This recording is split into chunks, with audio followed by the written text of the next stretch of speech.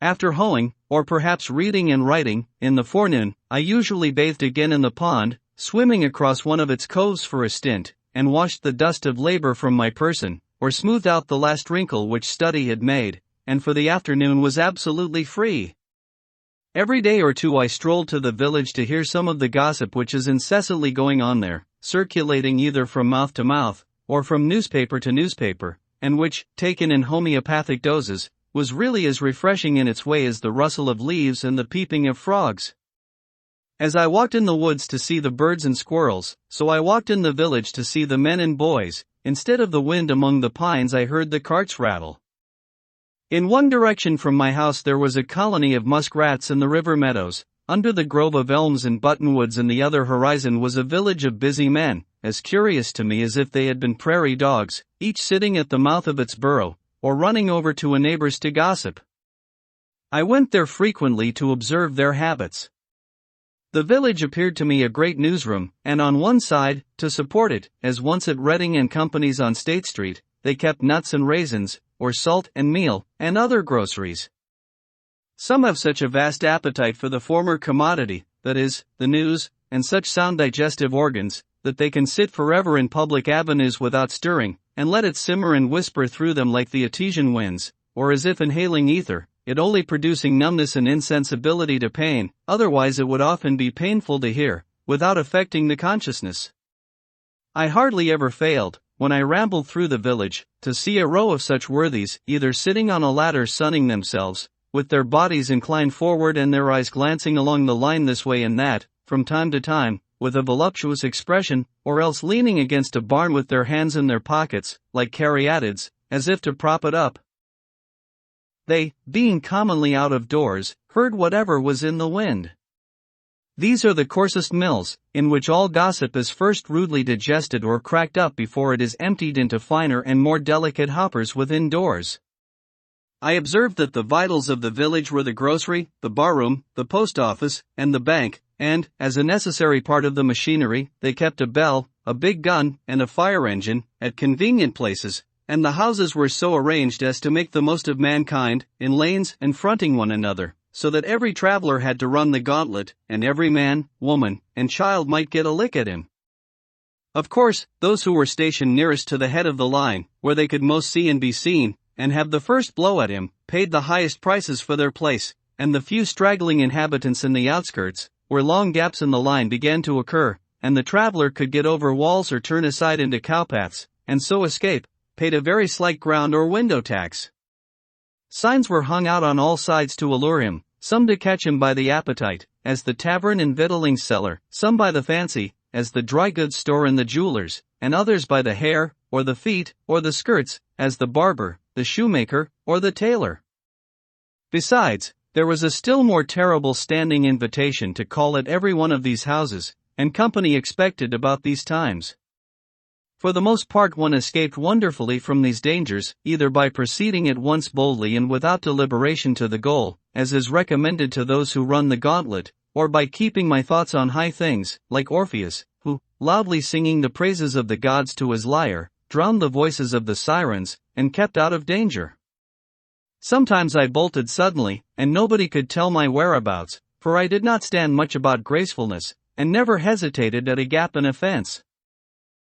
I was even accustomed to make an irruption into some houses, where I was well entertained, and after learning the colonel's and very last sieveful of news, what had subsided, the prospects of war and peace, and whether the world was likely to hold together much longer, I was let out through the rear avenues, and so escaped to the woods again. It was very pleasant, when I stayed late in town, to launch myself into the night, especially if it was dark and tempestuous, and set sail from some bright village parlor or lecture room, with a bag of rye or Indian meal upon my shoulder, for my snug harbor in the woods, having made all tight without and withdrawn under hatches with a merry crew of thoughts, leaving only my outer man at the helm, or even tying up the helm when it was plain sailing. I had many a genial thought by the cabin fire as I sailed. I was never cast away nor distressed in any weather, though I encountered some severe storms. It is darker in the woods, even in common nights, than most suppose. I frequently had to look up at the opening between the trees above the path in order to learn my route, and, where there was no cart path, to feel with my feet the faint track which I had worn, or steer by the known relation of particular trees which I felt with my hands, passing between two pines for instance, not more than 18 inches apart, in the midst of the woods, invariably in the darkest night. Sometimes, after coming home thus late in a dark and muggy night, when my feet felt the path which my eyes could not see, dreaming and absent-minded all the way, until I was aroused by having to raise my hand to lift the latch, I have not been able to recall a single step of my walk, and I have thought that perhaps my body would find its way home if its master should forsake it, as the hand finds its way to the mouth without assistance. Several times, when a visitor chanced to stay into evening, and it proved a dark night, I was obliged to conduct him to the cart path in the rear of the house, and then point out to him the direction he was to pursue, and in keeping which he was to be guided rather by his feet than his eyes. One very dark night I directed thus on their way two young men who had been fishing in the pond. They lived about a mile off through the woods, and were quite used to the route. A day or two after one of them told me that they wandered about the greater part of the night, close by their own premises, and did not get home till toward morning, by which time, as there had been several heavy showers in the meanwhile, and the leaves were very wet, they were drenched to their skins. I have heard of many going astray even in the village streets, when the darkness was so thick that you could cut it with a knife, as the saying is. Some who live in the outskirts, having come to town shopping in their wagons, have been obliged to put up for the night, and ladies and gentlemen making a call, have gone half a mile out of their way, feeling the sidewalk only with their feet, and not knowing when they turned. It is a surprising and memorable, as well as valuable experience, to be lost in the woods at any time. Often in a snowstorm, even by day, one will come out upon a well-known road and yet find it impossible to tell which way leads to the village. Though he knows that he has traveled it 1,000 times, he cannot recognize a feature in it, but it is as strange to him as if it were a road in Siberia. By night, of course, the perplexity is infinitely greater. In our most trivial walks we are constantly, though unconsciously, steering like pilots by certain well-known beacons and headlands, and if we go beyond our usual course we still carry in our minds the bearing of some neighboring cape, and not till we are completely lost, or turned round, for a man needs only to be turned round once with his eyes shut in this world to be lost, do we appreciate the vastness and strangeness of nature. Every man has to learn the points of compass again as often as he awakes, whether from sleep or any abstraction. Not till we are lost, in other words, not till we have lost the world, do we begin to find ourselves, and realize where we are, and the infinite extent of our relations. One afternoon, near the end of the first summer, when I went to the village to get a shoe from the cobbler's, I was seized and put into jail, because, as I have elsewhere related, I did not pay a tax to, or recognize the authority of, the state which buys and sells men, women, and children, like cattle at the door of its senate house. I had gone down the woods for other purposes. But, wherever a man goes, men will pursue and paw him with their dirty institutions, and, if they can, constrain him to belong to their desperate oddfellow society. It is true, I might have resisted forcibly with more or less effect, might have run amok against society, but I preferred that society should run amok against me, it being the desperate party. However, I was released the next day, obtained my mended shoe, and returned to the woods in season to get my dinner of huckleberries on Fair Haven Hill. I was never molested by any person but those who represented the state. I had no lock nor bolt but for the desk which held my papers, not even a nail to put over my latch or windows. I never fastened my door night or day, though I was to be absent several days, not even when the next fall I spent a fortnight in the woods of Maine. And yet my house was more respected than if it had been surrounded by a file of soldiers. The tired rambler could rest and warm himself by my fire, the literary amuse himself with the few books on my table, or the curious, by opening my closet door, see what was left of my dinner, and what prospect I had of a supper. Yet, though many people of every class came this way to the pond, I suffered no serious inconvenience from these sources, and I never missed anything but one small book, a volume of Homer, which perhaps was improperly gilded, and this I trust a soldier of our camp has found by this time. I am convinced that if all men were to live as simply as I then did, thieving and robbery would be unknown. These take place only in communities where some have got more than is sufficient, while others have not enough. The Pope's homers would soon get properly distributed. Nec bella furunt. Vagina sastabat dum siphus antedapes. Nor wars did men molest, when only beechen bowls were in request. You who govern public affairs, what need have you to employ punishments?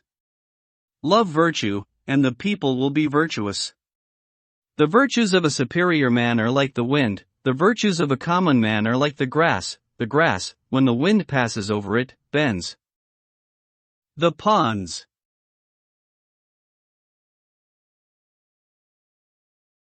Sometimes, having had a surfeit of human society and gossip, and worn out all my village friends, I rambled still farther westward than I habitually dwell, into yet more unfrequented parts of the town, to fresh woods and pastures new, or, while the sun was setting, made my supper of huckleberries and blueberries on Fairhaven Hill, and laid up a store for several days.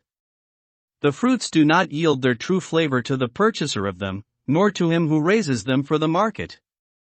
There is but one way to obtain it, yet few take that way. If you would know the flavor of huckleberries, ask the cowboy or the partridge. It is a vulgar error to suppose that you have tasted huckleberries who never plucked them. A huckleberry never reaches Boston, they have not been known there since they grew on her 3 hills. The ambrosial and essential part of the fruit is lost with the bloom which is rubbed off in the market cart, and they become mere provender. As long as eternal justice reigns, not one innocent huckleberry can be transported thither from the country's hills. Occasionally, after my hoeing was done for the day, I joined some impatient companion who had been fishing on the pond since morning, as silent and motionless as a duck or a floating leaf, and, after practicing various kinds of philosophy, had concluded commonly, by the time I arrived, that he belonged to the ancient sect of Cenobites. There was one older man, an excellent fisher and skilled in all kinds of woodcraft, who was pleased to look upon my house as a building erected for the convenience of fishermen, and I was equally pleased when he sat in my doorway to arrange his lines. Once in a while we sat together on the pond, he at one end of the boat and I at the other, but not many words passed between us, for he had grown deaf in his later years, but he occasionally hummed a psalm, which harmonized well enough with my philosophy. Our intercourse was thus altogether one of unbroken harmony, far more pleasing to remember than if it had been carried on by speech. When, as was commonly the case, I had none to commune with, I used to raise the echoes by striking with a paddle on the side of my boat, filling the surrounding woods with circling and dilating sound, stirring them up as the keeper of a menagerie his wild beasts, until I elicited a growl from every wooded vale and hillside. In warm evenings I frequently sat in the boat playing the flute, and saw the perch, which I seemed to have charmed, hovering around me, and the moon traveling over the ribbed bottom, which was strewed with the wrecks of the forest. Formerly I had come to this pond adventurously, from time to time, in dark summer nights, with a companion, and making a fire close to the water's edge, which we thought attracted the fishes, we caught pouts with a bunch of worms strung on a thread, and when we had done, far in the night, threw the burning brands high into the air like skyrockets, which, coming down into the pond, were quenched with a loud hissing, and we were suddenly groping in total darkness. Through this, whistling a tune, we took our way to the haunts of men again. But now I had made my home by the shore. Sometimes, after staying in a village parlor till the family had all retired, I have returned to the woods, and, partly with a view to the next day's dinner, spent the hours of midnight fishing from a boat by moonlight, serenaded by owls and foxes, and hearing, from time to time, the creaking note of some unknown bird close at hand. These experiences were very memorable and valuable to me, anchored in 40 feet of water, and 20 or 30 rods from the shore, surrounded sometimes by thousands of small perch and shiners, dimpling the surface with their tails in the moonlight, and communicating by a long flaxen line with mysterious nocturnal fishes which had their dwelling 40 feet below, or sometimes dragging 60 feet of line about the pond as I drifted in the gentle night breeze, now and then feeling a slight vibration along it, indicative of some life prowling about its extremity, of dull uncertain blundering purpose there, and slow to make up its mind. At length you slowly raise, pulling hand over hand, some horned pout squeaking and squirming to the upper air. It was very queer, especially in dark nights, when your thoughts had wandered to vast and cosmogonal themes in other spheres, to feel this faint jerk, which came to interrupt your dreams and link you to nature again. It seemed as if I might next cast my line upward into the air, as well as downward into this element which was scarcely more dense. Thus I caught two fishes, as it were, with one hook. The scenery of Walden is on a humble scale, and, though very beautiful, does not approach to grandeur, nor can it much concern one who has not long frequented it or lived by its shore, yet this pond is so remarkable for its depth and purity as to merit a particular description. It is a clear and deep green well, 1/2 mile long and 1 3/4 miles in circumference, and contains about 61½ acres, a perennial spring in the midst of pine and oak woods, without any visible inlet or outlet except by the clouds and evaporation. The surrounding hills rise abruptly from the water to the height of 40 to 80 feet, though on the southeast and east they attain to about 100 and 150 feet respectively, within 1/4 and 1/3 of a mile. They are exclusively woodland.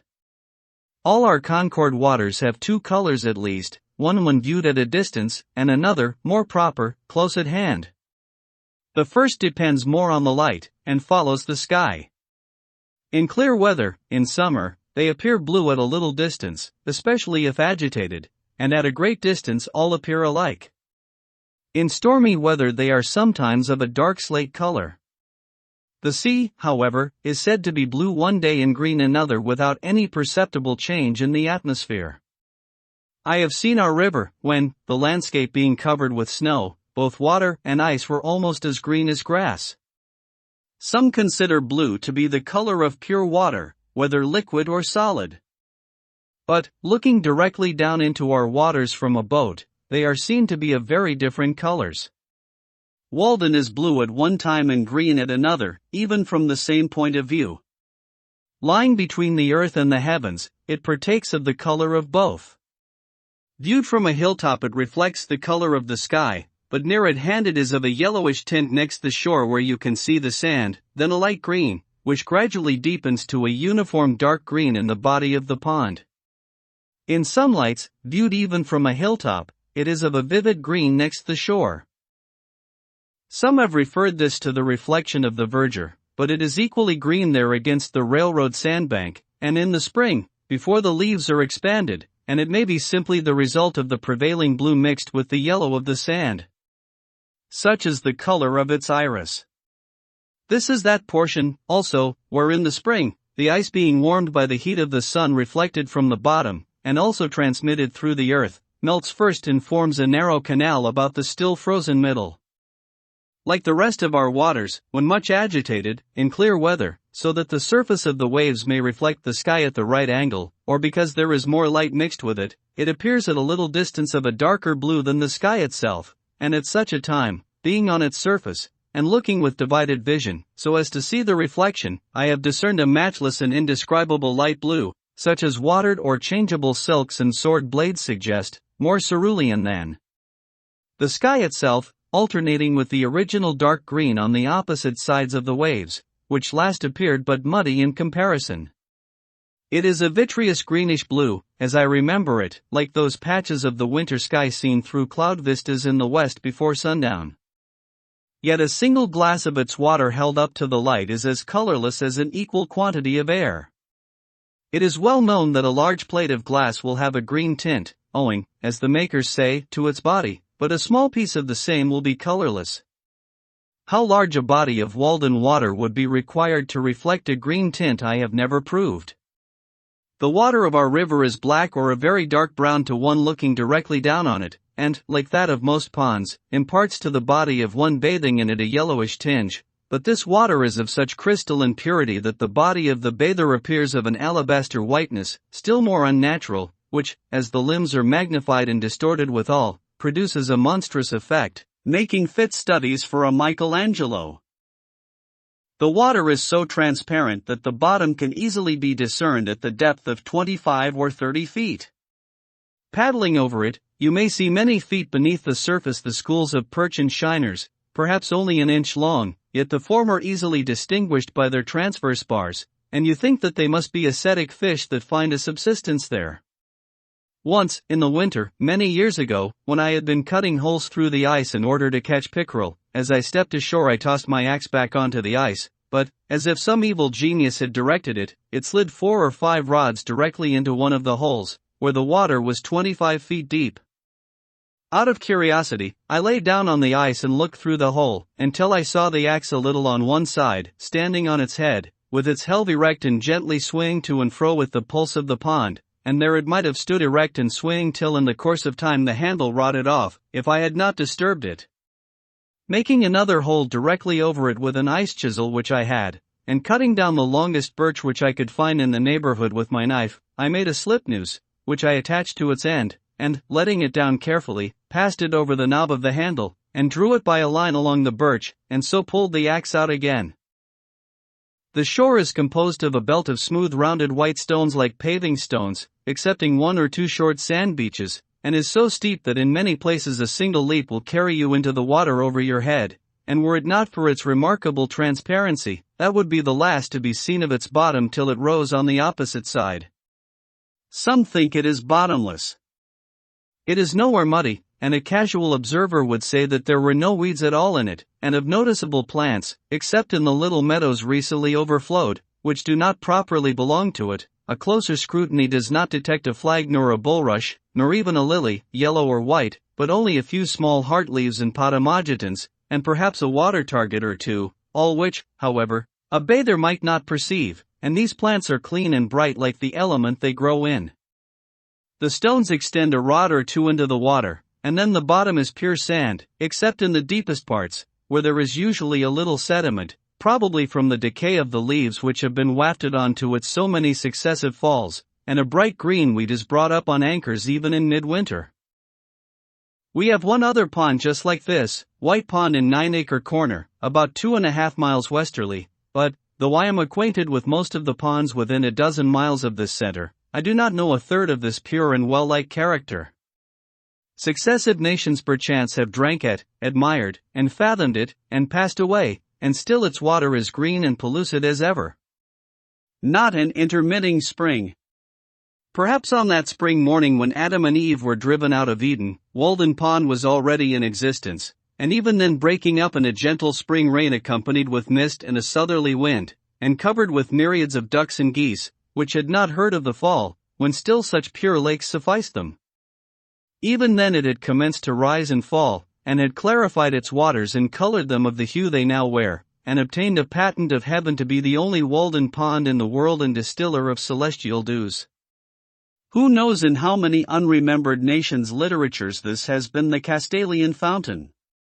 Or what nymphs presided over it in the Golden Age? It is a gem of the first water, which Concord wears in her coronet. Yet perchance the first who came to this well have left some trace of their footsteps. I have been surprised to detect encircling the pond, even where a thick wood has just been cut down on the shore, a narrow shelf-like path in the steep hillside, alternately rising and falling, approaching and receding from the water's edge, as old probably as the race of man here, worn by the feet of aboriginal hunters, and still from time to time unwittingly trodden by the present occupants of the land.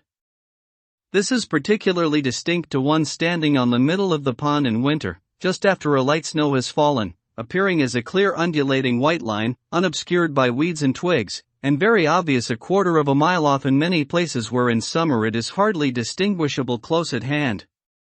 The snow reprints it, as it were, in clear white type alto relievo. The ornamented grounds of villas which will one day be built here may still preserve some trace of this. The pond rises and falls, but whether regularly or not, and within what period, nobody knows, though, as usual, many pretend to know. It is commonly higher in the winter and lower in the summer, though not corresponding to the general wet and dryness. I can remember when it was a foot or two lower, and also when it was at least 5 feet higher, than when I lived by it.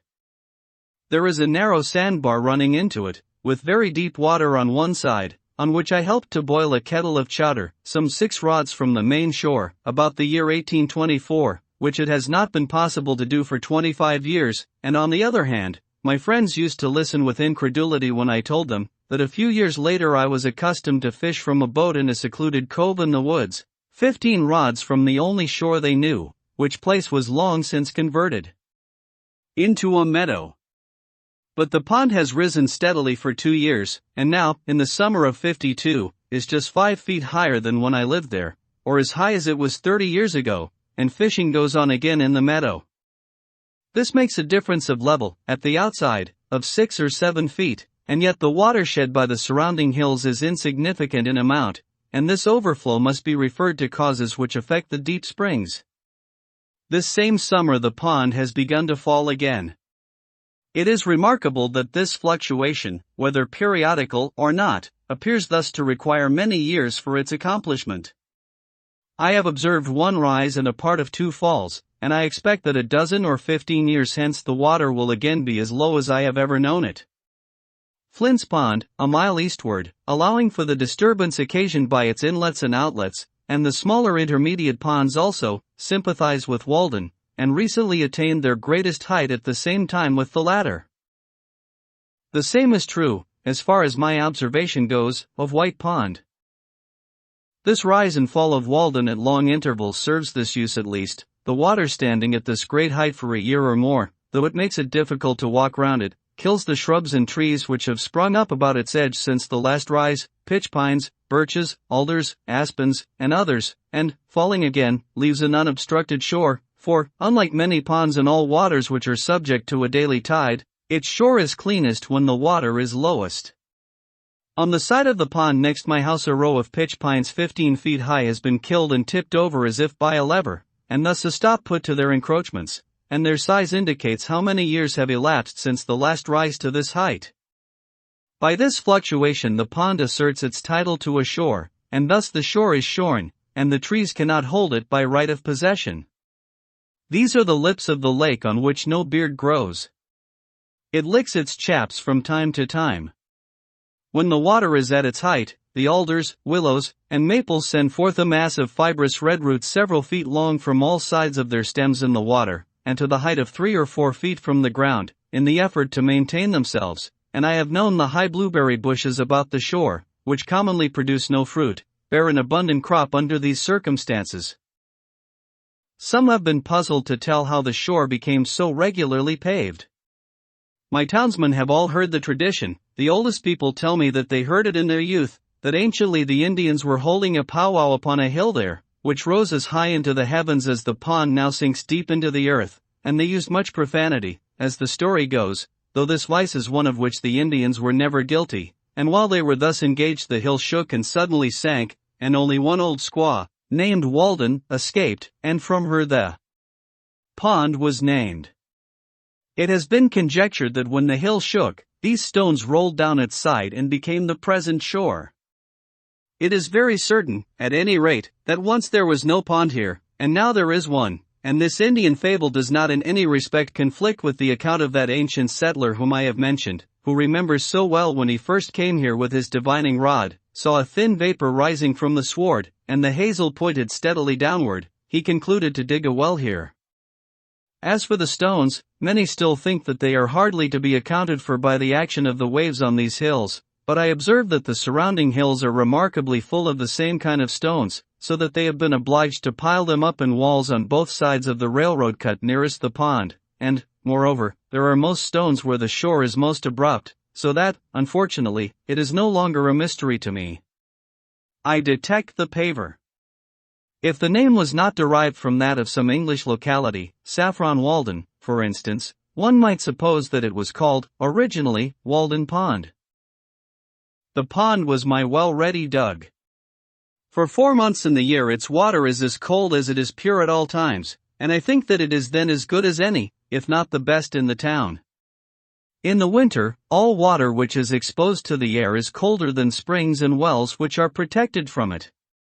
The temperature of the pond water which had stood in the room where I sat from 5 o'clock in the afternoon till noon the next day, the 6th of March, 1846, the thermometer having been up to 65 degrees or 70 degrees some of the time, owing partly to the sun on the roof, was 42 degrees, or 1 degree colder than the water of one of the coldest wells in the village just drawn.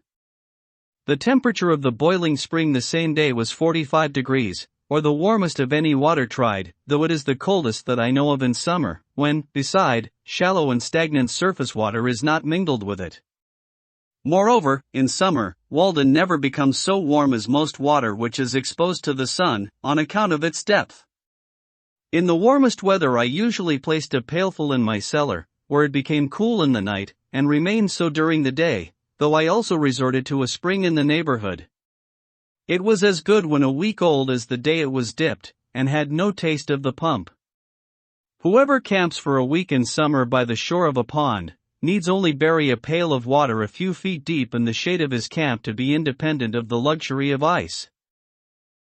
There have been caught in Walden pickerel, one weighing 7 pounds, to say nothing of another which carried off a reel with great velocity, which the fisherman safely set down at 8 pounds because he did not see him, perch and pouts, some of each weighing over 2 pounds, shiners, chivens or roach, Leuciscus pulchellus, a very few breams, and a couple of eels, one weighing 4 pounds. I am thus particular because the weight of a fish is commonly its only title to fame, and these are the only eels I have heard of here. Also, I have a faint recollection of a little fish some 5 inches long, with silvery sides and a greenish back, somewhat dace-like in its character, which I mention here chiefly to link my facts to fable. Nevertheless, this pond is not very fertile in fish. Its pickerel, though not abundant, are its chief boast. I have seen at one time lying on the ice pickerel of at least 3 different kinds, a long and shallow one, steel-colored, most like those caught in the river, a bright golden kind, with greenish reflections and remarkably deep, which is the most common here, and another golden-colored, and shaped like the last, but peppered on the sides with small dark brown or black spots, intermixed with a few faint blood-red ones, very much like a trout. The specific name reticulatus would not apply to this, it would be guttatus rather. These are all very firm fish, and weigh more than their size promises. The shiners, pouts, and perch also, and indeed all the fishes which inhabit this pond, are much cleaner, handsomer, and firmer fleshed than those in the river and most other ponds, as the water is purer, and they can easily be distinguished from them. Probably many ichthyologists would make new varieties of some of them. There are also a clean race of frogs and tortoises, and a few mussels in it. Muskrats and minks leave their traces about it, and occasionally a traveling mud turtle visits it.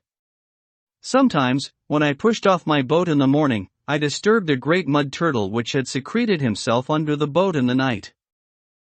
Ducks and geese frequent it in the spring and fall, the white-bellied swallows, hirundo bicolor, skim over it, and the peewits, Totanus macularius, teeter along its stony shores all summer. I have sometimes disturbed a fishhawk sitting on a white pine over the water, but I doubt if it is ever profaned by the wing of a gull, like Fair Haven. At most it tolerates one annual loon. These are all the animals of consequence which frequent it now.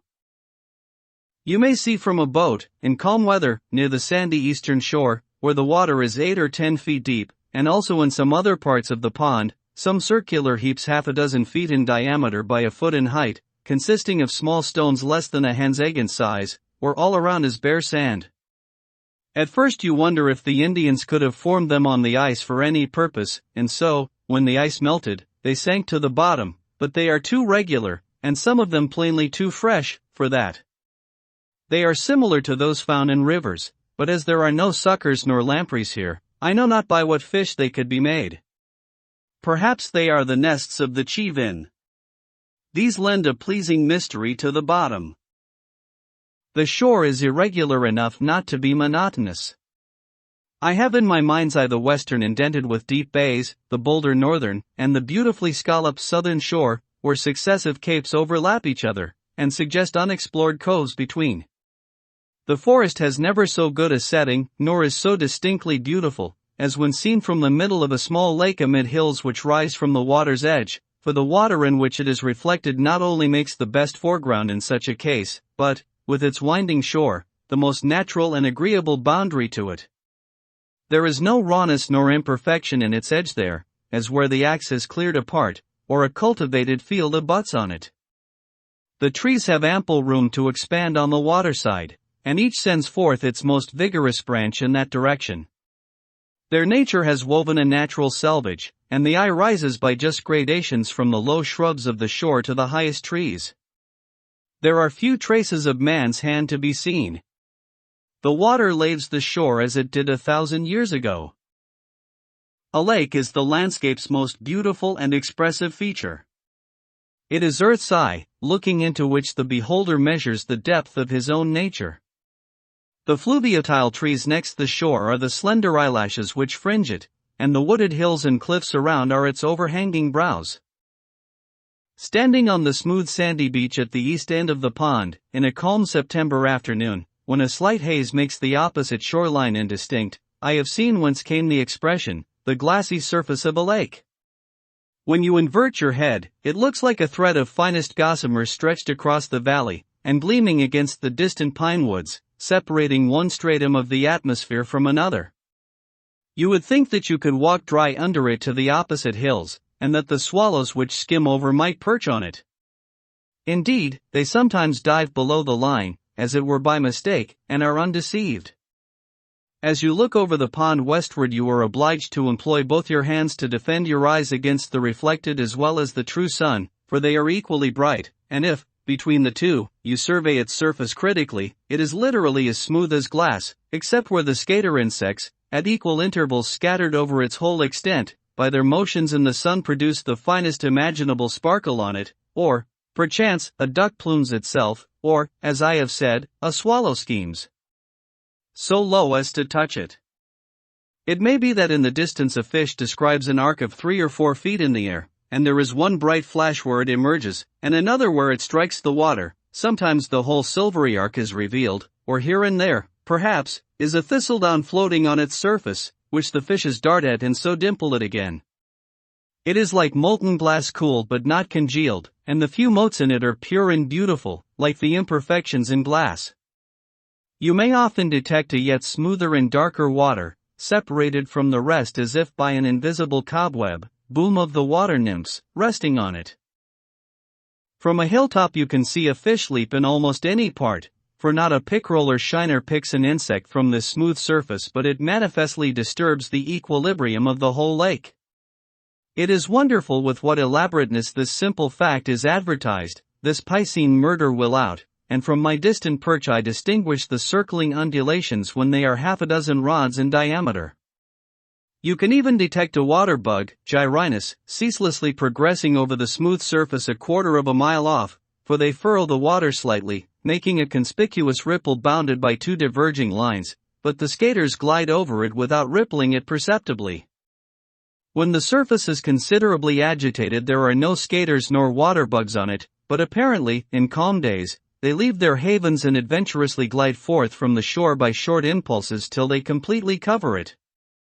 It is a soothing employment, on one of those fine days in the fall, when all the warmth of the sun is fully appreciated, to sit on a stump on such a height as this, overlooking the pond, and study the dimpling circles which are incessantly inscribed on its otherwise invisible surface amid the reflected skies and trees. Over this great expanse there is no disturbance, but it is thus at once gently smoothed away and assuaged, as, when a vase of water is jarred, the trembling circles seek the shore, and all is smooth again. Not a fish can leap or an insect fall on the pond, but it is thus reported in circling dimples, in lines of beauty, as it were the constant welling up of its fountain, the gentle pulsing of its life, the heaving of its breast. The thrills of joy and thrills of pain are undistinguishable. How peaceful the phenomena of the lake! Again the works of man shine as in the spring, aye, every leaf, and twig, and stone, and cobweb sparkles now at mid-afternoon, as when covered with dew in a spring morning. Every motion of an oar or an insect produces a flash of light, and if an oar falls, how sweet the echo! In such a day, in September or October, Walden is a perfect forest mirror, set round with stones as precious to my eye as if fewer or rarer. Nothing so fair, so pure, and at the same time so large, as a lake, perchance, lies on the surface of the earth. Sky water. It needs no fence. Nations come and go without defiling it. It is a mirror which no stone can crack, whose quicksilver will never wear off, whose gilding nature continually repairs. No storms, no dust, can dim its surface ever fresh, a mirror in which all impurity presented to it sinks, swept and dusted by the sun's hazy brush. This the light dust cloth, which retains no breath that is breathed on it, but sends its own to float as clouds high above its surface, and be reflected on its bosom still. A field of water betrays the spirit that is in the air. It is continually receiving new life and motion from above. It is intermediate in its nature between land and sky. On land only the grass and trees wave, but the water itself is rippled by the wind. I see where the breeze dashes across it by the streaks or flakes of light. It is remarkable that we can look down on its surface of air at length, and mark where a still subtler spirit sweeps over it. The skaters and water bugs finally disappear in the latter part of October, when the severe frosts have come, and then in November, usually, in a calm day, there is absolutely nothing to ripple the surface. One November afternoon, in the calm at the end of a rainstorm of several days' duration, when the sky was still completely overcast and the air was full of mist, I observed that the pond was remarkably smooth, so that it was difficult to distinguish its surface, though it no longer reflected the bright tints of October, but the somber November colors of the surrounding hills.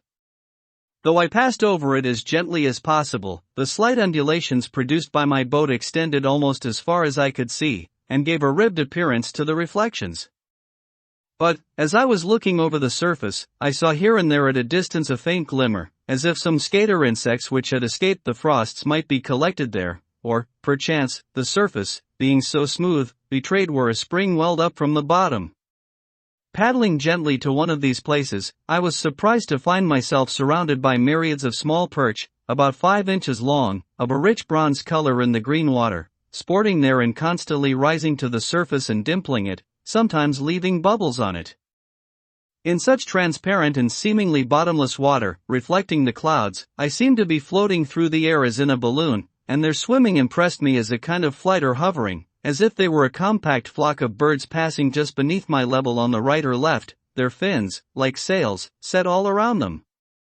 There were many such schools in the pond, apparently improving the short season before winter would draw an icy shutter over their broad skylight, sometimes giving to the surface an appearance as if a slight breeze struck it, or a few raindrops fell there.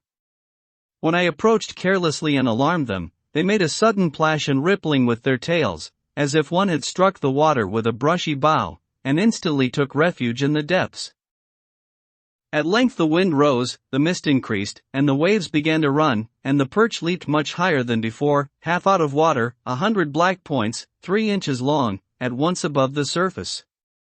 Even as late as the 5th of December, one year, I saw some dimples on the surface, and thinking it was going to rain hard immediately, the air being full of mist, I made haste to take my place at the oars and row homewards. Already the rain seemed rapidly increasing, though I felt none on my cheek, and I anticipated a thorough soaking.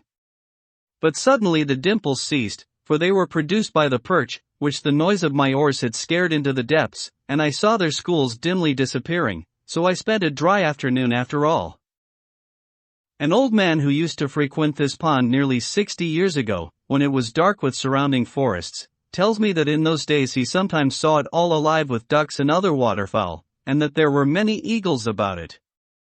He came here a-fishing, and used an old log canoe which he found on the shore.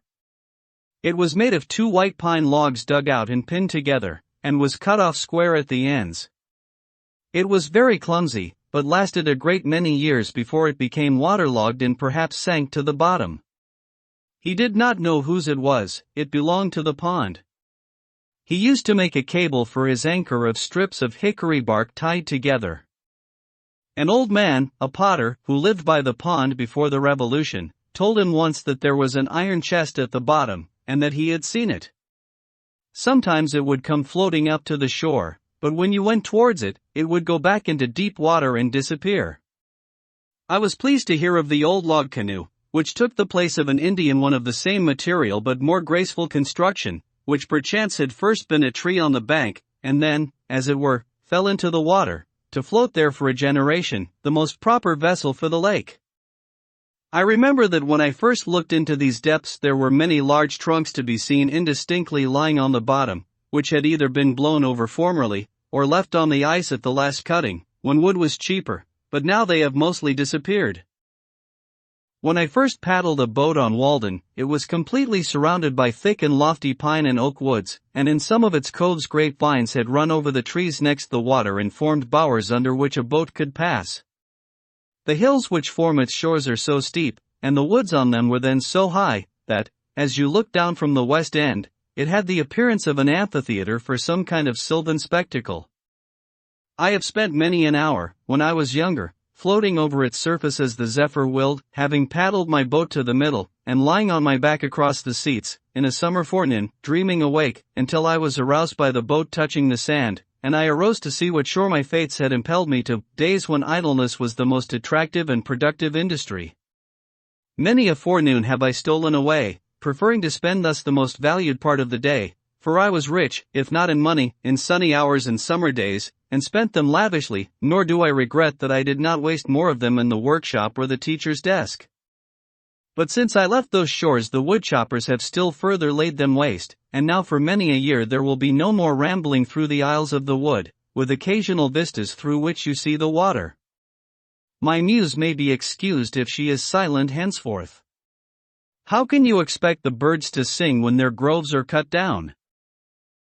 Now the trunks of trees on the bottom, and the old log canoe, and the dark surrounding woods, are gone, and the villagers, who scarcely know where it lies, instead of going to the pond to bathe or drink, are thinking to bring its water, which should be as sacred as the Ganges at least, to the village in a pipe, to wash their dishes with.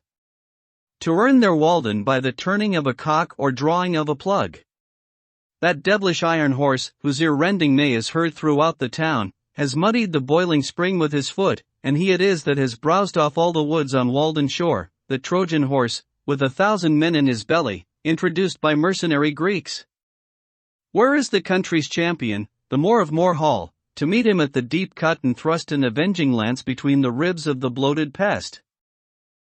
Nevertheless, of all the characters I have known, perhaps Walden wears best, and best preserves its purity. Many men have been likened to it, but few deserve that honor. Though the woodchoppers have laid bare first this shore and then that, and the Irish have built their sties by it, and the railroad has infringed on its border, and the icemen have skimmed it once, it is itself unchanged, the same water which my youthful eyes fell on, all the change is in me. It has not acquired one permanent wrinkle after all its ripples. It is perennially young, and I may stand and see a swallow dip apparently to pick an insect from its surface as of yore. It struck me again tonight, as if I had not seen it almost daily for more than 20 years, why, here is Walden, the same woodland lake that I discovered so many years ago, where a forest was cut down last winter another is springing up by its shore as lustily as ever, the same thought is welling up to its surface that was then, it is the same liquid joy and happiness to itself and its maker, and it may be to me. It is the work of a brave man surely, in whom there was no guile. He rounded this water with his hand, deepened and clarified it in his thought, and in his will bequeathed it to Concord. I see by its face that it is visited by the same reflection, and I can almost say, Walden, is it you? It is no dream of mine, to ornament a line. I cannot come nearer to God in heaven than I live to Walden even. I am its stony shore, and the breeze that passes o'er, in the hollow of my hand, are its water and its sand, and its deepest resort lies high in my thought. The cars never pause to look at it, yet I fancy that the engineers and firemen and brakesmen, and those passengers who have a season ticket and see it often, are better men for the sight. The engineer does not forget at night, or his nature does not, that he has beheld this vision of serenity and purity once at least during the day. Though seen but once, it helps to wash out State Street and the engine's soot. One proposes that it be called God's Drop. I have said that Walden has no visible inlet nor outlet, but it is on the one hand distally and indirectly related to Flint's Pond, which is more elevated, by a chain of small ponds coming from that quarter, and on the other directly and manifestly to Concord River, which is lower, by a similar chain of ponds through which in some other geological period it may have flowed, and by a little digging, which God forbid, it can be made to flow thither again. If by living thus reserved and austere, like a hermit in the woods, so lone, it has acquired such wonderful purity, who would not regret that the comparatively impure waters of Flint's Pond should be mingled with it, or itself should ever go to waste its sweetness in the ocean wave. Flint's, or Sandy Pond, in Lincoln, our greatest lake and inland sea, lies about a mile east of Walden. It is much larger, being said to contain 197 acres, and is more fertile in fish, but it is comparatively shallow, and not remarkably pure. A walk through the woods thither was often my recreation. It was worth the while, if only to feel the wind blow on your cheek freely and see the waves run, and remember the life of mariners. I went chestnutting there in the fall, on windy days, when the nuts were dropping into the water and were washed to my feet, and one day, as I crept along its sedgy shore, the fresh spray blowing in my face, I came upon the moldering wreck of a boat, the sides gone, and hardly more than the impression of its flat bottom left amid the rushes, yet its model was sharply defined, as if it were a large decayed pad, with its vanes. It was as impressive a wreck as one could imagine on the seashore, and had as good a moral. It is by this time mere vegetable mold and undistinguishable pond shore, through which rushes and flags have pushed up. I used to admire the ripple marks on the sandy bottom, at the north end of this pond, made firm and hard to the feet of the wader by the pressure of the water, and the rushes which grew in Indian file, in waving lines, corresponding to these marks, rank behind rank, as if the waves had planted them. There also I have found, in considerable quantities, curious balls, composed apparently of fine grass or roots, of pipewort perhaps, from half an inch to 4 inches in diameter, and perfectly spherical. These wash back and forth in shallow water on a sandy bottom, and are sometimes cast on the shore. They are either solid grass, or have a little sand in the middle. At first you would say that they were formed by the action of the waves, like a pebble, yet the smallest are made of equally coarse materials, half an inch long, and they are produced only at one season of the year.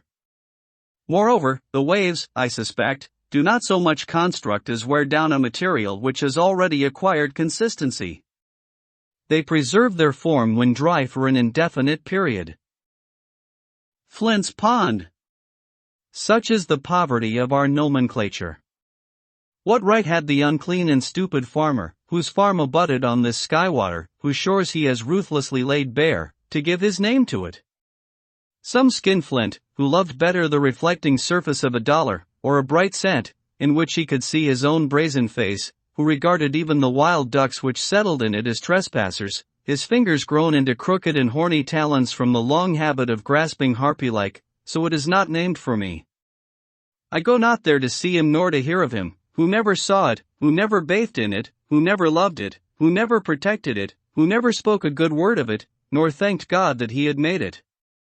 Rather let it be named from the fishes that swim in it, the wild fowl or quadrupeds which frequent it, the wild flowers which grow by its shores, or some wild man or child the thread of whose history is interwoven with its own, not from him who could show no title to it but the deed which a like-minded neighbor or legislature gave him who thought only of its money value, whose presence perchance cursed all the shore, who exhausted the land around it, and would fain have exhausted the waters within it, who regretted only that it was not English hay or cranberry meadow. There was nothing to redeem it, forsooth, in his eyes, and would have drained and sold it for the mud at its bottom. It did not turn his mill, and it was no privilege to him to behold it. I respect not his labors, his farm where everything has its price, who would carry the landscape, who would carry his God, to market, if he could get anything for him, who goes to market for his God as it is, on whose farm nothing grows free, whose fields bear no crops, whose meadows no flowers, whose trees no fruits but dollars, who loves not the beauty of his fruits, whose fruits are not ripe for him till they are turned to dollars. Give me the poverty that enjoys true wealth. Farmers are respectable and interesting to me in proportion as they are poor farmers. A model farm. Where the house stands like a fungus in a muck heap, chambers for men, horses, oxen, and swine, cleansed and uncleansed, all contiguous to one another. Stocked with men. A great grease spot, redolent of manures and buttermilk. Under a high state of cultivation, being manured with the hearts and brains of men. As if you were to raise your potatoes in the churchyard. Such is a model farm. No, if the fairest features of the landscape are to be named after men, let them be the noblest and worthiest men alone. Let our lakes receive as true names at least as the Icarian Sea, where still the shore of brave attempt resounds. Goose Pond, of small extent, is on my way to Flint's Fair Haven. An expansion of Concord River, said to contain some 70 acres, is a mile southwest, and White Pond, of about 40 acres, is a mile and a half beyond Fair Haven. This is my lake country. These, with Concord River, are my water privileges, and night and day, year in year out, they grind such grist as I carry to them. Since the woodcutters, and the railroad, and I myself have profaned Walden, perhaps the most attractive, if not the most beautiful, of all our lakes, the gem of the woods, is White Pond, a poor name from its commonness, whether derived from the remarkable purity of its waters or the color of its sands.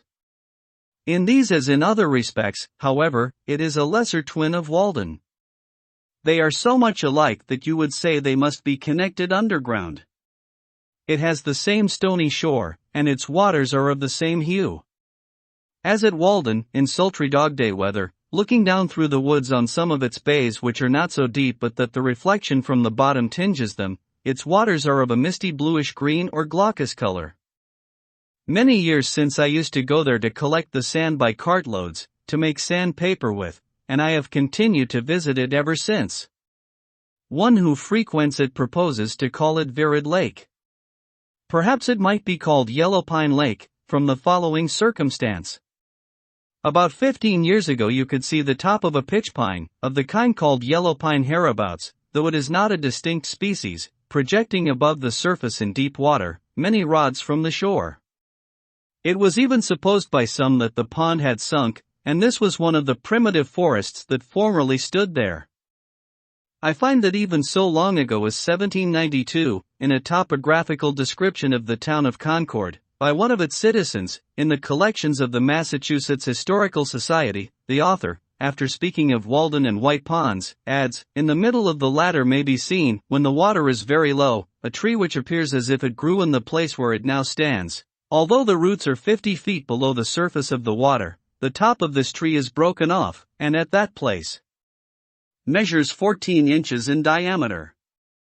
In the spring of '49 I talked with a man who lived nearest the pond in Sudbury, who told me that it was he who got out this tree 10 or 15 years before. As near as he could remember, it stood 12 or 15 rods from the shore, where the water was 30 or 40 feet deep. It was in the winter, and he had been getting out ice in the forenoon, and had resolved that in the afternoon, with the aid of his neighbors, he would take out the old yellow pine. He sought a channel in the ice toward the shore, and hauled it over and along and out onto the ice with oxen, but, before he had gone far in his work, he was surprised to find that it was wrong end upward, with the stumps of the branches pointing down, and the small end firmly fastened in the sandy bottom. It was about a foot in diameter at the big end, and he had expected to get a good sawlog, but it was so rotten as to be fit only for fuel, if for that. He had some of it in his shed then. There were marks of an axe and of woodpeckers on the butt. He thought that it might have been a dead tree on the shore, but was finally blown over into the pond, and after the top had become waterlogged, while the butt end was still dry and light, had drifted out and sunk wrong end up. His father, 80 years old, could not remember when it was not there. Several pretty large logs may still be seen lying on the bottom, where, owing to the undulation of the surface, they look like huge water snakes in motion. This pond has rarely been profaned by a boat, for there is little in it to tempt a fisherman.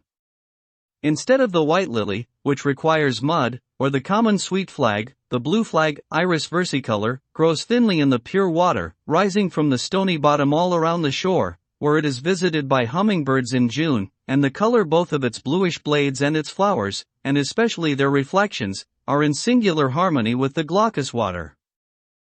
White Pond and Walden are great crystals on the surface of the earth, lakes of light. If they were permanently congealed, and small enough to be clutched, they would, perchance, be carried off by slaves, like precious stones, to adorn the heads of emperors, but being liquid, and ample, and secured to us and our successors forever, we disregard them, and run after the diamond of Koh-i-Noor. They are too pure to have a market value, they contain no muck. How much more beautiful than our lives, how much more transparent than our characters, are they? We never learned meanness of them. How much fairer than the pool before the farmer's door, in which his ducks swim. Hither the clean wild ducks come.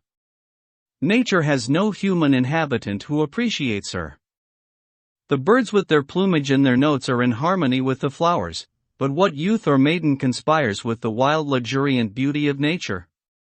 She flourishes most alone, far from the towns where they reside. Talk of heaven. Ye disgrace earth. Baker Farm.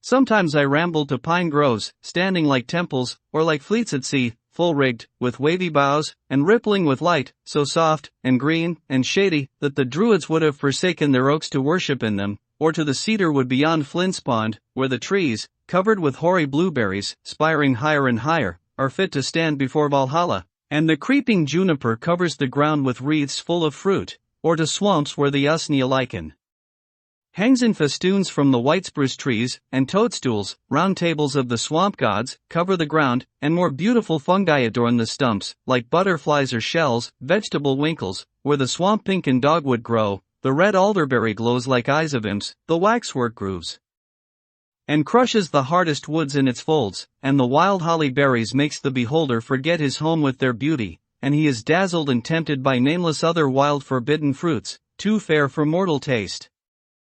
Instead of calling on some scholar, I paid many a visit to particular trees, of kinds which are rare in this neighborhood, standing far away in the middle of some pasture, or in the depths of a wood or swamp, or on a hilltop, such as the black birch, of which we have some handsome specimens 2 feet in diameter, its cousin, the yellow birch, with its loose golden vest, perfumed like the first, the beech, which has so neat a bole and beautifully lichen painted, perfect in all its details, of which, excepting scattered specimens, I know but one small grove of sizable trees left in the township, supposed by some to have been planted by the pigeons that were once baited with beechnuts nearby. It is worth the while to see the silver grain sparkle when you split this wood, the base, the horn beam, the Celtis occidentalis, or false elm, of which we have but one well grown, some taller mast of a pine, a shingle tree, or a more perfect hemlock than usual, standing like a pagoda in the midst of the woods, and many others I could mention. These were the shrines I visited both summer and winter. Once it chanced that I stood in the very abutment of a rainbow's arch, which filled the lower stratum of the atmosphere, tinging the grass and leaves around, and dazzling me as if I looked through colored crystal. It was a lake of rainbow light, in which, for a short while, I lived like a dolphin. If it had lasted longer, it might have tinged my employments in life. As I walked on the railroad causeway, I used to wonder at the halo of light around my shadow, and would fain fancy myself one of the elect. One who visited me declared that the shadows of some Irishmen before him had no halo about them, that it was only natives that were so distinguished. Benvenuto Cellini tells us in his memoirs, that, after a certain terrible dream or vision which he had during his confinement in the castle of St. Angelo, a resplendent light appeared over the shadow of his head at morning and evening, whether he was in Italy or France, and it was particularly conspicuous when the grass was moist with dew. This was probably the same phenomenon to which I have referred, which is especially observed in the morning, but also at other times, and even by moonlight. Though a constant one, it is not commonly noticed, and, in the case of an excitable imagination like Cellini's, it would be basis enough for superstition. Besides, he tells us that he showed it to very few. But are they not indeed distinguished who are conscious that they are regarded at all? I set out one afternoon to go fishing to Fair Haven, through the woods, to eke out my scanty fare of vegetables. My way led through Pleasant Meadow, an adjunct of the Baker Farm, that retreat of which a poet has since sung, beginning. The entry is a pleasant field, which some mossy fruit trees yield partly to a ruddy brook. By gliding musquash undertook, and mercurial trout darting about. I thought of living there before I went to Walden. I hooked the apples, leaped the brook, and scared the musquash and the trout. It was one of those afternoons which seem indefinitely long before one, in which many events may happen, a large portion of our natural life, though it was already half spent when I started.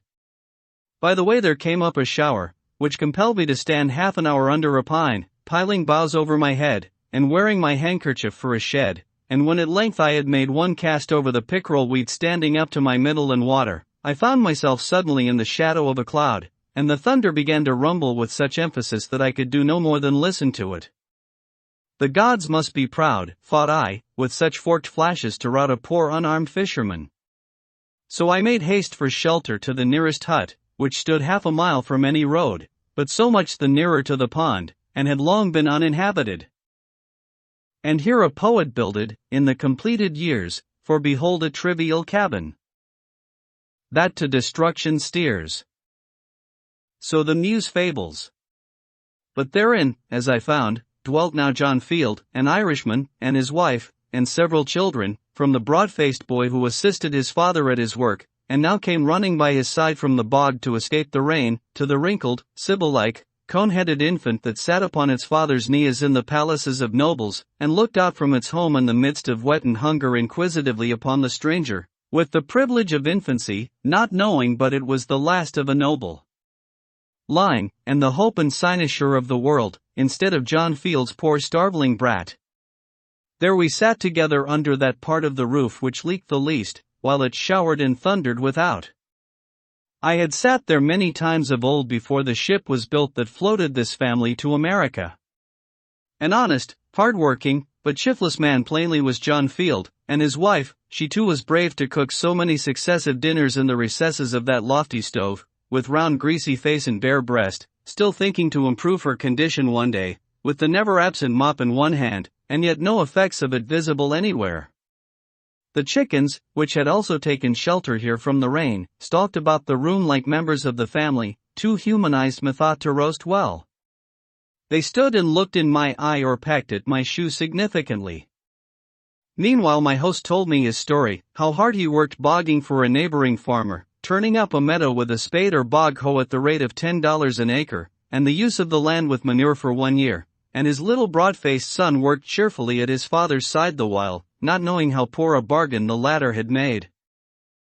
I tried to help him with my experience, telling him that he was one of my nearest neighbors, and that I, too, who came a-fishing here, and looked like a loafer, was getting my living like himself, that I lived in a tight, light, and clean house, which hardly cost more than the annual rent of such a ruin as his commonly amounts to, and how, if he chose, he might in a month or two build himself a palace of his own, that I did not use tea, nor coffee, nor butter, nor milk, nor fresh meat, and so did not have to work to get them. Again, as I did not work hard, I did not have to eat hard, and it cost me but a trifle for my food, but as he began with tea, and coffee, and butter, and milk, and beef, he had to work hard to pay for them, and when he had worked hard he had to eat hard again to repair the waste of his system, and so it was as broad as it was long, indeed it was broader than it was long, for he was discontented, and wasted his life into the bargain, and yet he had rated it as a gain in coming to America, that here you could get tea, and coffee, and meat every day.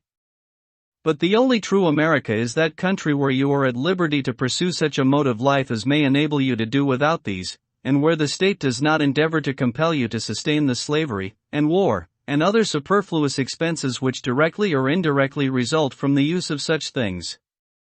For I purposely talked to him as if he were a philosopher, or desired to be one. I should be glad if all the meadows on the earth were left in a wild state, if that were the consequence of men's beginning to redeem themselves.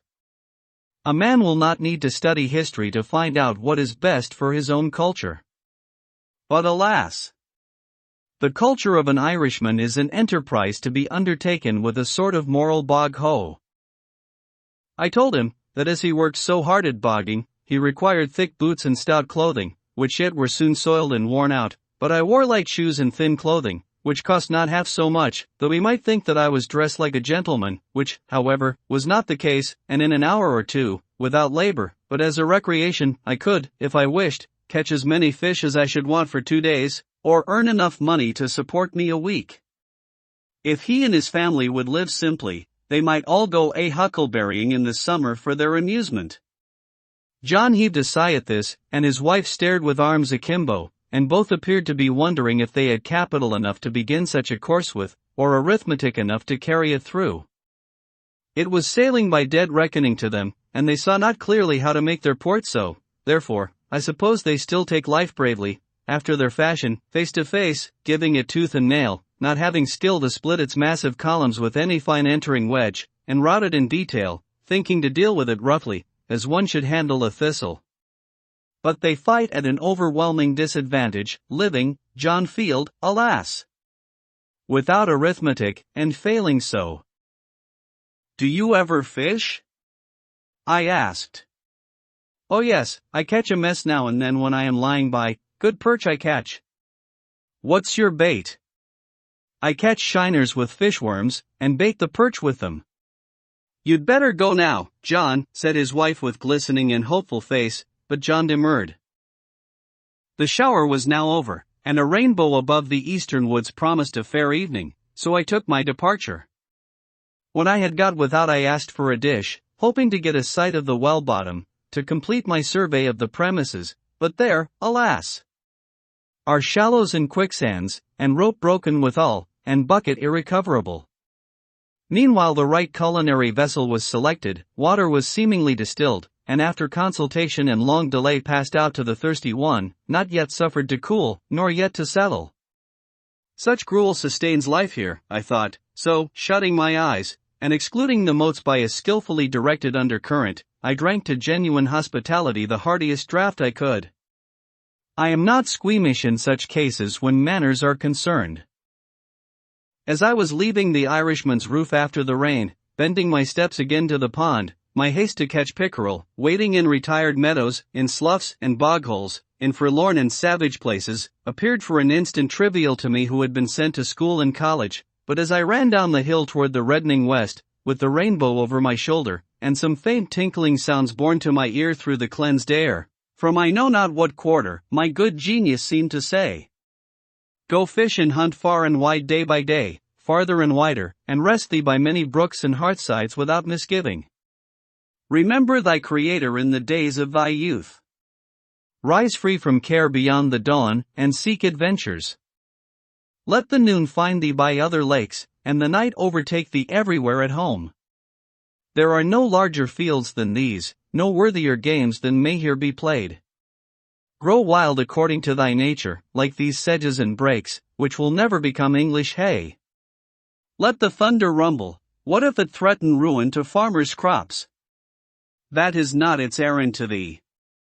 Take shelter under the cloud, while they flee to carts and sheds. Let not to get a living be thy trade, but thy sport. Enjoy the land, but own it not. Through want of enterprise and faith men are where they are, buying and selling, and spending their lives like serfs. O Baker Farm! Landscape where the richest element is a little sunshine innocent. No one runs to revel. On thy rail-fenced Leah. Debate with no man hast thou. With questions art never perplexed, as tame at the first sight as now. In thy plain russet gabardine dressed. Come ye who love, and ye who hate. Children of the holy dove, and guy foe of the state. And hang conspiracies from the tough rafters of the trees. Men come tamely home at night only from the next field or street, where their household echoes haunt, and their life pines because it breathes its own breath over again. Their shadows morning and evening reach farther than their daily steps. We should come home from far, from adventures, and perils, and discoveries every day, with new experience and character. Before I had reached the pond some fresh impulse had brought out John Field, with altered mind, letting go bogging air this sunset. But he, poor man, disturbed only a couple of fins while I was catching a fair string, and he said it was his luck, but when we changed seats in the boat luck changed seats too. Poor John Field.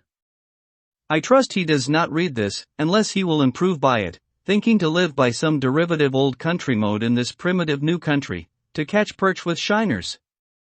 It is good bait sometimes, I allow.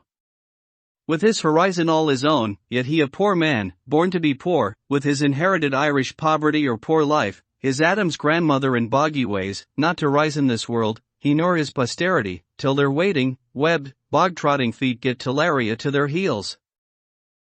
Higher laws.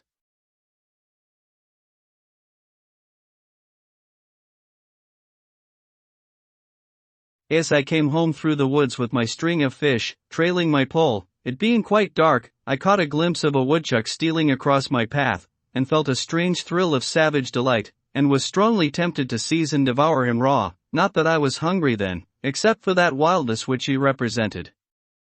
Once or twice, however, while I lived at the pond, I found myself ranging the woods, like a half-starved hound, with a strange abandonment, seeking some kind of venison which I might devour, and no morsel could have been too savage for me. The wildest scenes had become unaccountably familiar. I found in myself, and still find, an instinct toward a higher, or, as it is named, spiritual life, as do most men, and another toward a primitive rank and savage one, and I reverence them both. I love the wild not less than the good. The wildness and adventure that are in fishing still recommend it to me. I like sometimes to take rank hold on life and spend my day more as the animals do. Perhaps I have owed to this employment and to hunting, when quite young, my closest acquaintance with nature. They early introduce us to and detain us in scenery with which otherwise, at that age, we should have little acquaintance. Fishermen, hunters, woodchoppers, and others, spending their lives in the fields and woods, in a peculiar sense a part of nature themselves, are often in a more favorable mood for observing her, in the intervals of their pursuits, than philosophers or poets even, who approach her with expectation. She is not afraid to exhibit herself to them. The traveler on the prairie is naturally a hunter, on the headwaters of the Missouri and Columbia a trapper, and at the Falls of St. Mary a fisherman. He who is only a traveler learns things at second hand and by the halves, and is poor authority. We are most interested when science reports what those men already know practically or instinctively, for that alone is a true humanity, on account of human experience. They mistake who assert that the Yankee has few amusements, because he has not so many public holidays, and men and boys do not play so many games as they do in England, for here the more primitive but solitary amusements of hunting, fishing, and the like have not yet given place to the former. Almost every New England boy among my contemporaries shouldered a fowling piece between the ages of 10 and 14, and his hunting and fishing grounds were not limited like the preserves of an English nobleman, but were more boundless even than those of a savage. No wonder, then, that he did not oftener stay to play on the common.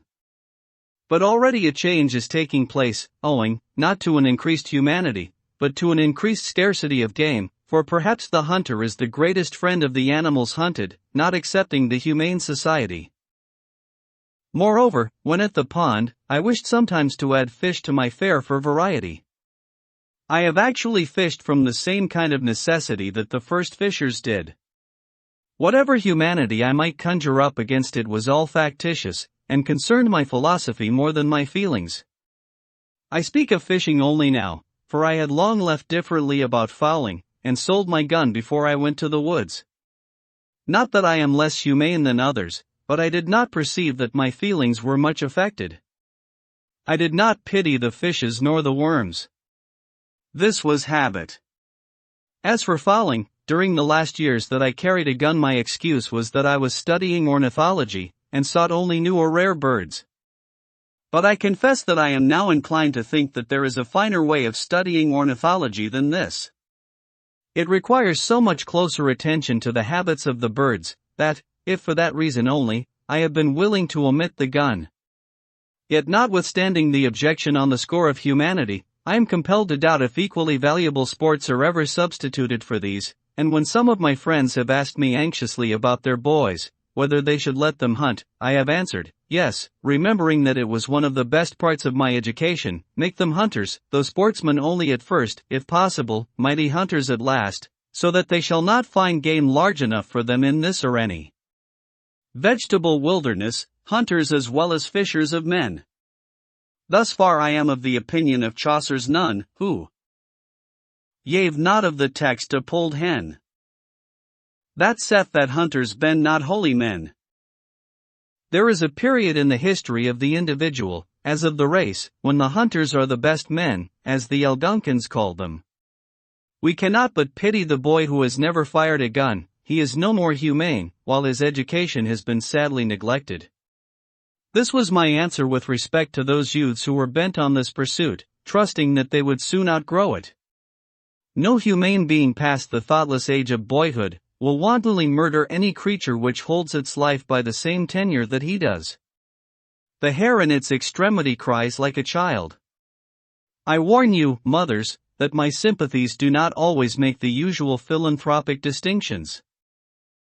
Such is oftenest the young man's introduction to the forest, and the most original part of himself.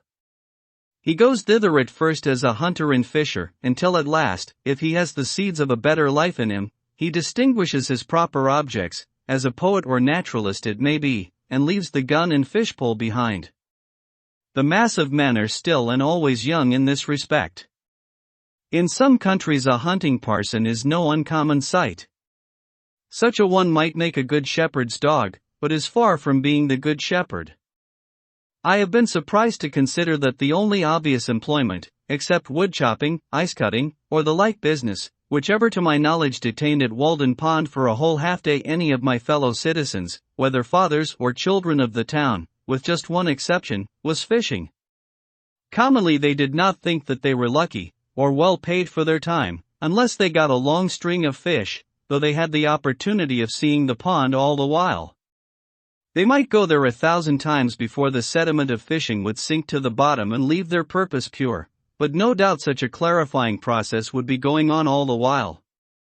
The governor and his council faintly remember the pond, for they went a-fishing there when they were boys, but now they are too old and dignified to go a-fishing, and so they know it no more forever.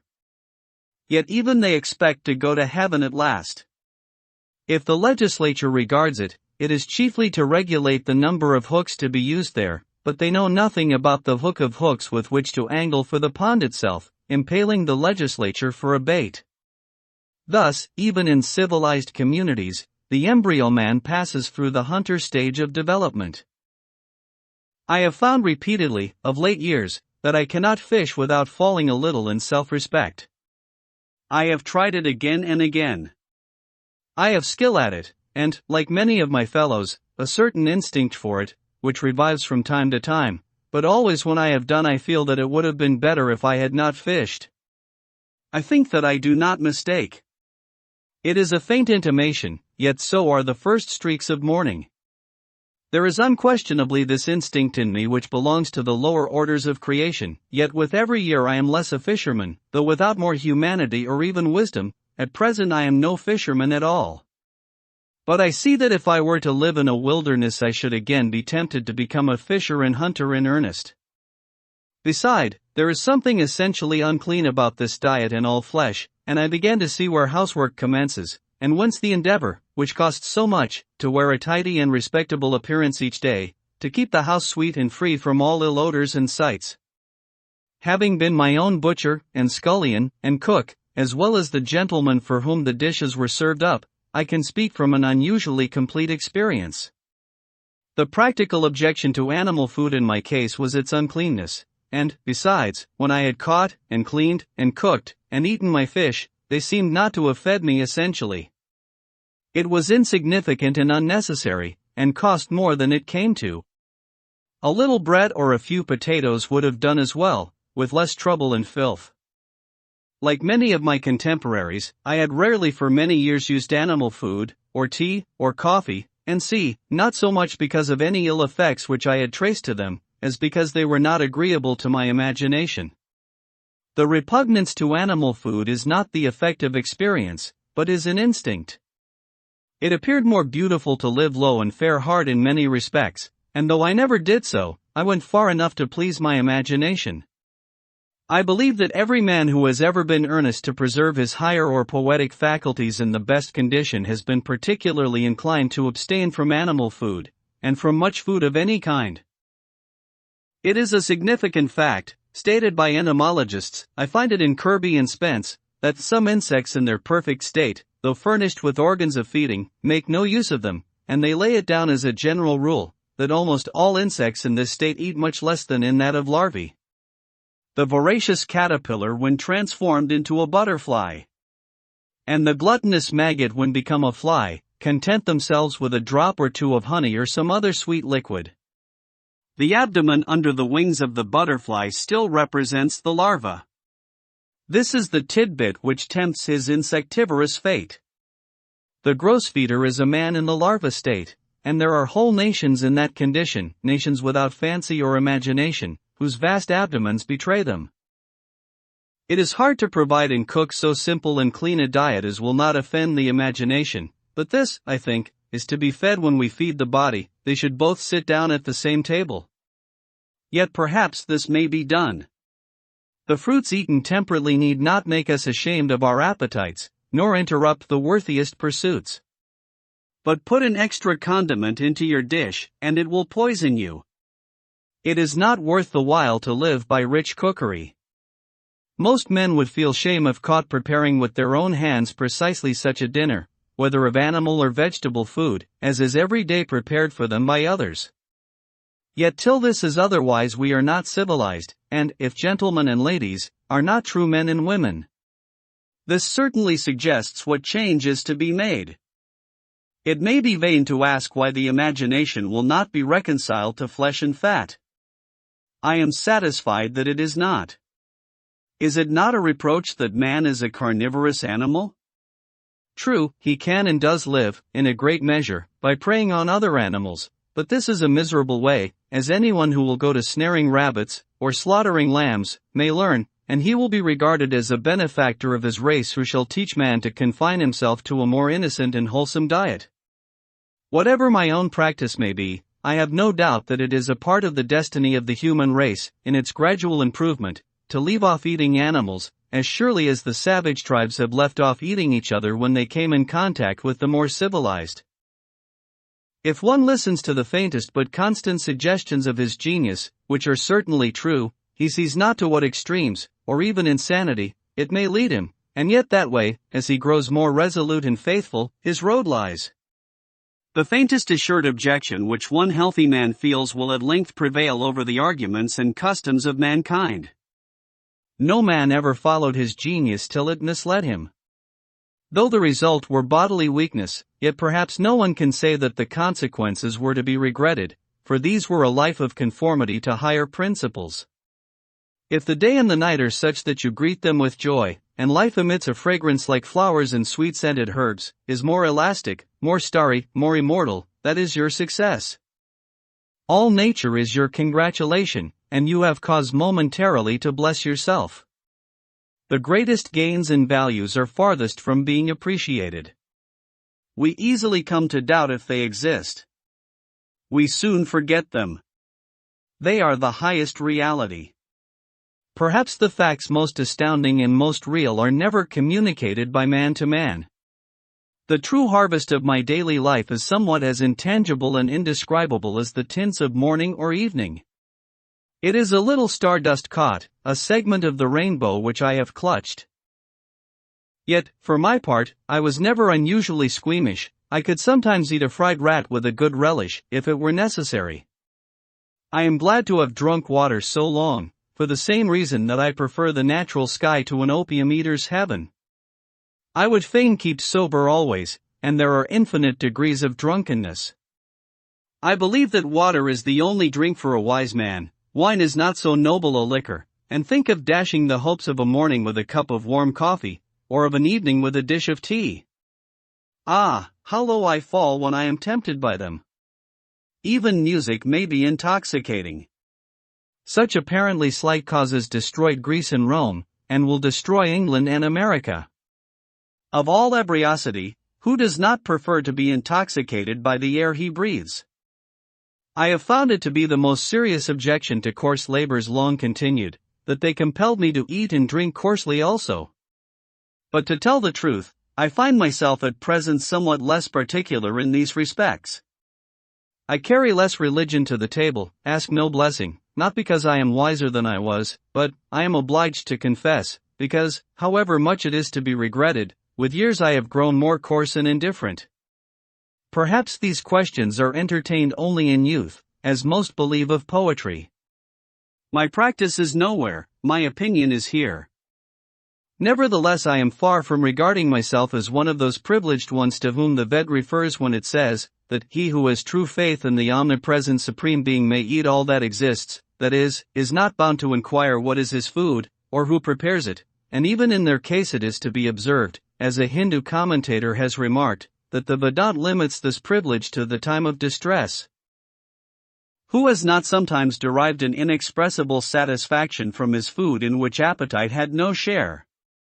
I have been thrilled to think that I owed a mental perception to the commonly gross sense of taste, that I have been inspired through the palate, that some berries which I had eaten on a hillside had fed my genius. The soul not being mistress of herself, says Tsang Tzu, one looks, and one does not see, one listens, and one does not hear, one eats, and one does not know the savor of food. He who distinguishes the true savor of his food can never be a glutton, he who does not cannot be otherwise. A Puritan may go to his brown bread crust with as gross an appetite as ever an alderman to his turtle. Not that food which entereth into the mouth defileth a man, but the appetite with which it is eaten. It is neither the quality nor the quantity, but the devotion to sensual savors, when that which is eaten is not a viand to sustain our animal, or inspire our spiritual life, but food for the worms that possess us.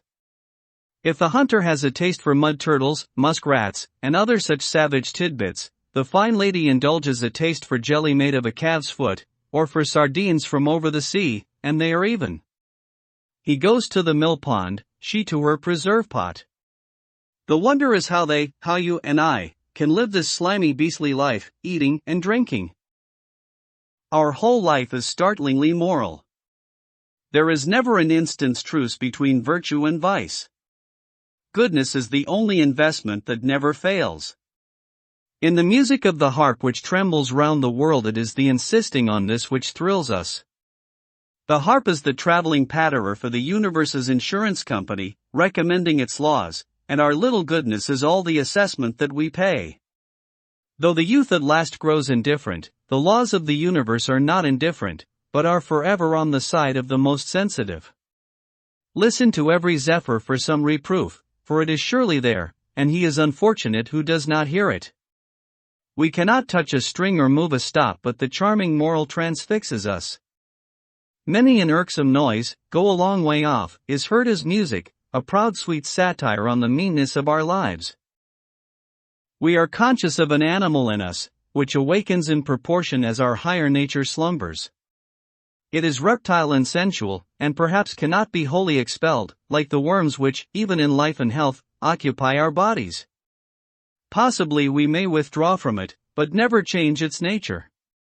I fear that it may enjoy a certain health of its own, that we may be well, yet not pure.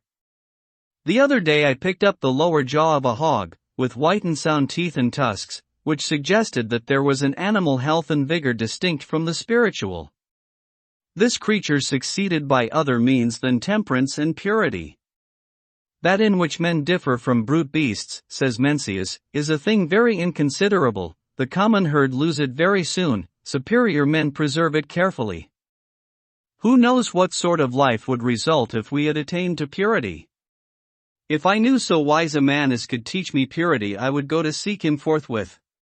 A command over our passions, and over the external senses of the body, and good acts, are declared by the Ved to be indispensable in the mind's approximation to God. Yet the spirit can for the time pervade and control every member and function of the body, and transmute what in form is the grossest sensuality into purity and devotion. The generative energy, which, when we are loose, dissipates and makes us unclean, when we are continent invigorates and inspires us. Chastity is the flowering of man, and what are called genius, heroism, holiness, and the like, are but various fruits which succeed it. Man flows at once to God when the channel of purity is open. By turns our purity inspires and our impurity casts us down. He is blessed who is assured that the animal is dying out in him day by day, and the divine being established. Perhaps there is none but has cause for shame on account of the inferior and brutish nature to which he is allied. I fear that we are such gods or demigods only as fauns and satyrs, the divine ally to beasts, the creatures of appetite, and that, to some extent, our very life is our disgrace. How happy's he who hath due place assigned to his beasts and disafforested his mind. Can use his horse, goat, wolf, and every beast, and is not ass himself to all the rest. Else man not only is the herd of swine, but he's those devils too which did incline them to a headlong rage, and made them worse. All sensuality is one, though it takes many forms, all purity is one.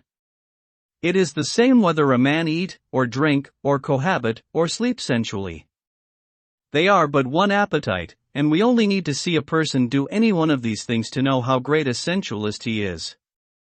The impure can neither stand nor sit with purity. When the reptile is attacked at one mouth of his burrow, he shows himself at another. If you would be chaste, you must be temperate. What is chastity? How shall a man know if he is chaste? He shall not know it. We have heard of this virtue, but we know not what it is. We speak conformably to the rumor which we have heard. From exertion come wisdom and purity, from sloth ignorance and sensuality. In the student's sensuality is a sluggish habit of mind. An unclean person is universally a slothful one who sits by a stove, whom the sun shines on prostrate, who reposes without being fatigued.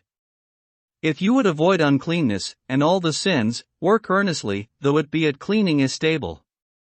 Nature is hard to be overcome, but she must be overcome. What avails it that you are a Christian, if you are not purer than the heathen, if you deny yourself no more, if you are not more religious? I know of many systems of religion esteemed heathenish whose precepts fill the reader with shame, and provoke him to new endeavors, though it be to the performance of rites merely. I hesitate to say these things, but it is not because of the subject. I care not how obscene my words are, but because I cannot speak of them without betraying my impurity. We discourse freely without shame of one form of sensuality, and are silent about another. We are so degraded that we cannot speak simply of the necessary functions of human nature. In earlier ages, in some countries, every function was reverently spoken of and regulated by law. Nothing was too trivial for the Hindu lawgiver, however offensive it may be to modern taste. He teaches how to eat, drink, cohabit, void excrement and urine, and the like, elevating what is mean, and does not falsely excuse himself by calling these things trifles. Every man is the builder of a temple, called his body, to the God he worships, after a style purely his own, nor can he get off by hammering marble instead. We are all sculptors and painters, and our material is our own flesh and blood and bones. Any nobleness begins at once to refine a man's features, any meanness or sensuality to imbrute them. John Farmer sat at his door one September evening, after a hard day's work, his mind still running on his labor more or less. Having bathed, he sat down to recreate his intellectual man. It was a rather cool evening, and some of his neighbors were apprehending a frost. He had not attended to the train of his thoughts long when he heard someone playing on a flute, and that sound harmonized with his mood. Still he thought of his work, but the burden of his thought was, that though this kept running in his head, and he found himself planning and contriving it against his will, yet it concerned him very little. It was no more than the scurf of his skin, which was constantly shuffled off. But the notes of the flute came home to his ears out of a different sphere from that he worked in, and suggested work for certain faculties which slumbered in him. They gently did away with the street, and the village, and the state in which he lived. A voice said to him, "Why do you stay here and live this mean moiling life, when a glorious existence is possible for you? Those same stars twinkle over other fields than these. But how to come out of this condition and actually migrate thither?" All that he could think of was to practice some new austerity, to let his mind descend into his body and redeem it, and treat himself with ever-increasing respect. Brute neighbors. Sometimes I had a companion in my fishing, who came through the village to my house from the other side of the town, and the catching of the dinner was as much a social exercise as the eating of it. Hermit. I wonder what the world is doing now. I have not heard so much as a locust over the sweet fir in these 3 hours. The pigeons are all asleep upon their roosts, no flutter from them. Was that a farmer's noon horn which sounded from beyond the woods just now? The hens are coming in to boiled salt beef, and cider, and Indian bread. Why will men worry themselves so? He that does not eat need not work. I wonder how much they have reaped. Who would live there where a body can never think for the barking of bows? And oh, the housekeeping! To keep bright the devil's doorknobs, and scour his tubs this bright day. Better not keep a house. Say, some hollow tree, and then for morning calls and dinner parties. Only a woodpecker tapping. Oh, they swarm, the sun is too warm there, they are born too far into life for me. I have water from the spring, and a loaf of brown bread on the shelf. Hark! I hear a rustling of the leaves. Is it some ill-fed village hound yielding to the instinct of the chase? Or the lost pig which is said to be in these woods, whose tracks I saw after the rain? It comes on apace, my sumacs and sweetbriars tremble. Mr. Poet, is it you? How do you like the world today? Poet. See those clouds, how they hang. That's the greatest thing I have seen today. There's nothing like it in old paintings, nothing like it in foreign lands, unless when we were off the coast of Spain. That's a true Mediterranean sky. I thought, as I have my living to get, and have not eaten today, that I might go a-fishing. That's the true industry for poets. It is the only trade I have learned. Come, let's alone. Hermit. I cannot resist. My brown bread will soon be gone. I will go with you gladly soon, but I am just concluding a serious meditation. I think that I am near the end of it. Leave me alone, then, for a while. But that we may not be delayed, you shall be digging the bait meanwhile. Angleworms are rarely to be met with in these parts, where the soil was never fattened with manure. The race is nearly extinct. The sport of digging the bait is nearly equal to that of catching the fish, when one's appetite is not too keen, and this you may have all to yourself today. I would advise you to set in the spade down yonder among the groundnuts, where you see the johnswort waiting. I think that I may warrant you one worm to every 3 sods you turn up, if you look well in among the roots of the grass, as if you were weeding. Or, if you choose to go farther, it will not be unwise, for I have found the increase of fair bait to be very nearly as the squares of the distances. Hermit alone. Let me see, where was I? Methinks I was nearly in this frame of mind, the world lay about at this angle. Shall I go to heaven or a-fishing? If I should bring this meditation to an end, would another so sweet occasion be likely to offer? I was as near being resolved into the essence of things as ever I was in my life. I fear my thoughts will not come back to me.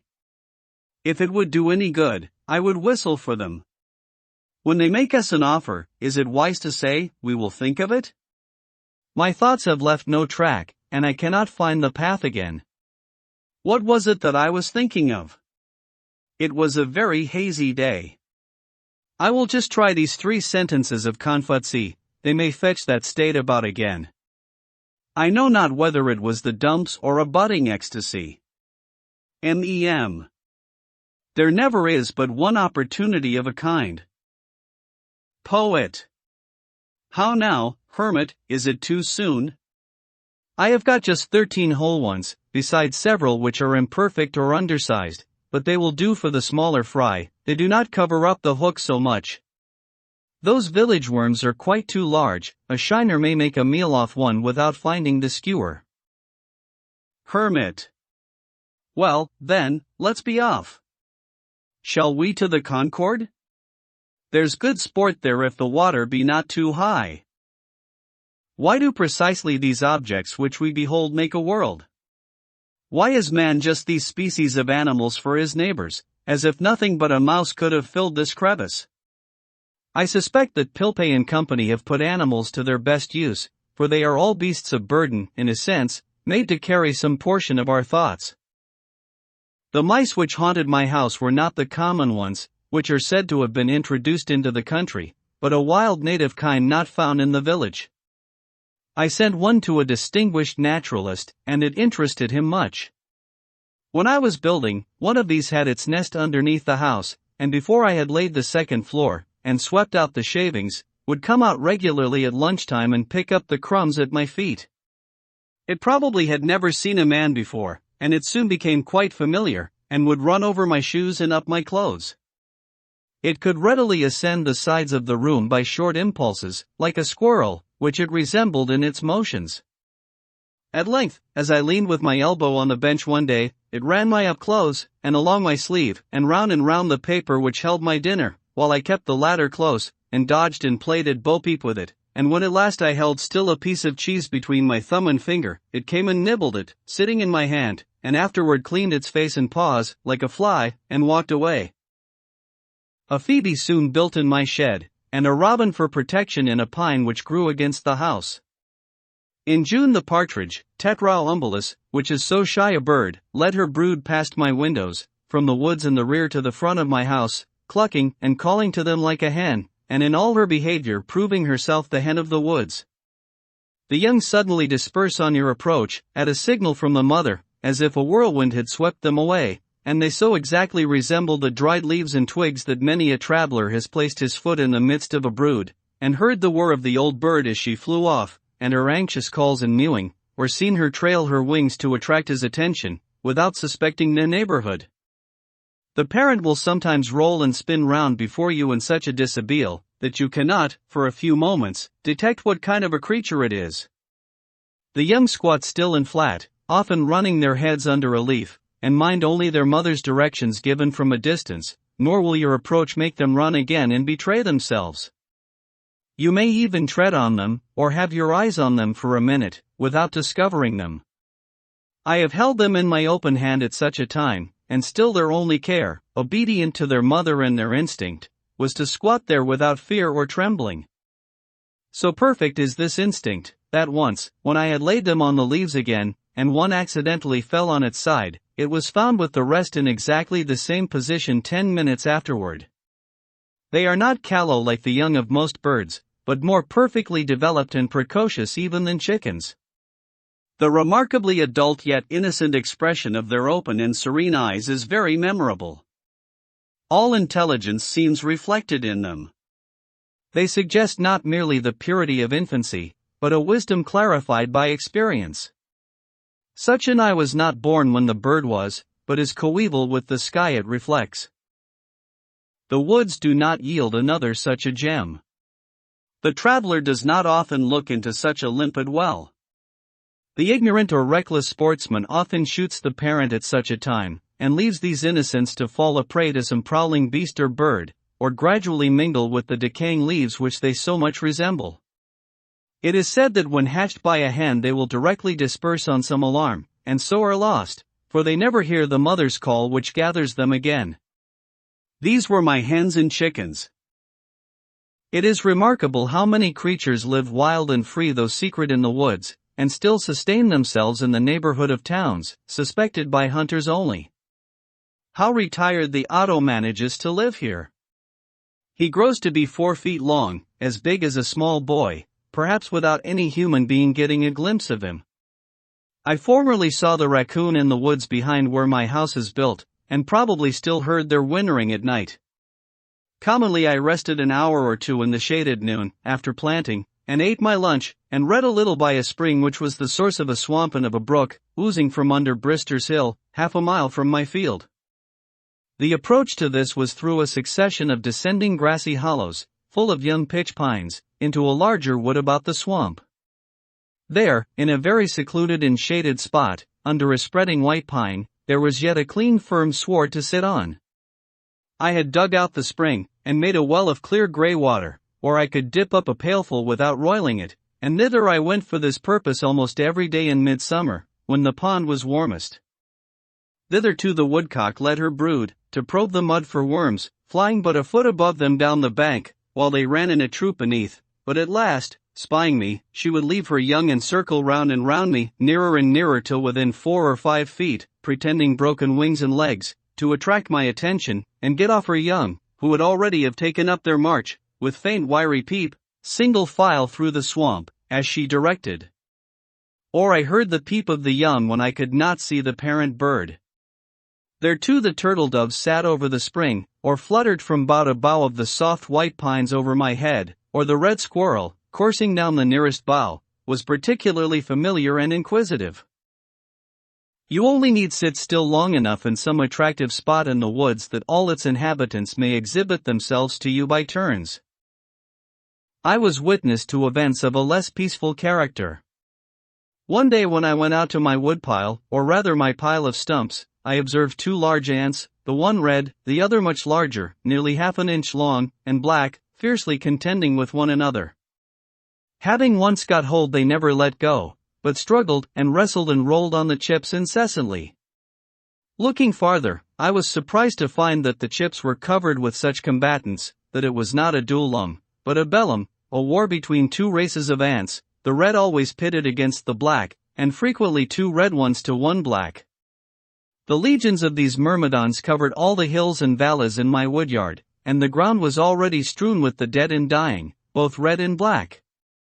It was the only battle which I have ever witnessed, the only battlefield I ever trod while the battle was raging, internecine war, the red republicans on the one hand, and the black imperialists on the other. On every side they were engaged in deadly combat, yet without any noise that I could hear, and human soldiers never fought so resolutely. I watched a couple that were fast locked in each other's embraces, in a little sunny valley amid the chips, now at noonday prepared to fight till the sun went down, or life went out. The smaller red champion had fastened himself like a vice to his adversary's front, and through all the tumblings on that field never for an instant ceased to gnaw at one of his feelers near the root, having already caused the other to go by the board, while the stronger black one dashed him from side to side, and as I saw on looking nearer, had already divested him of several of his members. They fought with more pertinacity than bulldogs. Neither manifested the least disposition to retreat. It was evident that their battle cry was conquer or die. In the meanwhile there came along a single red ant on the hillside of this valley, evidently full of excitement, who either had dispatched his foe, or had not yet taken part in the battle, probably the latter, for he had lost none of his limbs, whose mother had charged him to return with his shield or upon it. Or perchance he was some Achilles, who had nourished his wrath apart, and had now come to avenge or rescue his Patroclus. He saw this unequal combat from afar, for the blacks were nearly twice the size of the red. He drew near with rapid pace till he stood on his guard within half an inch of the combatants, then, watching his opportunity, he sprang upon the black warrior, and commenced his operations near the root of his right foreleg, leaving the foe to select among his own members, and so there were 3 united for life, as if a new kind of attraction had been invented which put all other locks in cements. To shame. I should not have wondered by this time to find that they had their respective musical bands stationed on some eminent chip, and playing their national airs the while, to excite the slow and cheer the dying combatants. I was myself excited somewhat even as if they had been men. The more you think of it, the less the difference. And certainly there is not a fight recorded in Concord history, at least, if in the history of America, that will bear a moment's comparison with this, whether for the numbers engaged in it, or for the patriotism and heroism displayed. For numbers and for carnage it was an Austerlitz or Dresden. Concord fight. 2 killed on the Patriot side, and Luther Blanchard wounded. Why here every ant was a Buttrick, fire. For God's sake, fire. And thousands shared the fate of Davis and Hosmer. There was not one hireling there. I have no doubt that it was a principle they fought for, as much as our ancestors, and not to avoid a threepenny tax on their tea, and the results of this battle will be as important and memorable to those whom it concerns as those of the Battle of Bunker Hill, at least. I took up the chip on which the 3 I have particularly described were struggling, carried it into my house, and placed it under a tumbler on my windowsill, in order to see the issue. Holding a microscope to the first mentioned red ant, I saw that, though he was assiduously gnawing at the near foreleg of his enemy, having severed his remaining feeler, his own breast was all torn away, exposing what vitals he had there to the jaws of the black warrior, whose breastplate was apparently too thick for him to pierce, and the dark carbuncles of the sufferer's eyes shone with ferocity such as war only could excite. They struggled half an hour longer under the tumbler, and when I looked again the black soldier had severed the heads of his foes from their bodies, and the still living heads were hanging on either side of him like ghastly trophies at his saddle bow, still apparently as firmly fastened as ever, and he was endeavoring with feeble struggles, being without feelers and with only the remnant of a leg, and I know not how many other wounds, to divest himself of them, which at length, after half an hour more, he accomplished. I raised the glass, and he went off over the windowsill in that crippled state.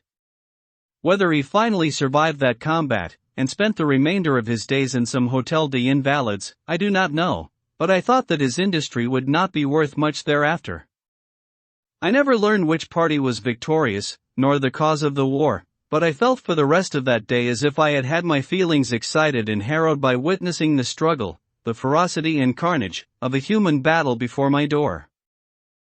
Kirby and Spence tell us that the battles of ants have long been celebrated and the date of them recorded, though they say that Huber is the only modern author who appears to have witnessed them.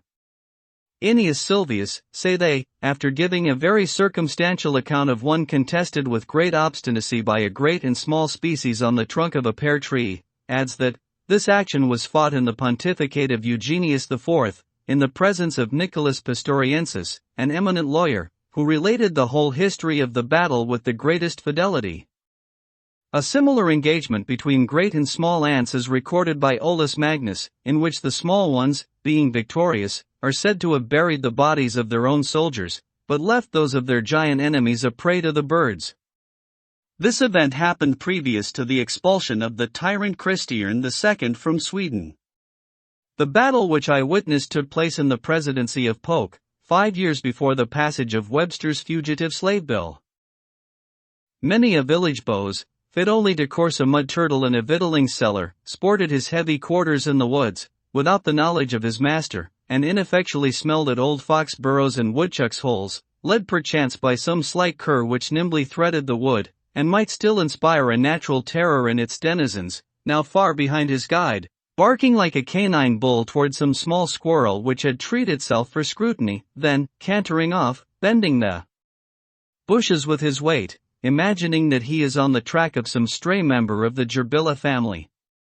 Once I was surprised to see a cat walking along the stony shore of the pond, for they rarely wander so far from home. The surprise was mutual. Nevertheless, the most domestic cat, which has lain on a rug all her days, appears quite at home in the woods, and, by her sly and stealthy behavior, proves herself more native there than the regular inhabitants. Once, when berrying, I met with a cat with young kittens in the woods, quite wild, and they all, like their mother, had their backs up and were fiercely spitting at me. A few years before I lived in the woods there was what was called a winged cat in one of the farmhouses in Lincoln nearest the pond, Mr. Gillian Baker's. When I called to see her in June 1842 she was gone hunting in the woods, as was her wont. I am not sure whether it was a male or a female, and so used the more common pronoun, but her mistress told me that she came into the neighborhood a little more than a year before, in April, and was finally taken into their house, that she was of a dark brownish-gray color, with a white spot on her throat, and white feet, and had a large bushy tail like a fox, that in the winter the fur grew thick and flatted out along her sides, forming stripes 10 or 12 inches long by 2.5 wide, and under her chin like a muff, the upper side loose, the under matted like felt, and in the spring these appendages dropped off. They gave me a pair of her wings, which I keep still. There is no appearance of a membrane about them. Some thought it was part flying squirrel or some other wild animal, which is not impossible, for, according to naturalists, prolific hybrids have been produced by the union of the marten and domestic cat. This would have been the right kind of cat for me to keep, if I had kept any, for why should not a poet's cat be winged as well as his horse? In the fall the loon, Colymbus glacialis, came, as usual, to molt and bathe in the pond, making the woods ring with his wild laughter before I had risen. At rumor of his arrival, all the Mildam sportsmen are on the alert, in gigs and on foot, 2x2 and 3x3, with patent rifles and conical balls and spyglasses. They come rustling through the woods like autumn leaves, at least 10 men to one loon. Some station themselves on this side of the pond, some on that, for the poor bird cannot be omnipresent. If he dive here he must come up there. But now the kind October wind rises, rustling the leaves and rippling the surface of the water, so that no loon can be heard or seen, though his foes sweep the pond with spyglasses, and make the woods resound with their discharges. The waves generously rise and dash angrily, taking sides with all waterfowl, and our sportsmen must beat a retreat to town, and shop, and unfinished jobs. But they were too often successful. When I went to get a pail of water early in the morning, I frequently saw this stately bird sailing out of my cove within a few rods. If I endeavored to overtake him in a boat, in order to see how he would maneuver, he would dive and be completely lost, so that I did not discover him again, sometimes, till the latter part of the day. But I was more than a match for him on the surface. He commonly went off in a rain. As I was paddling along the north shore one very calm October afternoon, for such days especially they settle onto the lakes, like the milkweed down, having looked in vain over the pond for a loon, suddenly one, sailing out from the shore toward the middle a few rods in front of me, set up his wild laugh and betrayed himself. I pursued with a paddle and he dived, but when he came up I was nearer than before. He dived again, but I miscalculated the direction he would take, and we were 50 rods apart when he came to the surface this time, for I had helped to widen the interval, and again he laughed loud and long, and with more reason than before. He maneuvered so cunningly that I could not get within half a dozen rods of him. Each time, when he came to the surface, turning his head this way and that, he coolly surveyed the water and the land, and apparently chose his course so that he might come up where there was the widest expanse of water and at the greatest distance from the boat. It was surprising how quickly he made up his mind and put his resolve into execution. He led me at once to the widest part of the pond, and could not be driven from it. While he was thinking one thing in his brain, I was endeavoring to divine his thought in mine. It was a pretty game, played on the smooth surface of the pond, a man against a loon. Suddenly your adversary's checker disappears beneath the board, and the problem is to place yours nearest to where his will appear again. Sometimes he would come up unexpectedly on the opposite side of me, having apparently passed directly under the boat. So long-winded was he and so unweariable, that when he had swum farthest he would immediately plunge again, nevertheless, and then no wit could divine where in the deep pond, beneath the smooth surface, he might be speeding his way like a fish, for he had time and ability to visit the bottom of the pond in its deepest part. It is said that loons have been caught in the New York lakes 80 feet beneath the surface, with hooks set for trout, though Walden is deeper than that. How surprised must the fishes be to see this ungainly visitor from another sphere speeding his way amid their schools.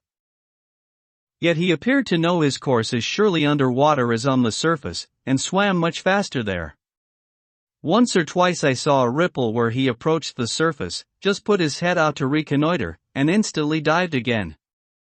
I found that it was as well for me to rest on my oars and wait his reappearing as to endeavor to calculate where he would rise, for again and again, when I was straining my eyes over the surface one way, I would suddenly be startled by his unearthly laugh behind me. But why, after displaying so much cunning, did he invariably betray himself the moment he came up by that loud laugh? Did not his white breast enough betray him? He was indeed a silly loon, I thought. I could commonly hear the plash of the water when he came up, and so also detected him. But after an hour he seemed as fresh as ever, dived as willingly, and swam yet farther than at first. It was surprising to see how serenely he sailed off with unruffled breast when he came to the surface, doing all the work with his webbed feet beneath. His usual note was this demoniac laughter, yet somewhat like that of a waterfowl, but occasionally, when he had balked me most successfully and come up a long way off, he muttered a long-drawn unearthly howl, probably more like that of a wolf than any bird, as when a beast puts his muzzle to the ground and deliberately howls. This was his looning, perhaps the wildest sound that is ever heard here, making the woods ring far and wide. I concluded that he laughed in derision of my efforts, confident of his own resources. Though the sky was by this time overcast, the pond was so smooth that I could see where he broke the surface when I did not hear him. His white breast, the stillness of the air, and the smoothness of the water were all against him.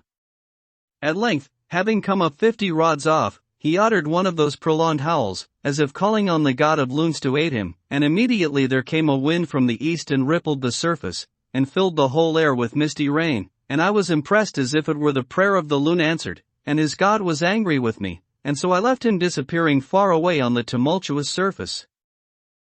For hours, in fall days, I watched the ducks cunningly tack and veer and hold the middle of the pond, far from the sportsmen, tricks which they will have less need to practice in Louisiana bayous. When compelled to rise, they would sometimes circle round and over the pond at a considerable height, from which they could easily see to other ponds and the river, like black motes in the sky, and, when I thought they had gone off thither long since, they would settle down by a slanting flight of 1/4 of a mile on to a distant part which was left free, but what besides safety they got by sailing in the middle of Walden I do not know, unless they love its water for the same reason. That I do. Housewarming.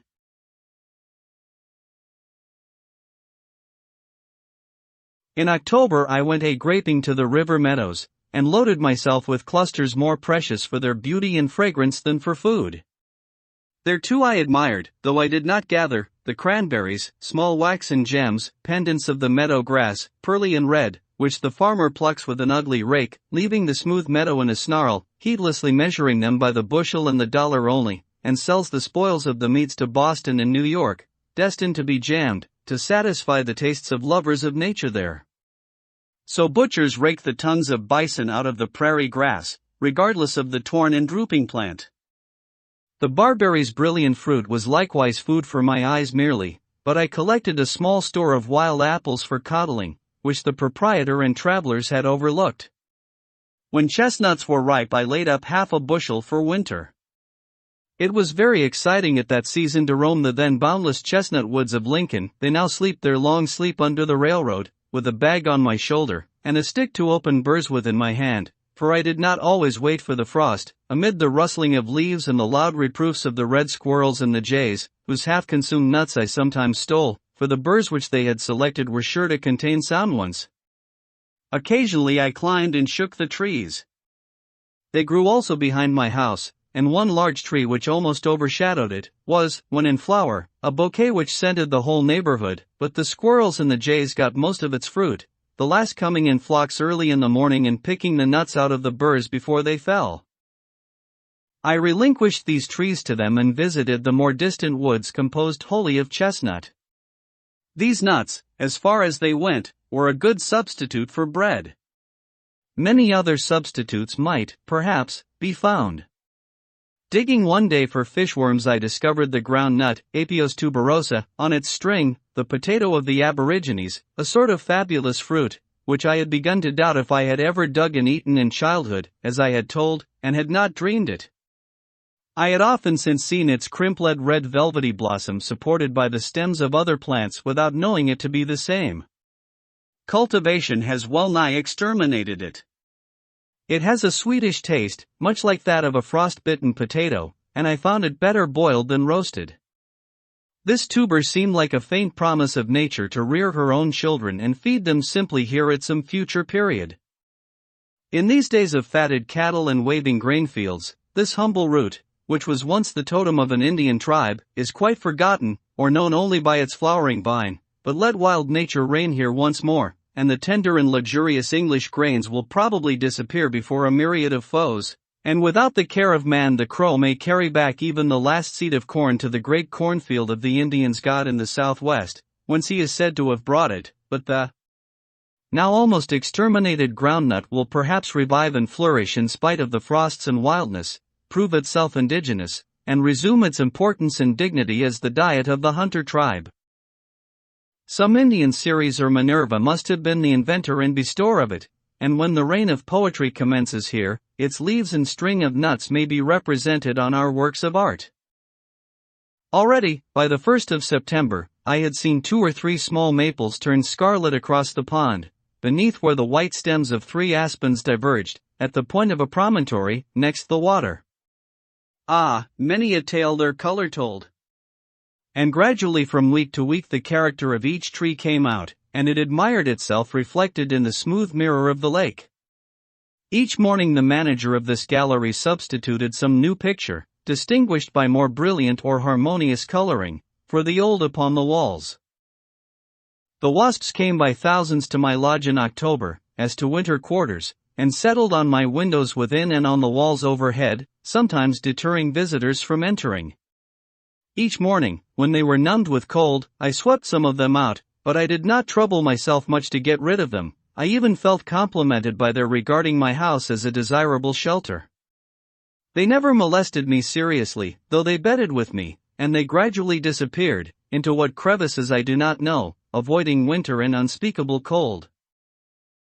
Like the wasps, before I finally went into winter quarters in November, I used to resort to the northeast side of Walden, which the sun, reflected from the pitch pine woods and the stony shore, made the fireside of the pond. It is so much pleasanter and wholesomer to be warmed by the sun while you can be, than by an artificial fire. I thus warmed myself by the still glowing embers which the summer, like a departed hunter, had left. When I came to build my chimney I studied masonry. My bricks being second-hand ones required to be cleaned with a trowel, so that I learned more than usual of the qualities of bricks and trowels. The mortar on them was 50 years old, and was said to be still growing harder, but this is one of those sayings which men love to repeat whether they are true or not. Such sayings themselves grow harder and adhere more firmly with age, and it would take many blows with a trowel to clean an old wiseacre of them. Many of the villages of Mesopotamia are built of second-hand bricks of a very good quality, obtained from the ruins of Babylon, and the cement on them is older and probably harder still. However that may be, I was struck by the peculiar toughness of the steel which bore so many violent blows without being worn out. As my bricks had been in a chimney before, though I did not read the name of Nebuchadnezzar on them, I picked out as many fireplace bricks as I could find, to save work and waste, and I filled the spaces between the bricks about the fireplace with stones from the pond shore, and also made my mortar with the white sand from the same place. I lingered most about the fireplace, as the most vital part of the house. Indeed, I worked so deliberately, that though I commenced at the ground in the morning, a course of bricks raised a few inches above the floor served for my pillow at night, yet I did not get a stiff neck for it that I remember. My stiff neck is of older date. I took a poet to board for a fortnight about those times, which caused me to be put to it for room. He brought his own knife, though I had two, and we used to scour them by thrusting them into the earth. He shared with me the labors of cooking. I was pleased to see my work rising so square and solid by degrees, and reflected, that, if it proceeded slowly, it was calculated to endure a long time. The chimney is to some extent an independent structure, standing on the ground and rising through the house to the heavens. Even after the house is burned it still stands sometimes, and its importance and independence are apparent. This was toward the end of summer. It was now November. The north wind had already begun to cool the pond, though it took many weeks of steady blowing to accomplish it. It is so deep. When I began to have a fire at evening, before I plastered my house, the chimney carried smoke particularly well, because of the numerous chinks between the boards.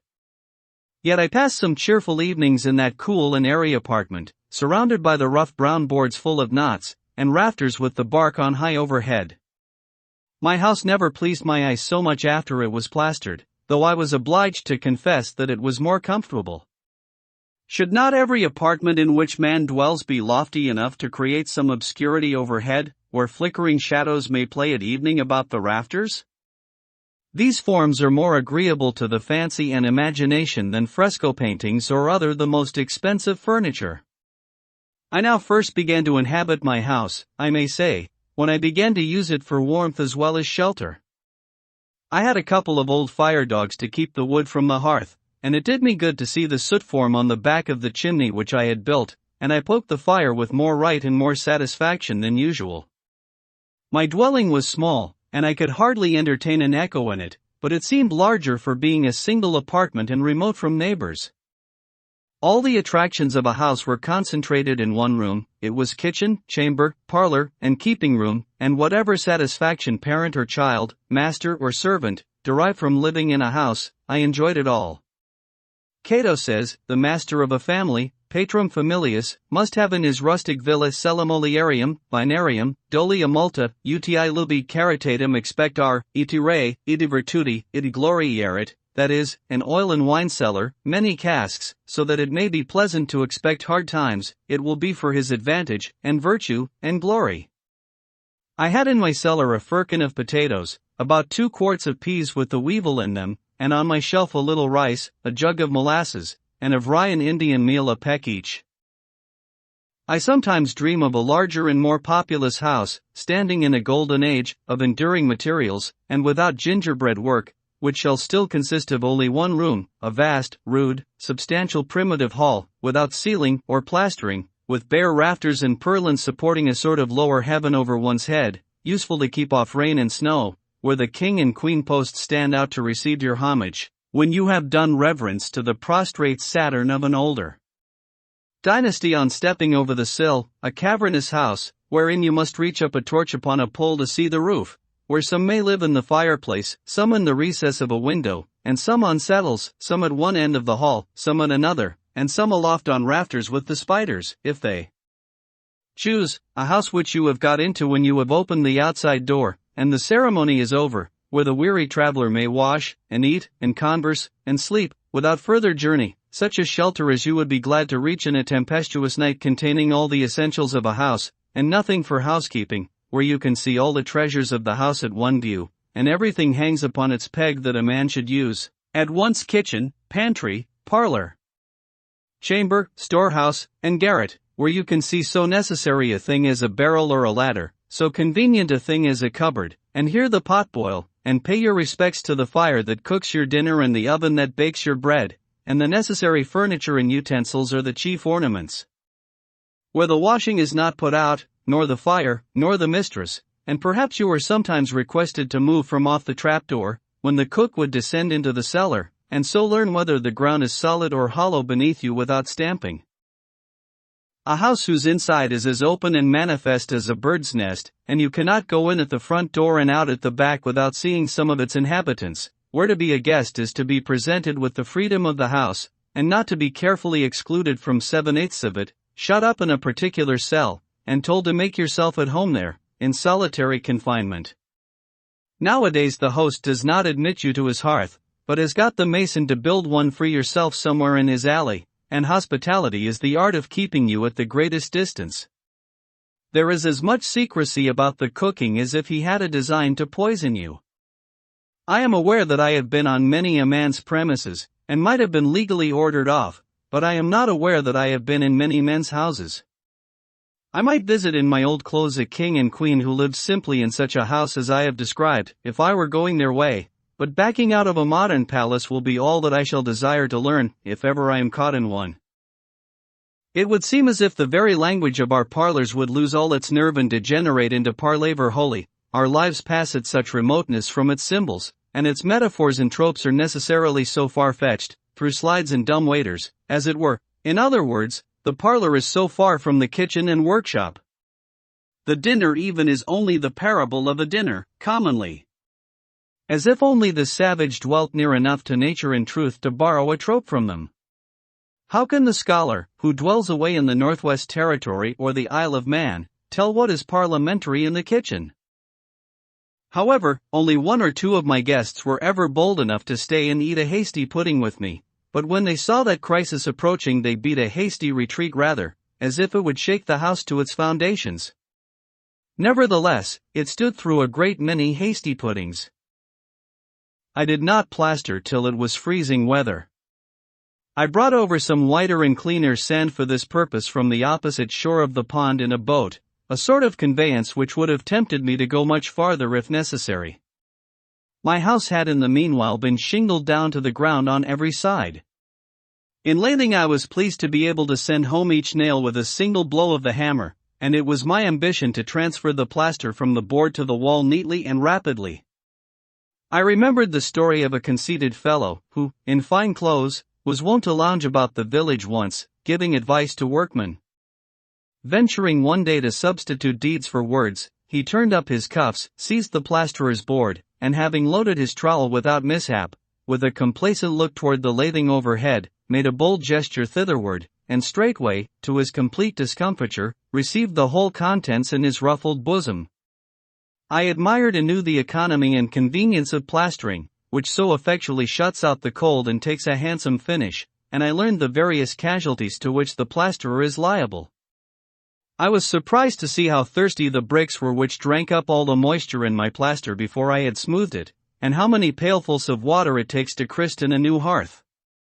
I had the previous winter made a small quantity of lime by burning the shells of the Unio fluviatilis, which our river affords, for the sake of the experiment, so that I knew where my materials came from.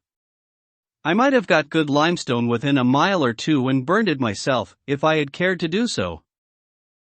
The pond had in the meanwhile skimmed over in the shadiest and shallowest coves, some days, or even weeks before the general freezing. The first ice is especially interesting and perfect, being hard, dark, and transparent, and affords the best opportunity that ever offers for examining the bottom where it is shallow, for you can lie at your length on ice only an inch thick, like a skater insect on the surface of the water, and study the bottom at your leisure, only 2 or 3 inches distant, like a picture behind a glass. And the water is necessarily always smooth then. There are many furrows in the sand where some creature has traveled about and doubled on its tracks, and, for wrecks, it is strewn with the cases of caddisworms made of minute grains of white quartz. Perhaps these have creased it, for you find some of their cases in the furrows, though they are deep and broad for them to make. But the ice itself is the object of most interest, though you must improve the earliest opportunity to study it. If you examine it closely the morning after it freezes, you find that the greater part of the bubbles, which at first appeared to be within it, are against its under surface, and that more are continually rising from the bottom, while the ice is as yet comparatively solid and dark, that is, you see the water through it. These bubbles are from 1/80th to 1/8 of an inch in diameter, very clear and beautiful, and you see your face reflected in them through the ice. There may be 30 or 40 of them to a square inch. There are also already within the ice narrow, oblong, perpendicular bubbles about half an inch long, sharp cones with the apex upward, or oftener, if the ice is quite fresh, minute spherical bubbles, one directly above another, like a string of beads. But these within the ice are not so numerous nor obvious as those beneath. I sometimes used to cast on stones to try the strength of the ice, and those which broke through carried in air with them, which formed very large and conspicuous white bubbles beneath. One day when I came to the same place 48 hours afterward, I found that those large bubbles were still perfect, though an inch more of ice had formed, as I could see distinctly by the seam in the edge of a cake.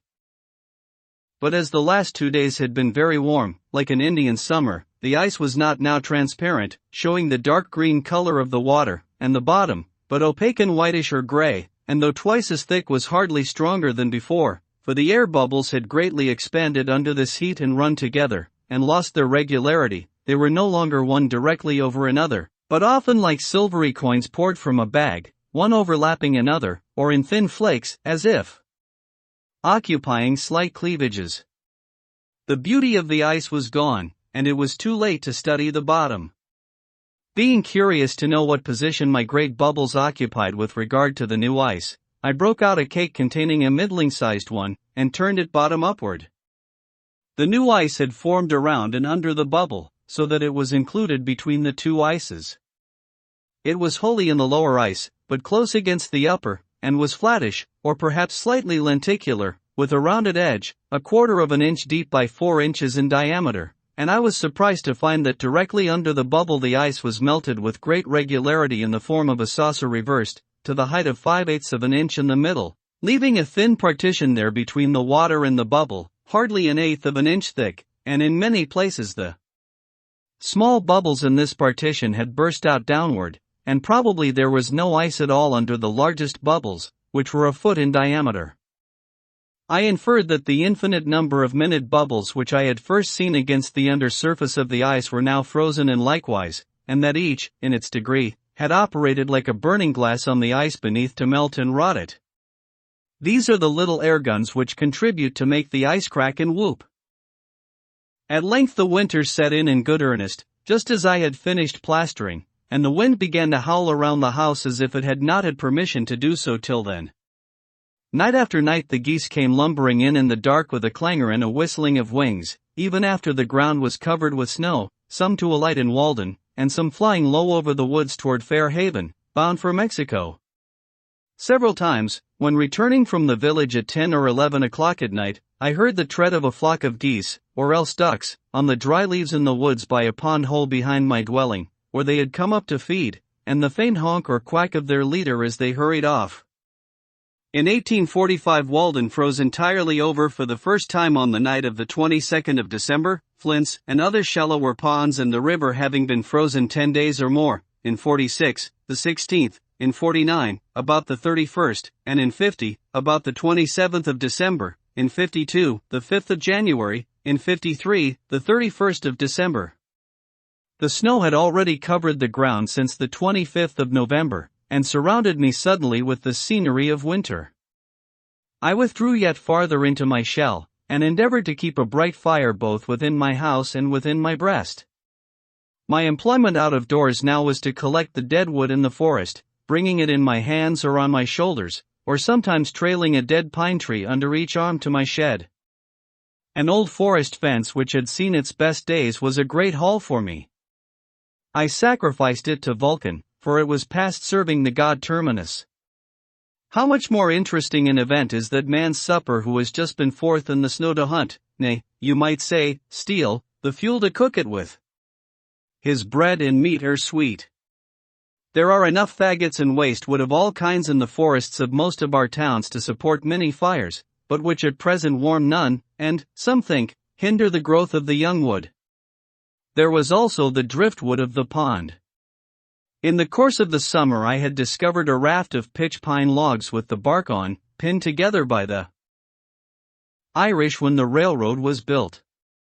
This I hauled up partly on the shore. After soaking 2 years and then lying high 6 months it was perfectly sound, though waterlogged past drying.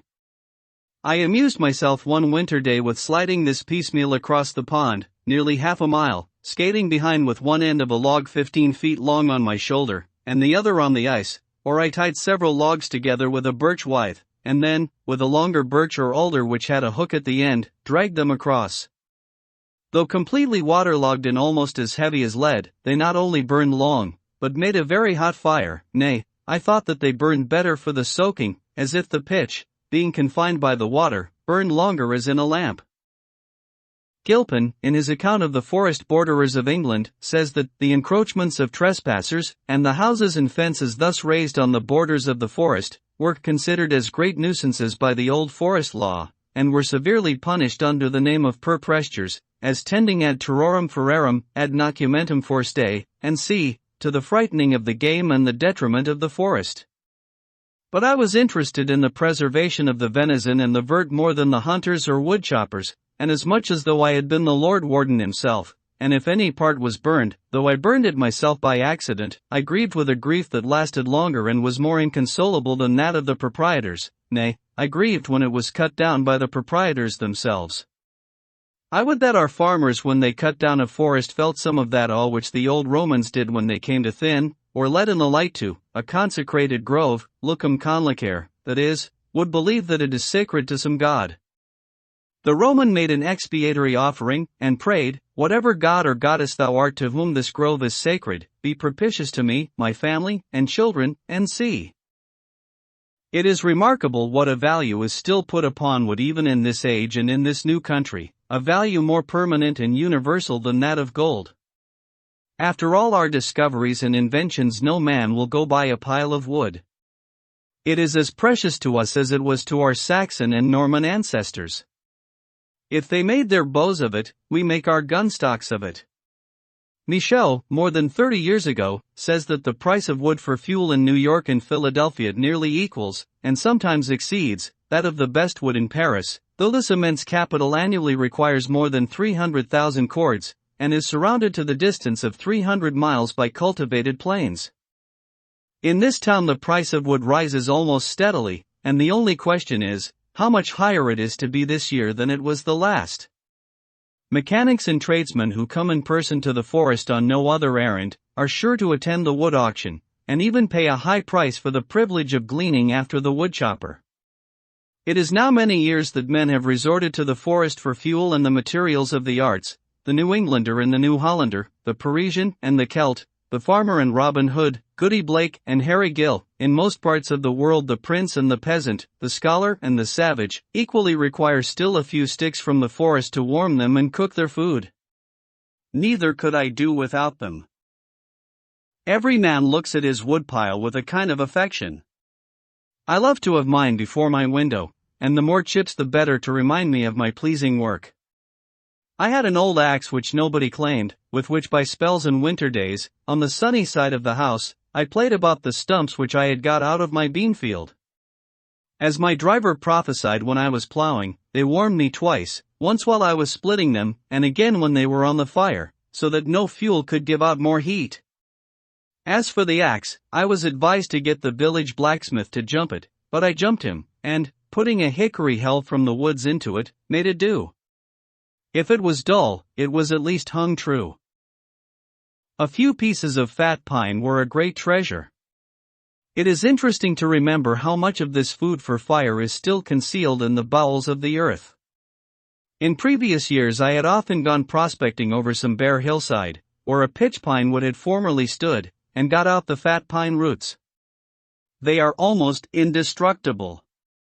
Stumps 30 or 40 years old, at least, will still be sound at the core, though the sapwood has all become vegetable mold, as appears by the scales of the thick bark forming a ring level with the earth 4 or 5 inches distant from the heart. With axe and shovel you explore this mine, and follow the marrowy store, yellow as beef tallow, or as if you had struck on a vein of gold, deep into the earth.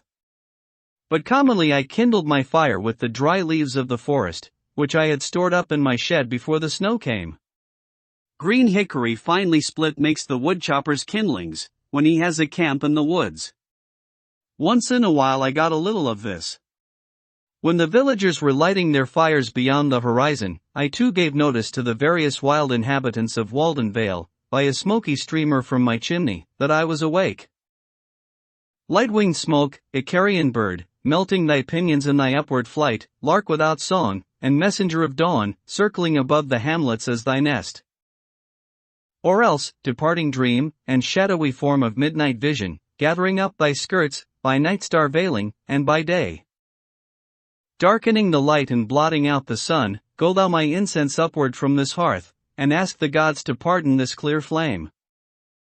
Hard green would just cut, though I used but little of that, answered my purpose better than any other. I sometimes left a good fire when I went to take a walk in a winter afternoon, and when I returned, 3 or 4 hours afterward, it would be still alive and glowing. My house was not empty though I was gone. It was as if I had left a cheerful housekeeper behind. It was I and fire that lived there, and commonly my housekeeper proved trustworthy. One day, however, as I was splitting wood, I thought that I would just look in at the window and see if the house was not on fire. It was the only time I remember to have been particularly anxious on this score. So I looked and saw that a spark had caught my bed, and I went in and extinguished it when it had burned a place as big as my hand. But my house occupied so sunny and sheltered a position, and its roof was so low, that I could afford to let the fire go out in the middle of almost any winter day. The moles nested in my cellar, nibbling every third potato, and making a snug bed even there of some hair left after plastering in a brown paper, for even the wildest animals love comfort and warmth as well as man, and they survive the winter only because they are so careful to secure them. Some of my friends spoke as if I was coming to the woods on purpose to freeze myself. The animal merely makes a bed, which he warms with his body in a sheltered place, but man, having discovered fire, boxes up some air in a spacious apartment, and warms that, instead of robbing himself, makes that his bed, in which he can move about divested of more cumbrous clothing, maintain a kind of summer in the midst of winter, and by means of windows even admit the light, and with a lamp lengthen out the day. Thus he goes a step or two beyond instinct, and saves a little time for the fine arts. Though, when I have been exposed to the rudest blasts a long time, my whole body began to grow torpid, when I reached the genial atmosphere of my house I soon recovered my faculties and prolonged my life. But the most luxuriously housed has little to boast of in this respect, nor need we trouble ourselves to speculate how the human race may be at last destroyed. It would be easy to cut their threads any time with a little sharper blast from the north.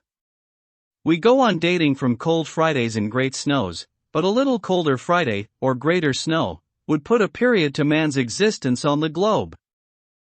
The next winter I used a small cooking stove for economy, since I did not own the forest, but it did not keep fire so well as the open fireplace. Cooking was then, for the most part, no longer a poetic, but merely a chemic process. It will soon be forgotten, in these days of stoves, that we used to roast potatoes in the ashes, after the Indian fashion. The stove not only took up room and scented the house, but it concealed the fire, and I felt as if I had lost a companion. You can always see a face in the fire. The laborer, looking into it at evening, purifies his thoughts of the dross and earthiness which they have accumulated during the day. But I could no longer sit and look into the fire, and the pertinent words of a poet recurred to me with new force. Never, bright flame, may be denied to me thy dear, life-imaging, close sympathy. What but my hopes shot upward ere so bright? What but my fortunes sunk so low in night? Why art thou banished from our hearth and hall, thou who art welcomed and beloved by all? Was thy existence then too fanciful? For our life's common light, who art so dull? Did thy bright gleam mysterious converse hold with our congenial souls? Secrets too bold?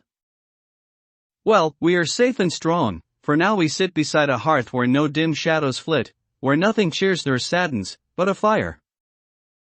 Warms feet and hands, nor does to more aspire, by whose compact utilitarian heap the present may sit down and go to sleep, nor fear the ghosts who from the dim past walked, and with us by the unequal light of the old wood fire talked. Former inhabitants, and winter visitors. I weathered some merry snowstorms, and spent some cheerful winter evenings by my fireside, while the snow whirled wildly without, and even the hooting of the owl was hushed. For many weeks I met no one in my walks but those who came occasionally to cut wood and sled it to the village. The elements, however, abetted me in making a path through the deepest snow in the woods, for when I had once gone through the wind blew the oak leaves into my tracks, where they lodged, and by absorbing the rays of the sun melted the snow, and so not only made a dry bed for my feet, but in the night their dark line was my guide. For human society I was obliged to conjure up the former occupants of these woods. Within the memory of many of my townsmen the road near which my house stands resounded with the laugh and gossip of inhabitants, and the woods which border it were notched and dotted with their little gardens and dwellings, though it was then much more shut in by the forest than now. In some places, within my own remembrance, the pines would scrape both sides of a chaise at once, and women and children who were compelled to go this way to Lincoln alone and on foot did it with fear, and often ran a good part of the distance. Though mainly but a humble route to neighboring villages, or for the woodman's team, it once amused the traveler more than now by its variety, and lingered longer in his memory. Where now firm open fields stretch from the village to the woods, it then ran through a maple swamp on a foundation of logs, the remnants of which, doubtless, still underlie the present dusty highway, from the Stratton, now the almshouse, farm, to Brister's Hill. East of my beanfield, across the road, lived Cato Ingram, slave of Duncan Ingram, Esquire, gentleman of Concord Village, who built his slave a house, and gave him permission to live in Walden Woods, Cato, not Uticensis, but Concordiensis. Some say that he was a Guinea Negro. There are a few who remember his little patch among the walnuts, which he let grow up till he should be old and need them, but a younger and whiter speculator got them at last. He too, however, occupies an equally narrow house at present. Cato's half-obliterated cellar hole still remains, though known to few, being concealed from the traveler by a fringe of pines. It is now filled with the smooth sumac, Rus glabra, and one of the earliest species of goldenrod, Solidago stricta, grows there luxuriantly. Here, by the very corner of my field, still nearer to town, Zilpha, a colored woman, had her little house, where she spun linen for the townsfolk, making the Walden woods ring with her shrill singing, for she had a loud and notable voice. At length, in the War of 1812, her dwelling was set on fire by English soldiers, prisoners on parole, when she was away, and her cat, and dog, and hens were all burned up together. She led a hard life, and somewhat inhumane. One old frequenter of these woods remembers that as he passed her house one noon he heard her muttering to herself over her gurgling pot, "Ye are all bones, bones. I have seen bricks amid the oak copse there." Down the road, on the right hand, on Brister's Hill, lived Brister Freeman, a handy Negro, slave of Squire Cummings once. There where grow still the apple trees which Brister planted and tended, large old trees now, but their fruit still wild and ciderish to my taste. Not long since I read his epitaph in the old Lincoln burying ground, a little on one side, near the unmarked graves of some British grenadiers who fell in the retreat from Concord, where he is styled Scipio Brister. Scipio Africanus he had some title to be called, a man of color, as if he were discolored. It also told me, with staring emphasis, when he died, which was but an indirect way of informing me that he ever lived. With him dwelt Fenda, his hospitable wife, who told fortunes, yet pleasantly, large, round, and black, blacker than any of the children of night, such a dusky orb as never rose on Concord before or since. Farther down the hill, on the left, on the old road in the woods, are marks of some homestead of the Stratton family, whose orchard once covered all the slope of Brister's Hill, but was long since killed out by pitch pines, excepting a few stumps, whose old roots furnish still the wild stalks of many a thrifty village tree. Nearer yet to town, you come to Breed's location, on the other side of the way, just on the edge of the wood, ground famous for the pranks of a demon not distinctly named in old mythology, who has acted a prominent and astounding part in our New England life, and deserves, as much as any mythological character, to have his biography written one day, who first comes in the guise of a friend or hired man, and then robs and murders the whole family, New England rum.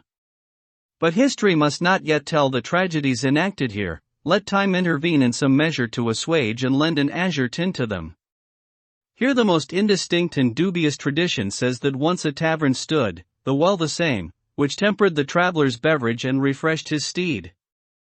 Here then men saluted one another, and heard and told the news, and went their ways again. Breed's hut was standing only a dozen years ago, though it had long been unoccupied. It was about the size of mine. It was set on fire by mischievous boys, one election night, if I do not mistake. I lived on the edge of the village then, and had just lost myself over Davin and Scondibert, that winter that I labored with a lethargy, which, by the way, I never knew whether to regard as a family complaint, having an uncle who goes to sleep shaving himself, and is obliged to sprout potatoes in a cellar Sundays, in order to keep awake and keep the Sabbath, or as the consequence of my attempt to read Chalmers' collection of English poetry without skipping. It fairly overcame my nervii. I had just sunk my head on this when the bells rung fire, and in hot haste the engines rolled that way, led by a straggling troop of men and boys, and I among the foremost, for I had leaped the brook. We thought it was far south over the woods, we who had run to fires before, barn, shop, or dwelling house, or all together. "It's Baker's barn," cried one. "It is the Codman place," affirmed another.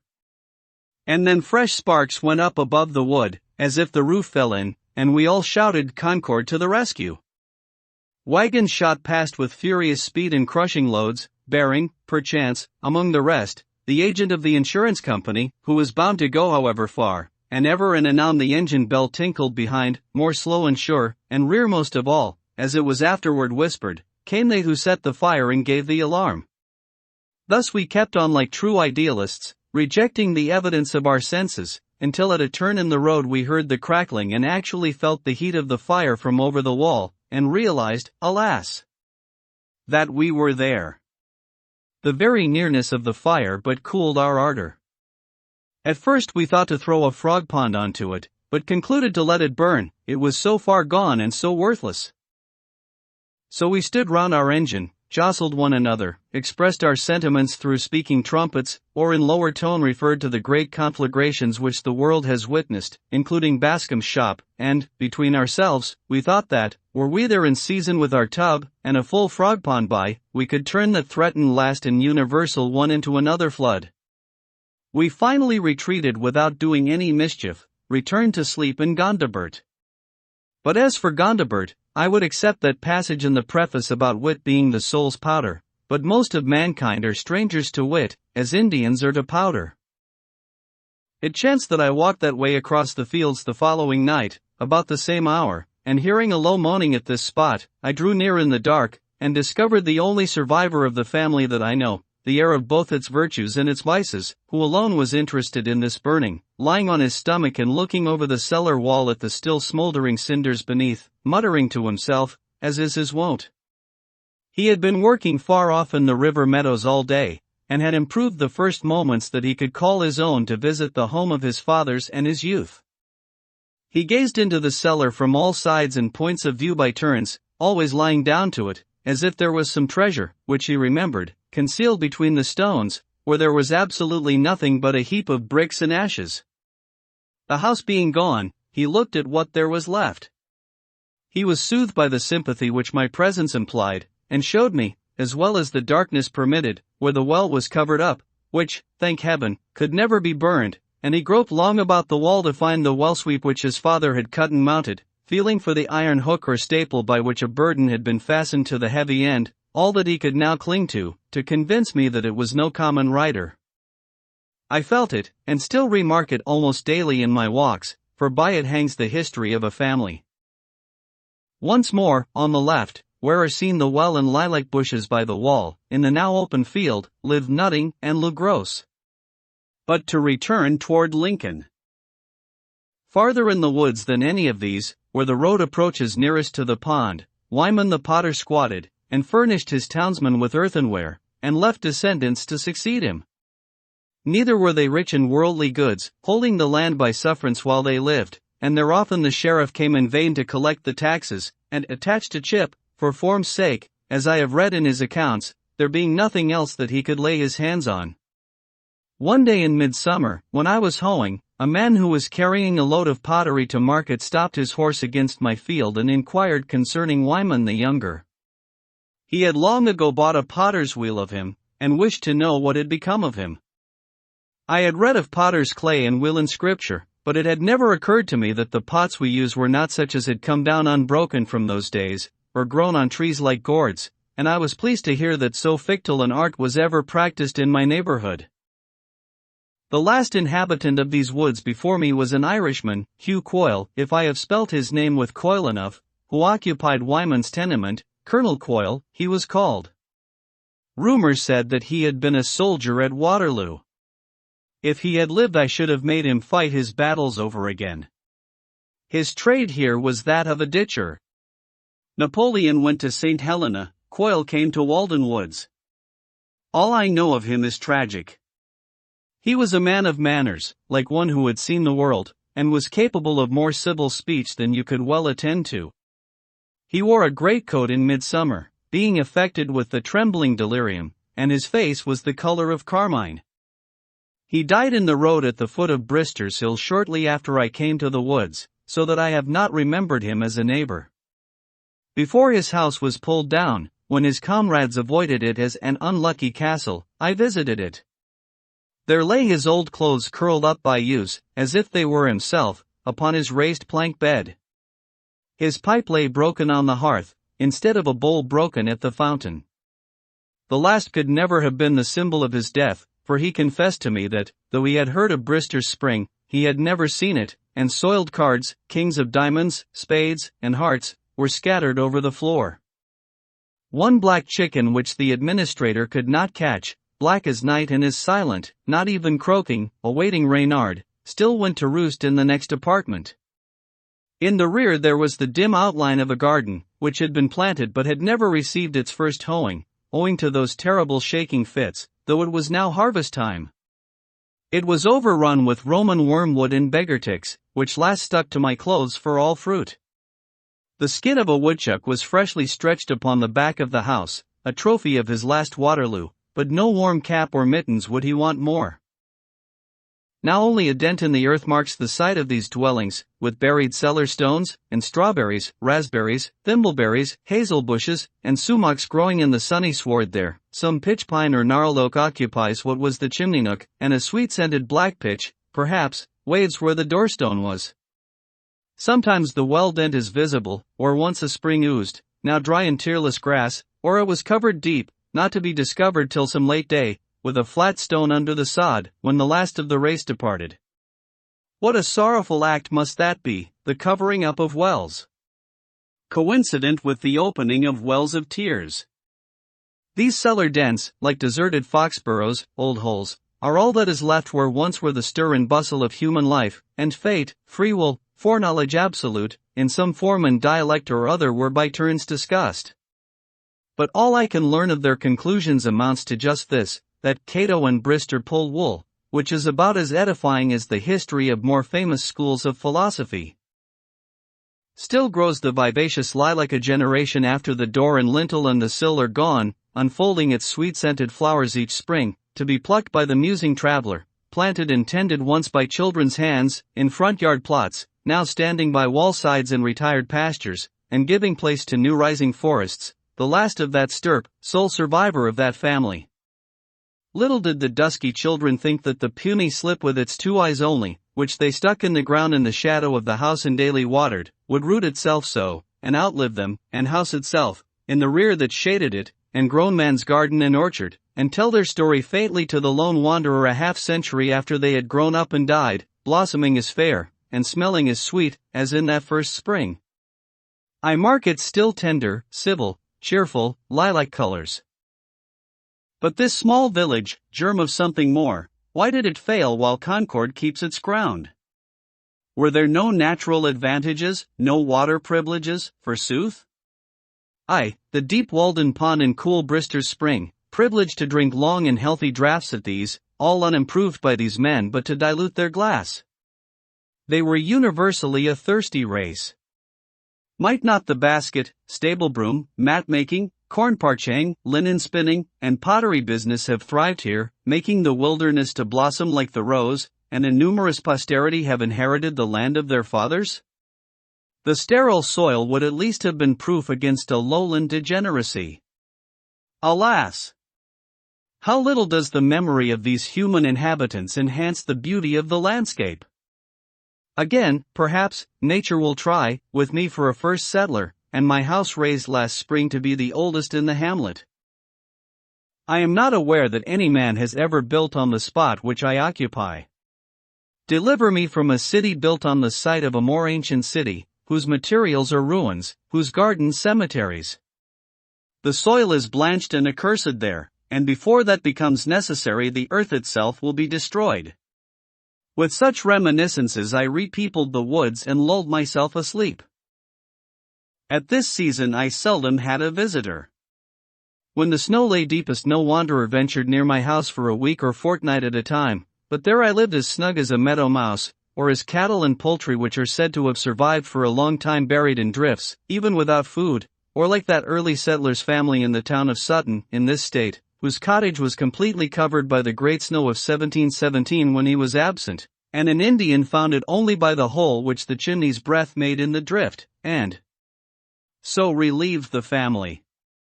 But no friendly Indian concerned himself about me, nor needed he, for the master of the house was at home. The great snow! How cheerful it is to hear of! When the farmers could not get to the woods and swamps with their teams, and were obliged to cut down the shade trees before their houses, and when the crust was hard or cut off the trees in the swamps 10 feet from the ground, as it appeared the next spring. In the deepest snows, the path which I used from the highway to my house, about half a mile long, might have been represented by a meandering dotted line, with wide intervals between the dots. For a week of even weather I took exactly the same number of steps, and of the same length, coming and going, stepping deliberately and with the precision of a pair of dividers in my own deep tracks. To such routine the winter reduces us, yet often they were filled with heaven's own blue. But no weather interfered fatally with my walks, or rather my going abroad, for I frequently tramped 8 or 10 miles through the deepest snow to keep an appointment with a beech tree, or a yellow birch, or an old acquaintance among the pines, when the ice and snow causing their limbs to droop, and so sharpening their tops, had changed the pines into fir trees, wading to the tops of the highest hills when the snow was nearly 2 feet deep on a level, and shaking down another snowstorm on my head at every step, or sometimes creeping and floundering thither on my hands and knees, when the hunters had gone into winter quarters. One afternoon I amused myself by watching a barred owl, Strix nebulosa, sitting on one of the lower dead limbs of a white pine, close to the trunk, in broad daylight, I standing within a rod of him. He could hear me when I moved and crunched the snow with my feet, but could not plainly see me. When I made most noise he would stretch out his neck, and erect his neck feathers, and open his eyes wide, but their lids soon fell again, and he began to nod. I too felt a slumberous influence after watching him half an hour, as he sat thus with his eyes half open, like a cat, winged brother of the cat. There was only a narrow slit left between their lids, by which he preserved a peninsular relation to me, thus, with half-shut eyes, looking out from the land of dreams, and endeavoring to realize me, vague object or mote that interrupted his visions.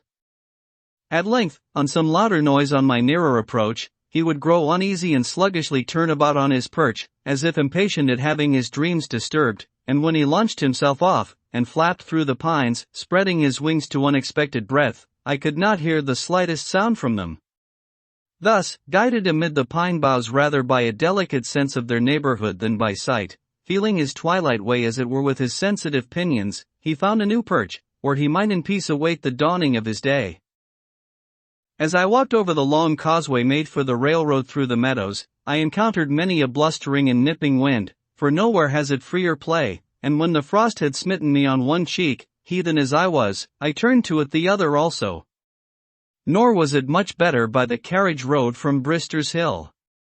For I came to town still, like a friendly Indian, when the contents of the broad open fields were all piled up between the walls of the Walden road, and half an hour sufficed to obliterate the tracks of the last traveler. And when I returned new drifts would have formed, through which I floundered, where the busy northwest wind had been depositing the powdery snow round a sharp angle in the road, and not a rabbit's track, nor even the fine print, the small type, of a meadow mouse was to be seen.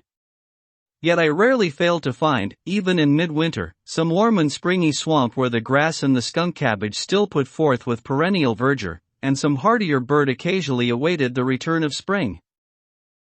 Sometimes, notwithstanding the snow, when I returned from my walk at evening I crossed the deep tracks of a woodchopper leading from my door, and found his pile of whittlings on the hearth, and my house filled with the odor of his pipe. Or on a Sunday afternoon, if I chanced to be at home, I heard the crunching of the snow made by the step of a long-headed farmer, who, from far through the woods, sought my house, to have a social crack, one of the few of his vocation who are men on their farms, who don a frock instead of a professor's gown, and is as ready to extract the moral out of church or state as to haul a load of manure from his barnyard. We talked of rude and simple times, when men sat about large fires in cold, bracing weather, with clear heads, and when other dessert failed, we tried our teeth on many a nut which wise squirrels have long since abandoned, for those which have the thickest shells are commonly empty.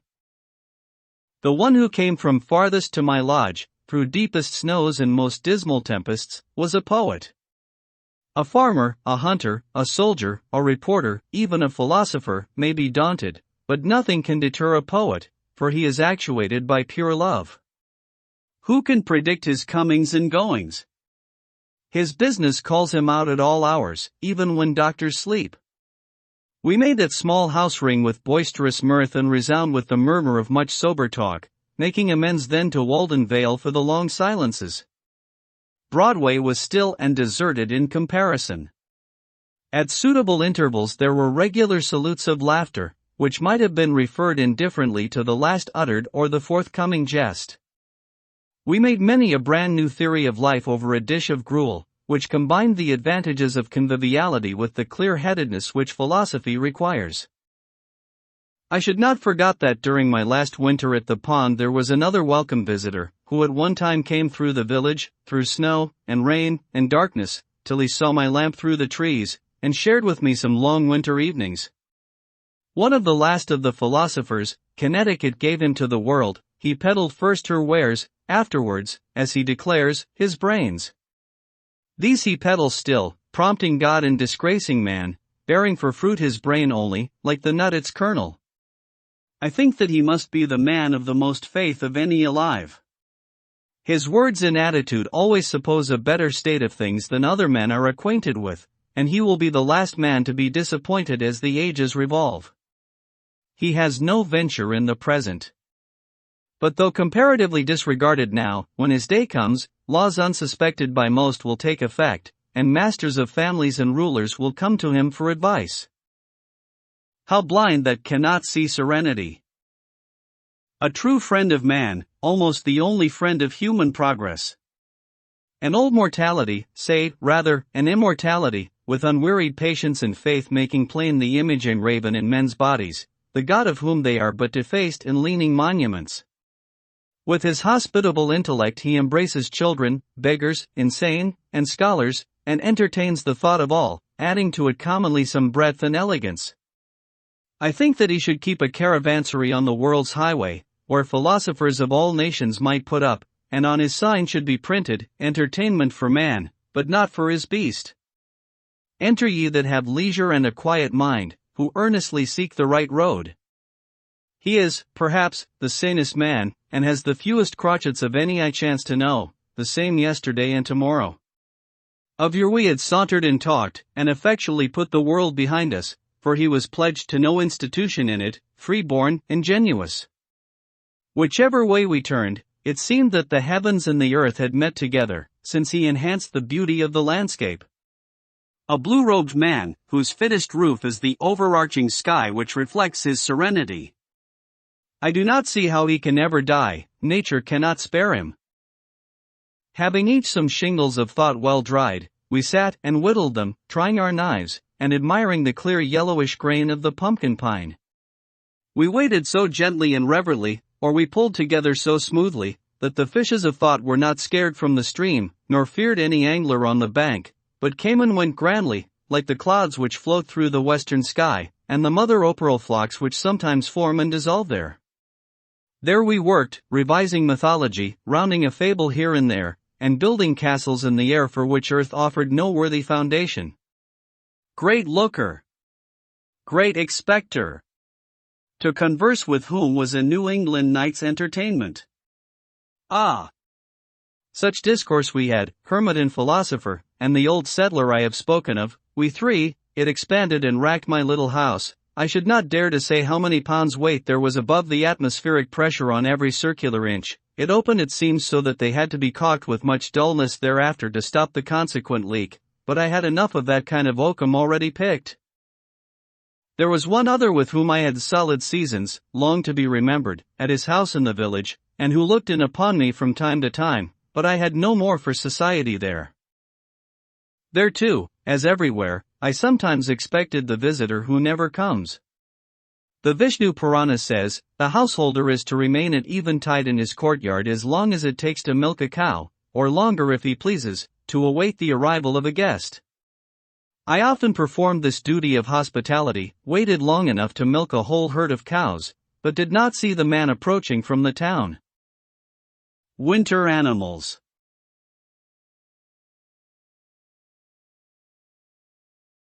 When the ponds were firmly frozen, they afforded not only new and shorter routes to many points, but new views from their surfaces of the familiar landscape around them. When I crossed Flint's Pond, after it was covered with snow, though I had often paddled about and skated over it, it was so unexpectedly wide and so strange that I could think of nothing but Baffin's Bay. The Lincoln Hills rose up around me at the extremity of a snowy plain, in which I did not remember to have stood before, and the fishermen, at an indeterminable distance over the ice, moving slowly about with their wolfish dogs, passed for sealers or Eskimo, or in misty weather loomed like fabulous creatures, and I did not know whether they were giants or pygmies. I took this course when I went to lecture in Lincoln in the evening, traveling in no road and passing no house between my own hut and the lecture room. In Goose Pond, which lay in my way, a colony of muskrats dwelt, and raised their cabins high above the ice, though none could be seen abroad when I crossed it. Walden, being like the rest usually bare of snow, or with only shallow and interrupted drifts on it, was my yard where I could walk freely when the snow was nearly 2 feet deep on a level elsewhere and the villagers were confined to their streets. There, far from the village street, and, except at very long intervals, from the jingle of sleigh bells, I slid and skated, as in a vast moose-yard well-trodden, overhung by oak woods and solemn pines bent down with snow or bristling with icicles.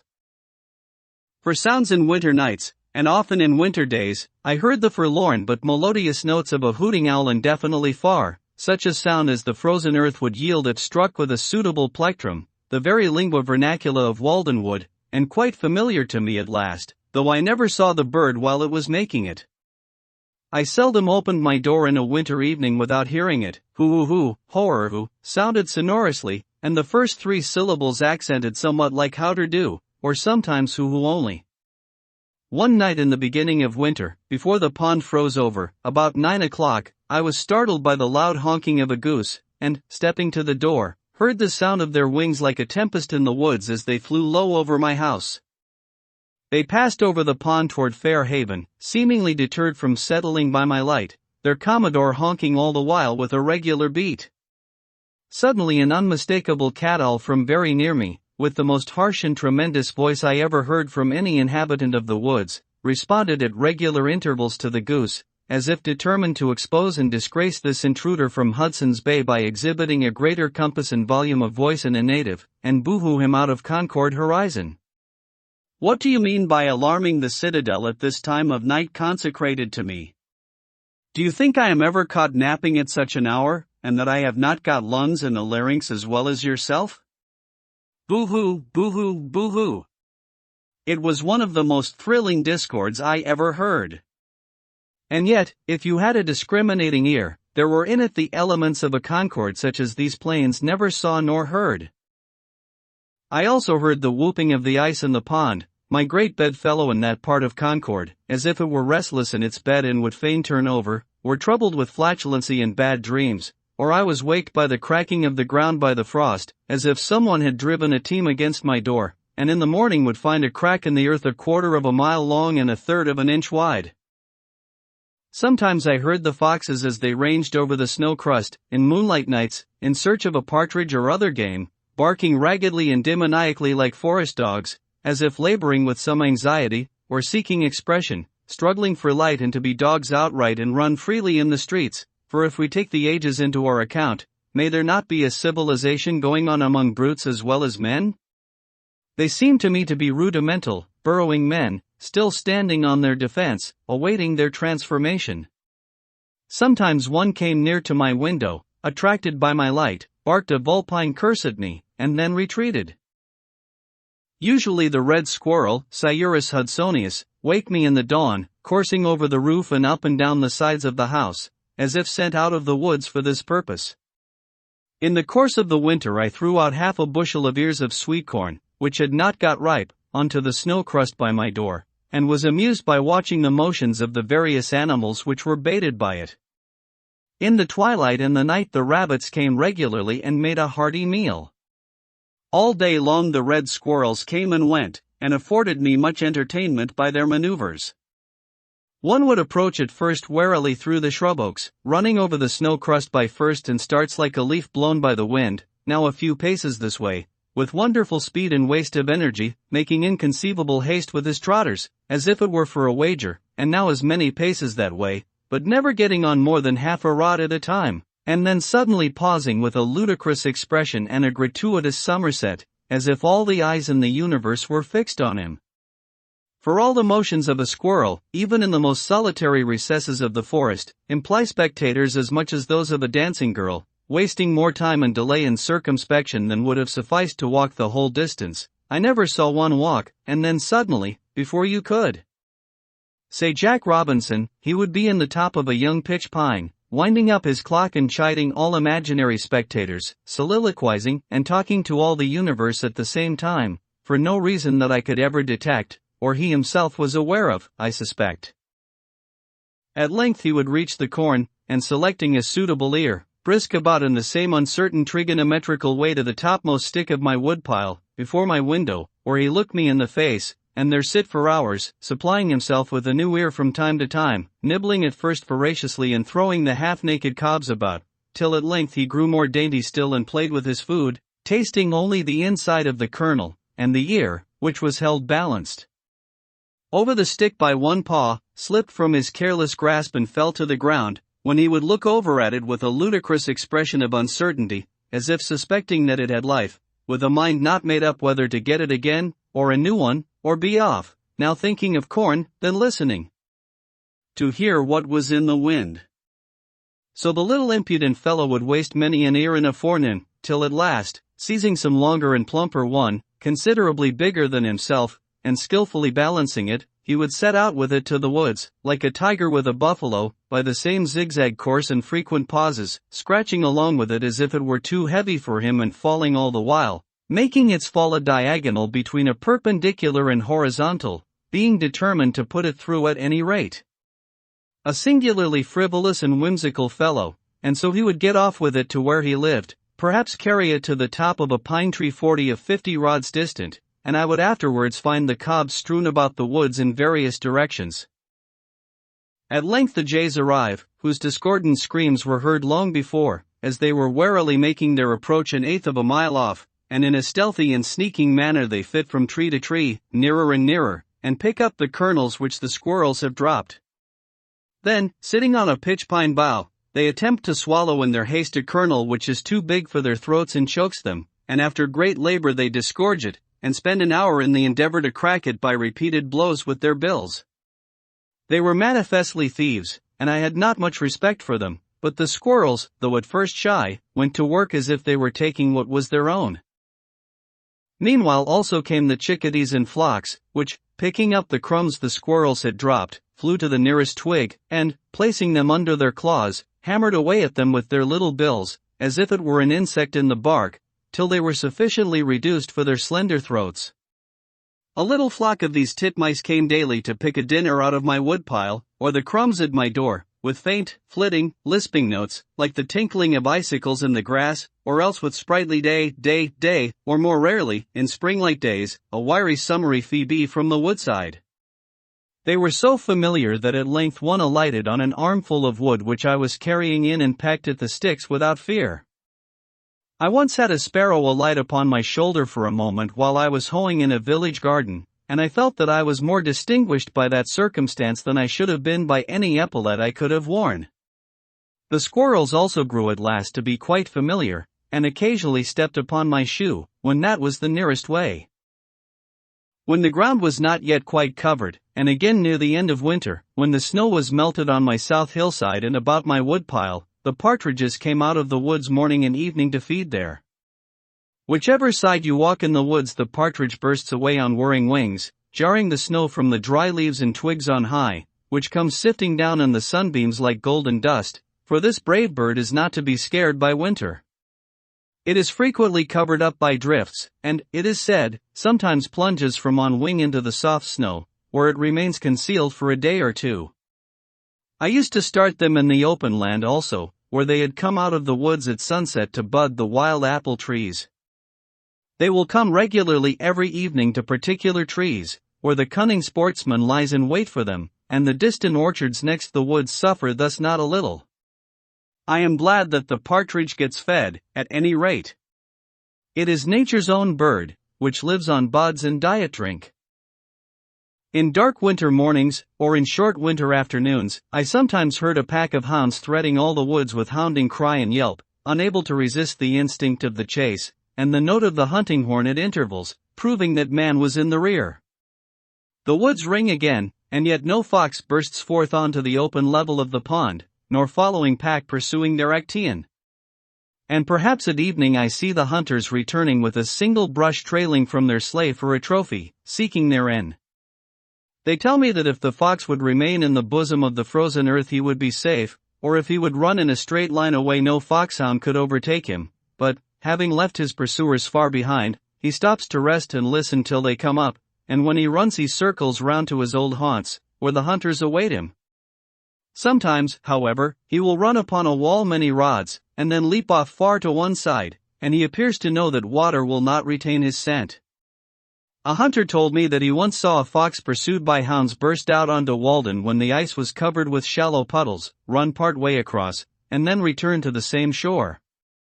Ere long the hounds arrived, but here they lost the scent. Sometimes a pack hunting by themselves would pass my door, and circle round my house, and yelp and hound without regarding me, as if afflicted by a species of madness, so that nothing could divert them from the pursuit. Thus they circle until they fall upon the recent trail of a fox, for a wise hound will forsake everything else for this. One day a man came to my hut from Lexington to inquire after his hound that made a large track, and had been hunting for a week by himself. But I fear that he was not the wiser for all I told him, for every time I attempted to answer his questions he interrupted me by asking, "What do you do here?" He had lost a dog, but found a man. One old hunter who has a dry tongue, who used to come to bathe in Walden once every year when the water was warmest, and at such times looked in upon me, told me that many years ago he took his gun one afternoon and went out for a cruise in Walden Wood, and as he walked the Wayland Road he heard the cry of hounds approaching, and ere long a fox leaped the wall into the road, and as quick as thought leaped the other wall out of the road, and his swift bullet had not touched him. Some way behind came an old hound and her 3 pups in full pursuit, hunting on their own account, and disappeared again in the woods. Late in the afternoon, as he was resting in the thick woods south of Walden, he heard the voice of the hounds far over toward Fair Haven still pursuing the fox, and on they came, their hounding cry, which made all the woods ring, sounding nearer and nearer, now from Well Meadow, now from the Baker farm. For a long time he stood still and listened to their music, so sweet to a hunter's ear, when suddenly the fox appeared, threading the Solomiles with an easy coursing pace, whose sound was concealed by a sympathetic rustle of the leaves swift and still, keeping the ground, leaving his pursuers far behind, and leaping upon a rock amid the woods, he sat erect and listening, with his back to the hunter. For a moment compassion restrained the latter's arm, but that was a short-lived mood, and as quick as thought can follow thought his piece was leveled, and whang! The fox rolling over the rock lay dead on the ground. The hunter still kept his place and listened to the hounds. Still on they came, and now the near woods resounded through all their aisles with their demoniac cry. At length the old hound burst into view with muzzle to the ground, and snapping the air as if possessed, and ran directly to the rock, but spying the dead fox she suddenly ceased her hounding, as if struck dumb with amazement, and walked round and round him in silence, and one by one her pups arrived, and, like their mother, were sobered into silence by the mystery. Then the hunter came forward and stood in their midst, and the mystery was solved. They waited in silence while he skinned the fox, then followed the brush a while, and at length turned off into the woods again. That evening a Weston squire came to the Concord hunter's cottage to inquire for his hounds, and told how for a week they had been hunting on their own account from Weston woods. The Concord hunter told him what he knew and offered him the skin, but the other declined it and departed. He did not find his hounds that night, but the next day learned that they had crossed the river and put up at a farmhouse for the night, whence, having been well fed, they took their departure early in the morning. The hunter who told me this could remember one Sam Nutting, who used to hunt bears on Fair Haven ledges, and exchange their skins for rum in Concord village, who told him, even, that he had seen a moose there. Nutting had a famous foxhound named Burgoyne, he pronounced it Pigeon, which my informant used to borrow. In the waste book of an old trader of this town, who was also a captain, town clerk, and representative, I find the following entry: January 18, 1742-3, John Melvin Cr. by 1 Grey Fox 023, they are not now found here, and in his ledger, February 7, 1743, Hezekiah Stratton his credit by 1/2 a cat skin 00104 1/2. Of course, a wildcat, for Stratton was a sergeant in the old French war, and would not have got credit for hunting less noble game. Credit is given for deerskins also, and they were daily sold. One man still preserves the horns of the last deer that was killed in this vicinity, and another party has told me the particulars of the hunt in which his uncle was engaged. The hunters were formerly a numerous and merry crew here. I remember well one gaunt Nimrod who would catch up a leaf by the roadside, and play a strain on it wilder and more melodious, if my memory serves me, than any hunting horn. At midnight, when there was a moon, I sometimes met with hounds in my path prowling about the woods, which would skulk out of my way, as if afraid, and stand silent amid the bushes till I had passed. Squirrels and wild mice disputed for my store of nuts. There were scores of pitch pines around my house, from 1 to 4 inches in diameter, which had been gnawed by mice the previous winter, a Norwegian winter for them, for the snow lay long and deep, and they were obliged to mix a large proportion of pine bark with their other diet. These trees were alive and apparently flourishing at midsummer, and many of them had grown a foot, though completely girdled, but after another winter such were without exception dead. It is remarkable that a single mouse should thus be allowed a whole pine tree for its dinner, gnawing round instead of up and down it, but perhaps it is necessary in order to thin these trees, which are wont to grow up densely. The hares, Lepus americanus, were very familiar. One hid her form under my house all winter, separated from me only by the flooring, and she startled me each morning by her hasty departure when I began to stir, thump, thump, thump, striking her head against the floor timbers in her hurry. They used to come round my door at dusk to nibble the potato parings which I had thrown out, and were so nearly the color of the ground that they could hardly be distinguished when still. Sometimes in the twilight I alternately lost and recovered sight of one sitting motionless under my window. When I opened my door in the evening, off they would go with a squeak and a bounce. Near at hand they only excited my pity. One evening one sat by my door 2 paces from me, at first trembling with fear, yet unwilling to move, a poor wee thing, lean and bony, with ragged ears and sharp nose, scant tail and slender paws. It looked as if nature no longer contained the breed of nobler bloods, but stood on her last toes. Its large eyes appeared young and unhealthy, almost dropsical. I took a step, and lo, away it scud with an elastic spring over the snow crust, straightening its body and its limbs into graceful length, and soon put the forest between me and itself, the wild free venison, asserting its vigor and the dignity of nature. Not without reason was its slenderness. Such then was its nature. Lepus, Livipes, Lightfoot, some think. What is a country without rabbits and partridges? They are among the most simple and indigenous animal products, ancient and venerable families known to antiquity as to modern times, of the very hue and substance of nature, nearest allied to leaves and to the ground, and to one another. It is either winged or it is legged. It is hardly as if you had seen a wild creature when a rabbit or a partridge bursts away, only a natural one, as much to be expected as rustling leaves. The partridge and the rabbit are still sure to thrive, like true natives of the soil, whatever revolutions occur. If the forest is cut off, the sprouts and bushes which spring up afford them concealment, and they become more numerous than ever. That must be a poor country indeed that does not support a hare. Our woods teem with them both, and around every swamp may be seen the partridge or rabbit walk, beset with twiggy fences and horsehair snares, which some cowboy tends. The pond in winter. After a still winter night I awoke with the impression that some question had been put to me, which I had been endeavoring in vain to answer in my sleep, as what, how, when, where. But there was dawning nature, in whom all creatures live, looking in at my broad windows with serene and satisfied face, and no question on her lips. I awoke to an answered question, to nature and daylight. The snow lying deep on the earth dotted with young pines, and the very slope of the hill on which my house is placed seemed to say, forward. Nature puts no question, and answers none which we mortals ask. She has long ago taken her resolution. O Prince, our eyes contemplate with admiration and transmit to the soul the wonderful and varied spectacle of this universe. The night veils without doubt a part of this glorious creation, but day comes to reveal to us this great work, which extends from earth even into the plains of the ether. Then to my morning work. First I take an axe and pail and go in search of water, if that be not a dream. After a cold and snowy night it needed a divining rod to find it. Every winter the liquid and trembling surface of the pond, which was so sensitive to every breath, and reflected every light and shadow, becomes solid to the depth of a foot or a foot and a half, so that it will support the heaviest teams, and perchance the snow covers it to an equal depth, and it is not to be distinguished from any level field. Like the marmots in the surrounding hills, it closes its eyelids and becomes dormant for 3 months or more.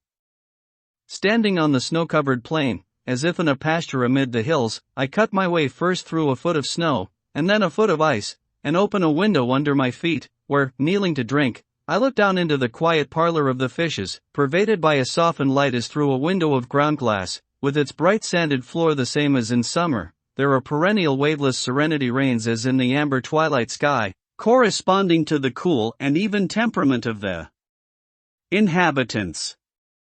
Heaven is under our feet as well as over our heads. Early in the morning, while all things are crisp with frost, men come with fishing reels and slender lunch, and let down their fine lines through the snowy field to take pickerel and perch. Wild men, who instinctively follow other fashions and trust other authorities than their townsmen, and by their goings and comings stitch towns together in parts where else they would be ripped. They sit and eat their luncheon in stout fear-knots on the dry oak leaves on the shore, as wise in natural lore as the citizen is in artificial. They never consulted with books, and no one can tell much less than they have done. The things which they practice are said not yet to be known.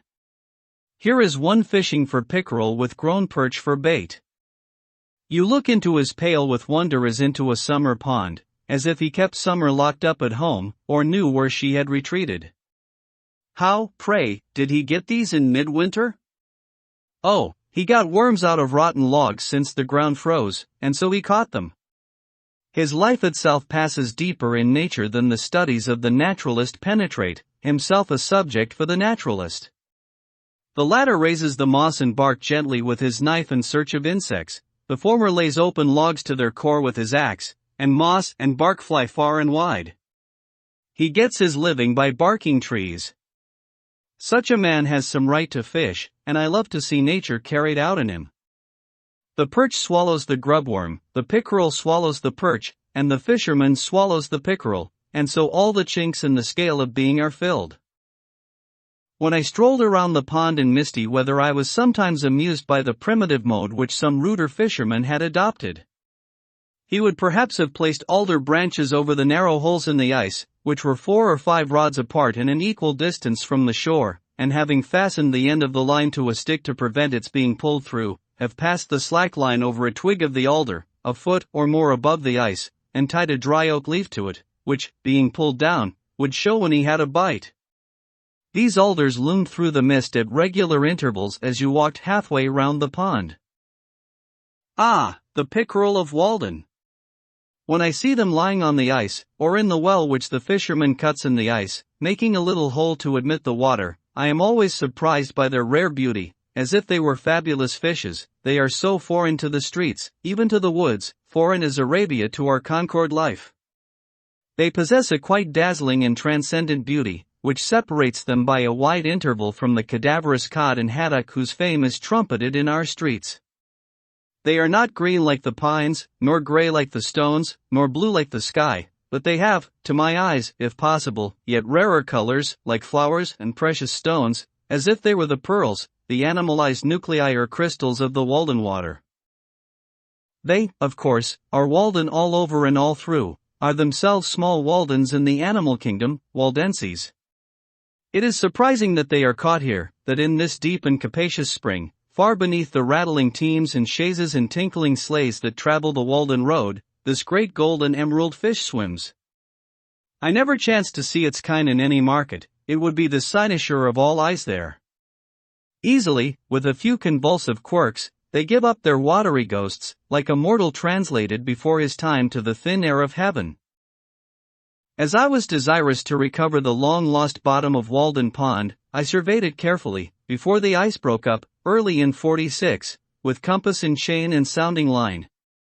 There have been many stories told about the bottom, or rather no bottom, of this pond, which certainly had no foundation for themselves. It is remarkable how long men will believe in the bottomlessness of a pond without taking the trouble to sound it. I have visited 2 such bottomless ponds in one walk in this neighborhood. Many have believed that Walden reached quite through to the other side of the globe. Some who have lain flat on the ice for a long time, looking down through the elusive medium, perchance with watery eyes into the bargain, and driven to hasty conclusions by the fear of catching cold in their breasts, have seen vast holes into which a load of hay might be driven, if there were anybody to drive it, the undoubted source of the Styx and entrance to the infernal regions from these parts. Others have gone down from the village with a 56 and a wagon load of inch rope, but yet have failed to find any bottom, for while the 56 was resting by the way, they were paying out the rope in the vain attempt to fathom their truly immeasurable capacity for marvelousness. But I can assure my readers that Walden has a reasonably tight bottom at a not unreasonable, though at an unusual depth. I fathomed it easily with a codline and a stone weighing about 1.5 pounds, and could tell accurately when the stone left the bottom, by having to pull so much harder before the water got underneath to help me. The greatest depth was exactly 102 feet, to which may be added the 5 feet which it has risen since, making 107. This is a remarkable depth for so small an area, yet not an inch of it can be spared by the imagination. What if all ponds were shallow? Would it not react on the minds of men?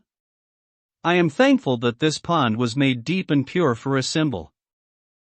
While men believe in the infinite, some ponds will be thought to be bottomless. A factory owner, hearing what depth I had found, thought that it could not be true, for, judging from his acquaintance with dams, sand would not lie at so steep an angle. But the deepest ponds are not so deep in proportion to their area as most suppose, and, if drained, would not leave very remarkable valleys. They are not like cups between the hills, for this one, which is so unusually deep for its area, appears in a vertical section through its center not deeper than a shallow plate. Most ponds, emptied, would leave a meadow no more hollow than we frequently see. William Gilpin, who is so admirable in all that relates to landscapes, and usually so correct, standing at the head of Loch Fyne, in Scotland, which he describes as a bay of salt water, 60 or 70 fathoms deep, 4 miles in breadth, and about 50 miles long, surrounded by mountains, observes, if we could have seen it immediately after the diluvian crash, or whatever convulsion of nature occasioned it, before the waters gushed in, what a horrid chasm it must have appeared. So high as heaved the tumid hills, so low down sunk a hollow bottom, broad, and deep, capacious bed of waters. But if, using the shortest diameter of Loch Fyne, we apply these proportions to Walden, which, as we have seen, appears already in a vertical section only like a shallow plate, it will appear 4 times as shallow. So much for the increased horrors of the chasm of Loch Fyne when emptied. No doubt many a smiling valley with its stretching cornfields occupies exactly such a horrid chasm, from which the waters have receded, though it requires the insight and the far sight of the geologist to convince the unsuspecting inhabitants of this fact. Often an inquisitive eye may detect the shores of a primitive lake in the low horizon hills, and no subsequent elevation of the plain have been necessary to conceal their history. But it is easiest, as they who work on the highways know, to find the hollows by the puddles after a shower. The amount of it is, the imagination, give it the least license, dives deeper and soars higher than nature goes. So, probably, the depth of the ocean will be found to be very inconsiderable compared with its breadth. As I sounded through the ice I could determine the shape of the bottom with greater accuracy than is possible in surveying harbors which do not freeze over, and I was surprised at its general regularity. In the deepest part there are several acres more level than almost any field which is exposed to the sun, wind, and plow.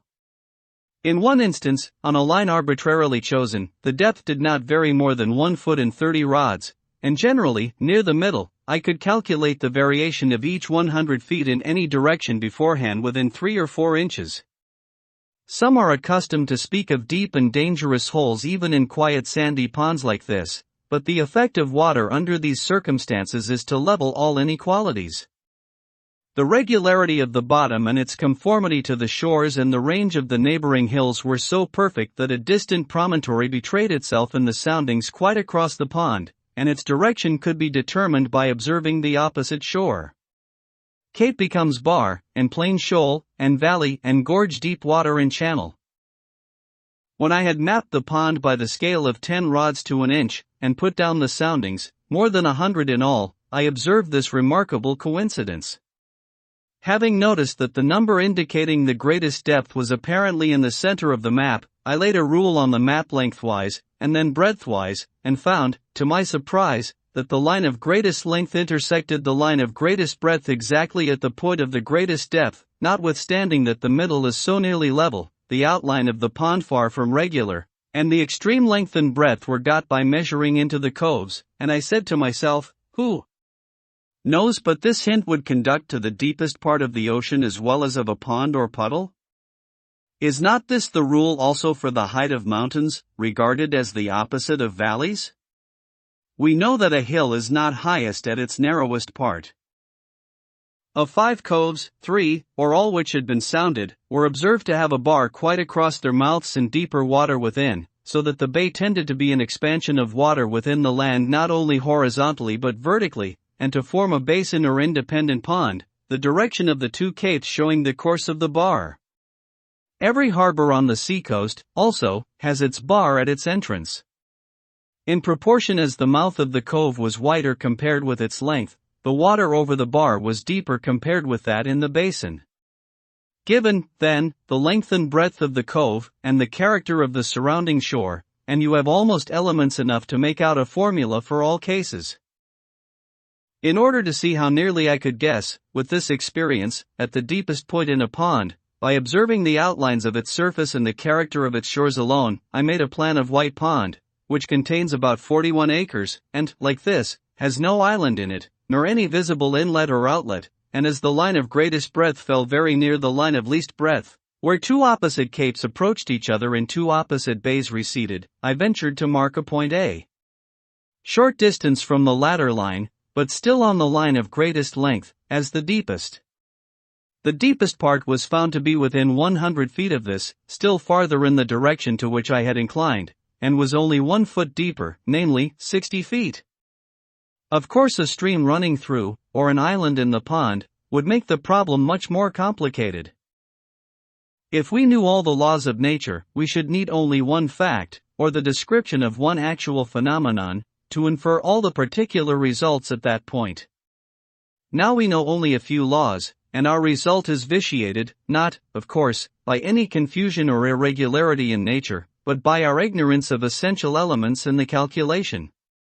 Our notions of law and harmony are commonly confined to those instances which we detect, but the harmony which results from a far greater number of seemingly conflicting, but really concurring, laws, which we have not detected, is still more wonderful. The particular laws are as our points of view, as, to the traveler, a mountain outline varies with every step, and it has an infinite number of profiles, though absolutely but one form. Even when cleft or bored through, it is not comprehended in its entireness. What I have observed of the pond is no less true in ethics. It is the law of average. Such a rule of the 2 diameters not only guides us toward the sun in the system and the heart in man, but draw lines through the length and breadth of the aggregate of a man's particular daily behaviors and waves of life into his coves and inlets, and where they intersect will be the height or depth of his character. Perhaps we need only to know how his shores trend in his adjacent country or circumstances, to infer his depth and concealed bottom. If he is surrounded by mountainous circumstances, an Acalian shore, whose peaks overshadow and are reflected in his bosom, they suggest a corresponding depth in him. But a low and smooth shore proves him shallow on that side. In our bodies, a bold projecting brow falls off to and indicates a corresponding depth of thought. Also, there is a bar across the entrance of our every cove, or particular inclination, each as our harbor for a season, in which we are detained and partially landlocked. These inclinations are not whimsical usually, but their form, size, and direction are determined by the promontories of the shore, the ancient axis of elevation. When this bar is gradually increased by storms, tides, or currents, or there is a subsidence of the waters, so that it reaches to the surface, that which was at first but an inclination in the shore in which a thought was harbored becomes an individual lake, cut off from the ocean, wherein the thought secures its own conditions, changes, perhaps, from salt to fresh, becomes a sweet sea, dead sea, or a marsh. At the advent of each individual into this life, may we not suppose that such a bar has risen to the surface somewhere? It is true, we are such poor navigators that our thoughts, for the most part, stand off and on upon a harborless coast, are conversant only with the bights of the bays of poesy, or steer for the public ports of entry, and go into the dry docks of science, where they merely refit for this world, and no natural currents concur to individualize them. As for the inlet or outlet of Walden, I have not discovered any but rain and snow and evaporation, though perhaps, with a thermometer and a line, such places may be found, for where water flows into the pond it will probably be coldest in summer and warmest in winter.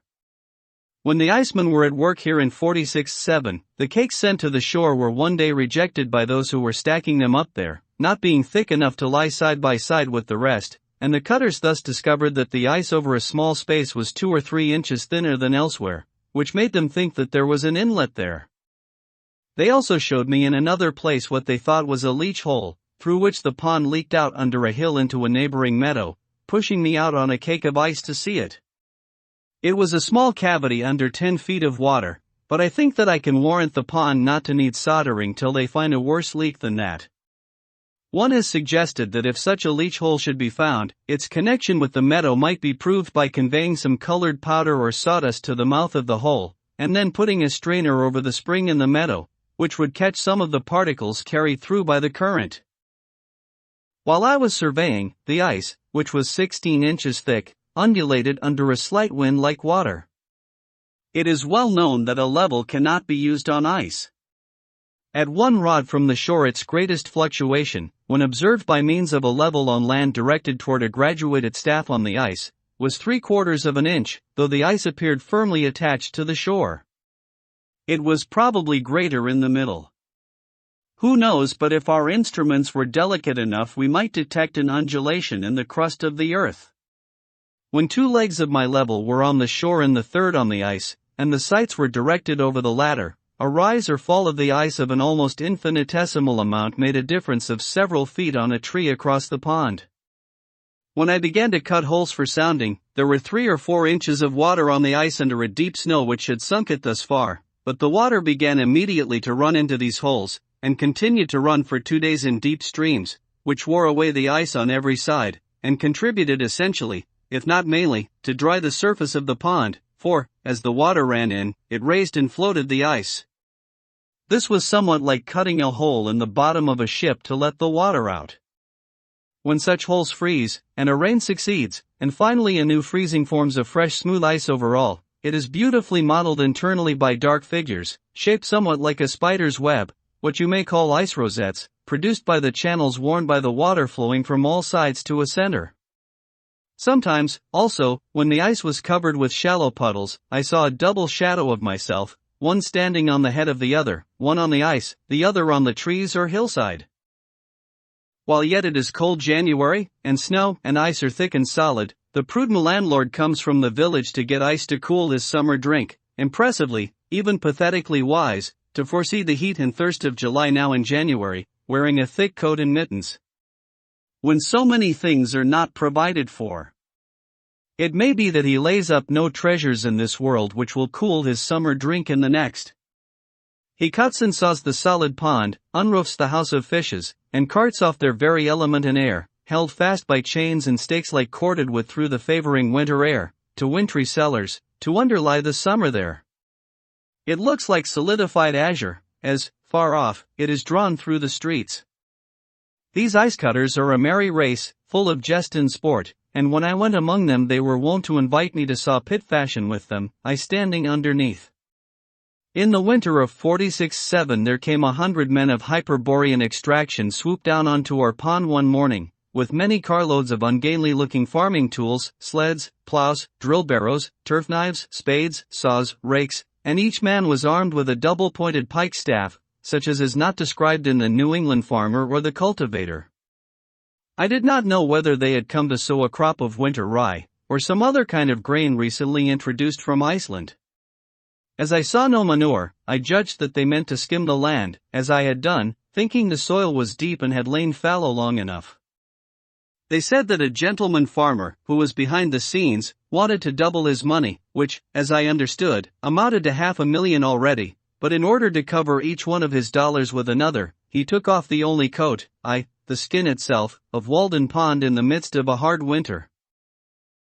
They went to work at once, plowing, harrowing, rolling, furrowing, in admirable order, as if they were bent on making this a model farm. But when I was looking sharp to see what kind of seed they dropped into the furrow, a gang of fellows by my side suddenly began to hook up the virgin mold itself, with a peculiar jerk, clean down to the sand, or rather the water, for it was a very springy soil, indeed all the terra firma there was, and haul it away on sleds, and then I guessed that they must be cutting peat in a bog. So they came and went every day, with a peculiar shriek from the locomotive, from and to some point of the polar regions, as it seemed to me, like a flock of Arctic snowbirds. But sometimes Squaw Walden had her revenge, and a hired man, walking behind his team, slipped through a crack in the ground down toward Tartarus, and he who was so brave before suddenly became but the ninth part of a man, almost gave up his animal heat, and was glad to take refuge in my house, and acknowledged that there was some virtue in a stove, or sometimes the frozen soil took a piece of steel out of a plowshare, or a plow got set in the furrow and had to be cut out. To speak literally, 100 Irishmen, with Yankee overseers, came from Cambridge every day to get out the ice. They divided it into cakes by methods too well known to require description, and these, being sled to the shore, were rapidly hauled off onto an ice platform, and raised by grappling irons and block and tackle, worked by horses, onto a stack, as surely as so many barrels of flour, and they're placed evenly side by side, and row upon row, as if they formed the solid base of an obelisk designed to pierce the clouds. They told me that in a good day they could get out 1,000 tons, which was the yield of about 1 acre. Deep ruts and cradle holes were worn in the ice, as on terra firma, by the passage of the sleds over the same track, and the horses invariably ate their oats out of cakes of ice hollowed out like buckets.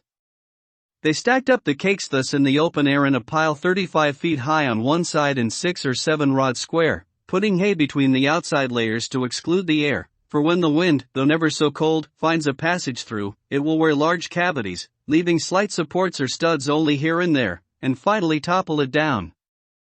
At first it looked like a vast blue fort or Valhalla, but when they began to tuck the coarse meadow hay into the crevices, and this became covered with Ryman icicles, it looked like a venerable moss-grown and hoary ruin, built of azure-tinted marble, the abode of winter, that old man we see in the almanac, his shanty, as if he had a design to estivate with us.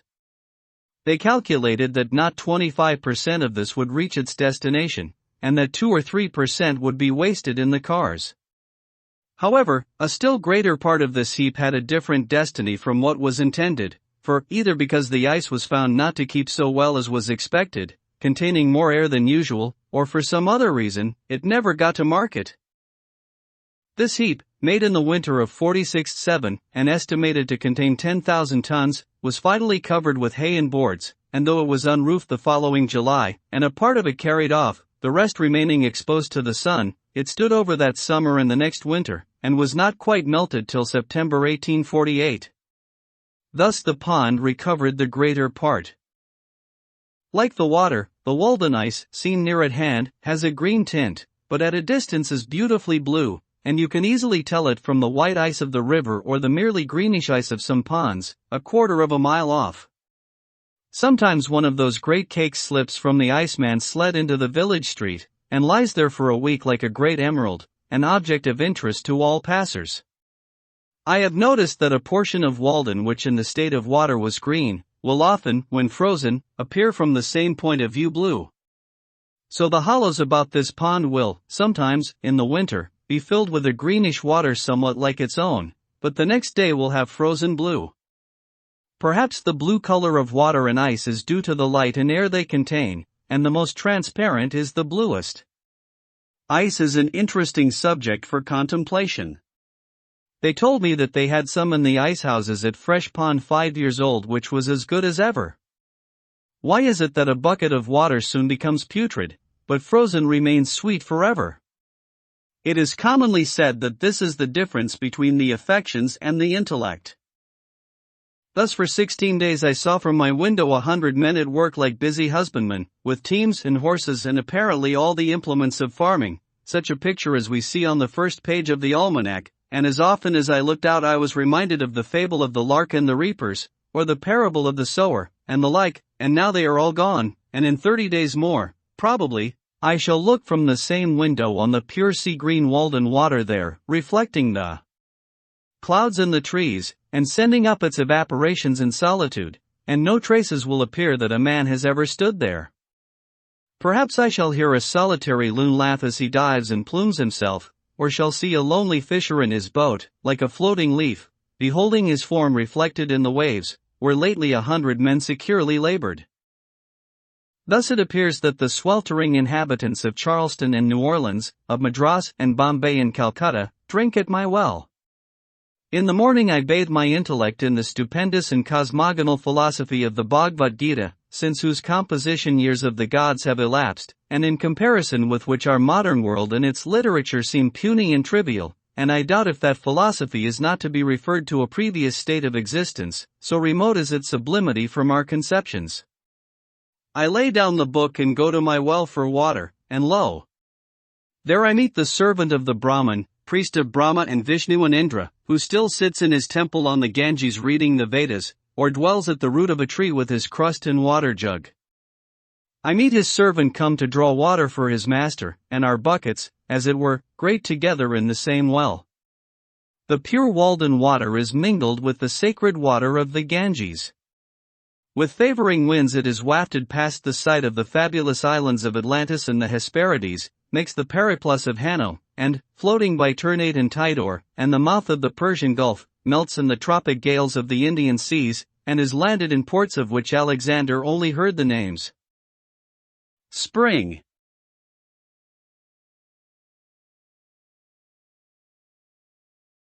The opening of large tracts by the ice cutters commonly causes a pond to break up earlier, for the water, agitated by the wind, even in cold weather, wears away the surrounding ice. But such was not the case at Walden that year, for she had soon got a thick new garment to take the place of the old.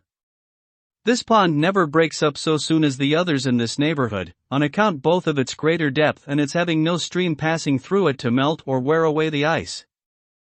I never knew it to open in the course of a winter, not excepting that of 52-3, which gave the pond so severe a trial.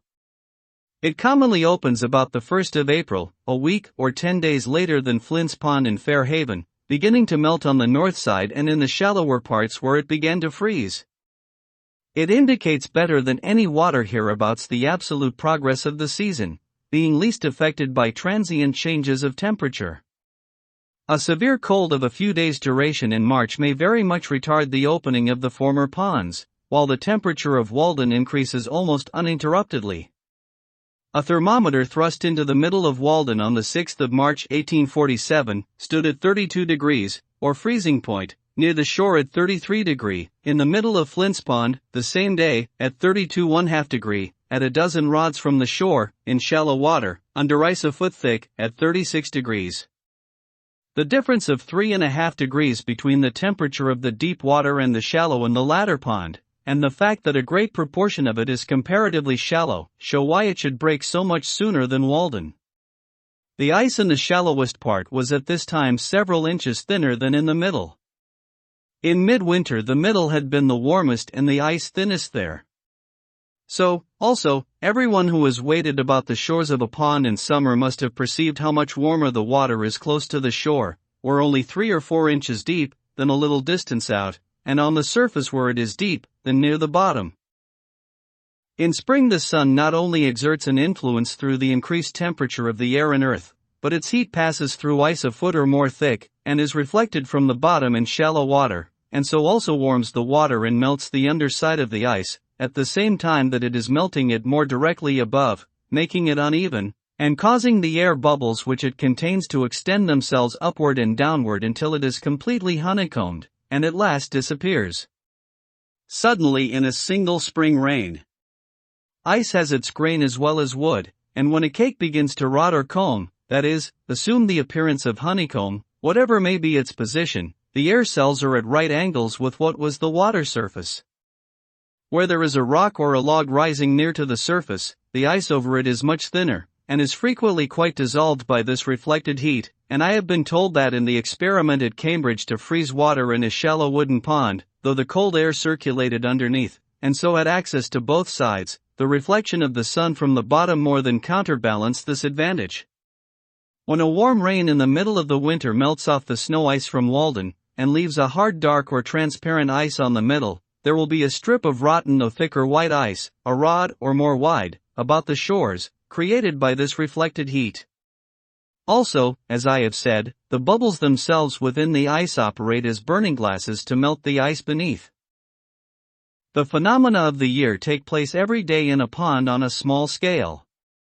Every morning, generally speaking, the shallow water is being warmed more rapidly than the deep, though it may not be made so warm after all, and every evening it is being cooled more rapidly until the morning. The day is an epitome of the year. The night is the winter, the morning and evening are the spring and fall, and the noon is the summer. The cracking and booming of the ice indicate a change of temperature. One pleasant morning after a cold night, February 24, 1850, having gone to Flint's Pond to spend the day, I noticed with surprise that when I struck the ice with the head of my axe, it resounded like a gong for many rods around, or as if I had struck on a tight drumhead. The pond began to boom about an hour after sunrise. When it felt the influence of the sun's rays slanted upon it from over the hills, it stretched itself and yawned like a waking man with a gradually increasing tumult, which was kept up 3 or 4 hours. It took a short siesta at noon, and boomed once more toward night, as the sun was withdrawing his influence. In the right stage of the weather a pond fires its evening gun with great regularity. But in the middle of the day, being full of cracks, and the air also less elastic, it had completely lost its resonance, and probably fishes and muskrats could not then have been stunned by a blow on it. The fishermen say that the thundering of the pond scares the fishes and prevents their biting. The pond does not thunder every evening, and I cannot tell surely when to expect its thundering, but though I may perceive no difference in the weather, it does. Who would have expected so large and cold and thick-skinned a thing to be so sensitive? Yet it has its law to which it thunders obedience when it should as surely as the buds expand in the spring. The earth is all alive and covered with papillae. The largest pond is as sensitive to atmospheric changes as the globule of mercury in its tube. One attraction in coming to the woods to live was that I should have leisure and opportunity to see the spring come in. The ice in the pond at length begins to be honeycombed, and I can set my heel in it as I walk. Fogs and rains and warmer suns are gradually melting the snow, the days have grown sensibly longer, and I see how I shall get through the winter without adding to my woodpile, for large fires are no longer necessary. I am on the alert for the first signs of spring, to hear the chance note of some arriving bird, or the striped squirrel's chirp, for his stores must be now nearly exhausted, or see the woodchuck venture out of his winter quarters. On the 13th of March, after I had heard the bluebird, song sparrow, and red wing, the ice was still nearly a foot thick. As the weather grew warmer it was not sensibly worn away by the water, nor broken up and floated off as in rivers, but though it was completely melted for half a rod in width about the shore, the middle was merely honeycombed and saturated with water, so that you could put your foot through it when 6 inches thick, but by the next day evening, perhaps, after a warm rain followed by fog, it would have wholly disappeared, all gone off with the fog, spirited away. One year I went across the middle only 5 days before it disappeared entirely. In 1845 Walden was first completely open on the 1st of April, in 46, the 25th of March, in 47, the 8th of April, in 51, the 28th of March, in 52, the 18th of April, in 53, the 23rd of March, in 54, about the 7th of April. Every incident connected with the breaking up of the rivers and ponds and the settling of the weather is particularly interesting to us who live in a climate of so great extremes. When the warmer days come, they who dwell near the river hear the ice crack at night with a startling whoop as loud as artillery, as if its icy fetters were rent from end to end, and within a few days see it rapidly going out. So the alligator comes out of the mud with quakings of the earth. One old man, who has been a close observer of nature, and seems as thoroughly wise in regard to all her operations as if she had been put upon the stocks when he was a boy, and he had helped to lay her keel, who has come to his growth, and can hardly acquire more of natural lore if he should live to the age of Methuselah, told me, and I was surprised to hear him express wonder at any of nature's operations, for I thought that there were no secrets between them, that one spring day he took his gun and boat, and thought that he would have a little sport with the ducks. There was ice still on the meadows, but it was all gone out of the river, and he dropped down without obstruction from Sudbury, where he lived, to Fairhaven Pond, which, he found, unexpectedly, covered for the most part with a firm field of ice. It was a warm day, and he was surprised to see so great a body of ice remaining. Not seeing any ducks, he hid his boat on the north or back side of an island in the pond, and then concealed himself in the bushes on the south side to await them. The ice was melted for 3 or 4 rods from the shore, and there was a smooth and warm sheet of water, with a muddy bottom, such as the ducks love, within, and he thought it likely that some would be along pretty soon. After he had lain still there about an hour, he heard a low and seemingly very distant sound, but singularly grand and impressive, unlike anything he had ever heard, gradually swelling and increasing as if it would have a universal and memorable ending, a sullen rush and roar, which seemed to him all at once like the sound of a vast body of fowl coming in to settle there, and seizing his gun, he started up in haste and excited, but he found, to his surprise, that the whole body of the ice had started while he lay there, and drifted in to the shore, and the sound he had heard was made by its edge grating on the shore, at first gently nibbled and crumbled off, but at length heaving up and scattering its wrecks along the island to a considerable height before it came to a standstill. At length the sun's rays have attained the right angle, and warm winds blow up mist and rain, and melt the snowbanks, and the sun dispersing the mist smiles on a checkered landscape of russet and white smoking with incense, through which the traveler picks his way from islet to islet, cheered by the music of 1,000 tinkling rills and rivulets, whose veins are filled with the blood of winter which they are bearing off. Few phenomena gave me more delight than to observe the forms which thawing sand and clay assume in flowing down the sides of a deep cut on the railroad through which I passed on my way to the village, a phenomenon not very common on so large a scale, though the number of freshly exposed banks of the right material must have been greatly multiplied since railroads were invented.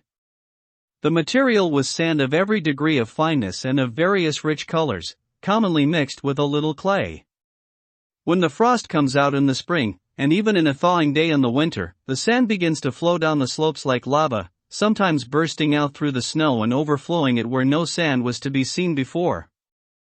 Innumerable little streams overlap and interlace one with another, exhibiting a sort of hybrid product, which obeys halfway the laws of currents, and halfway that of vegetation. As it flows it takes the forms of sappy leaves or vines, making heaps of pulpy sprays a foot or more in depth, and resembling, as you look down on them, the laciniated lobed and imbricated thalluses of some lichens, or you are reminded of coral, of leopard's paws or bird's feet, of brains or lungs or bowels, and excrements of all kinds. It is a truly grotesque vegetation, whose forms and color we see imitated in bronze, a sort of architectural foliage more ancient and typical than acanthus, chicory, ivy, vine, or any vegetable leaves, destined, perhaps, under some circumstances, to become a puzzle to future geologists. The whole cut impressed me as if it were a cave with its stalactites laid open to the light. The various shades of the sand are singularly rich and agreeable, embracing the different iron colors, brown, gray, yellowish, and reddish. When the flowing mass reaches the drain at the foot of the bank it spreads out flatter into strands, the separate streams losing their semi-cylindrical form and gradually becoming more flat and broad, running together as they are more moist, till they form an almost flat sand, still variously and beautifully shaded, but in which you can trace the original forms of vegetation, till at length, in the water itself, they are converted into banks, like those formed off the mouths of rivers, and the forms of vegetation are lost in the ripple marks on the bottom. The whole bank, which is from 20 to 40 feet high, is sometimes overlaid with a mass of this kind of foliage, or sandy rupture, for a quarter of a mile on one or both sides, the produce of one spring day. What makes this sand foliage remarkable is its springing into existence thus suddenly. When I see on the one side the inert bank, for the sun acts on one side first, and on the other this luxuriant foliage, the creation of an hour, I am affected as if in a peculiar sense I stood in the laboratory of the artist who made the world and me, had come to where he was still at work, sporting on this bank, and with excessive energy strewing his fresh designs about. I feel as if I were nearer to the vitals of the globe, for this sandy overflow is something such a foliaceous mass as the vitals of the animal body. You find thus in the very sands an anticipation of the vegetable leaf. No wonder that the earth expresses itself outwardly in leaves, it so labors with the idea inwardly. The atoms have already learned this law, and are pregnant by it. The overhanging leaf sees here its prototype.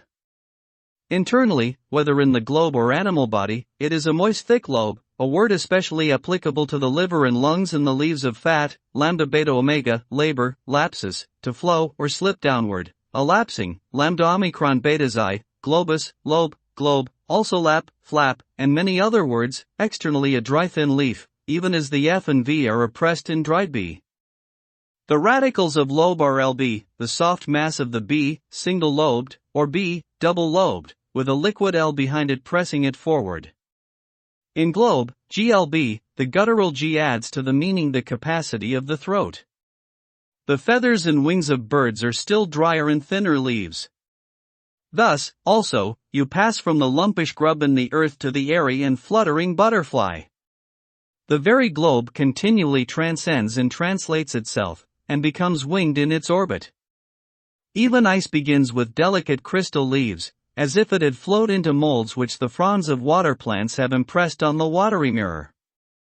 The whole tree itself is but one leaf, and rivers are still vaster leaves, whose pulp is intervening earth, and towns and cities are the ova of insects in their axils. When the sun withdraws, the sand ceases to flow, but in the morning the streams will start once more, and branch again into a myriad of others. You here see, perchance, how blood vessels are formed. If you look closely, you observe that first there pushes forward from the thawing mass a stream of softened sand with a drop-like point, like the ball of the finger, feeling its way slowly and blindly downward, until at last, with more heat and moisture, as the sun gets higher, the most fluid portion, in its effort to obey the law to which the most inert also yields, separates from the latter and forms for itself a meandering channel or artery within that, in which is seen a little silvery stream glancing like lightning from one stage of pulpy leaves or branches to another, and ever and anon swallowed up in the sand. It is wonderful how rapidly yet perfectly the sand organizes itself as it flows, using the best material its mass affords to form the sharp edges of its channel. Such are the sources of rivers. In the siliceous matter which the water deposits is perhaps the bony system, and in the still finer soil and organic matter the fleshy fiber or cellular tissue. What is man but a mass of thawing clay? The ball of the human finger is but a drop congealed. The fingers and toes flow to their extent from the thawing mass of the body. Who knows what the human body would expand and flow out to under a more genial heaven? Is not the hand a spreading palm leaf with its lobes and veins?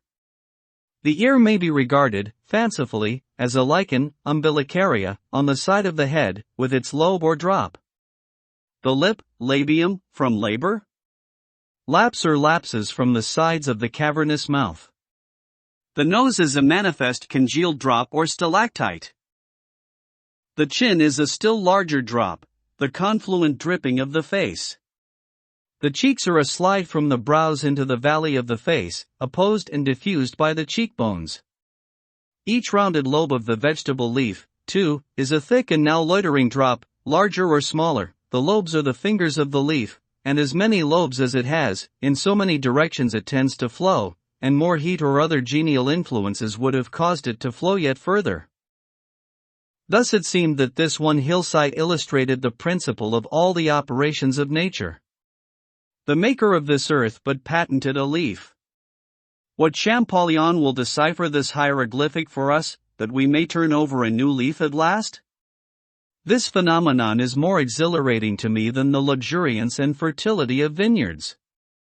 True, it is somewhat excrementitious in its character, and there is no end to the heaps of liver, lights, and bowels, as if the globe were turned wrong side outward, but this suggests at least that nature has some bowels, and there again is mother of humanity. This is the frost coming out of the ground, this is spring. It precedes the green and flowery spring, as mythology precedes regular poetry. I know of nothing more purgative of winter fumes and indigestions. It convinces me that earth is still in her swaddling clothes, and stretches forth baby fingers on every side. Fresh curls spring from the boldest brow. There is nothing more organic. These foliaceous heaps lie along the bank like the slag of a furnace, showing that nature is in full blast within. The earth is not a mere fragment of dead history, stratum upon stratum like the leaves of a book, to be studied by geologists and antiquaries chiefly, but living poetry like the leaves of a tree, which precede flowers and fruit, not a fossil earth, but a living earth, compared with whose great central life all animal and vegetable life is merely parasitic. Its throes will heave our exuvii from their graves. You may melt your metals and cast them into the most beautiful molds you can, they will never excite me like the forms which this molten earth flows out into. And not only it, but the institutions upon it, are plastic like clay in the hands of the potter. Ere long, not only on these banks, but on every hill and plain, and in every hollow, the frost comes out of the ground like a dormant quadruped from its burrow and seeks the sea with music, or migrates to other climes in clouds. Thaw with his gentle persuasion is more powerful than Thor with his hammer. The one melts, the other but breaks in pieces.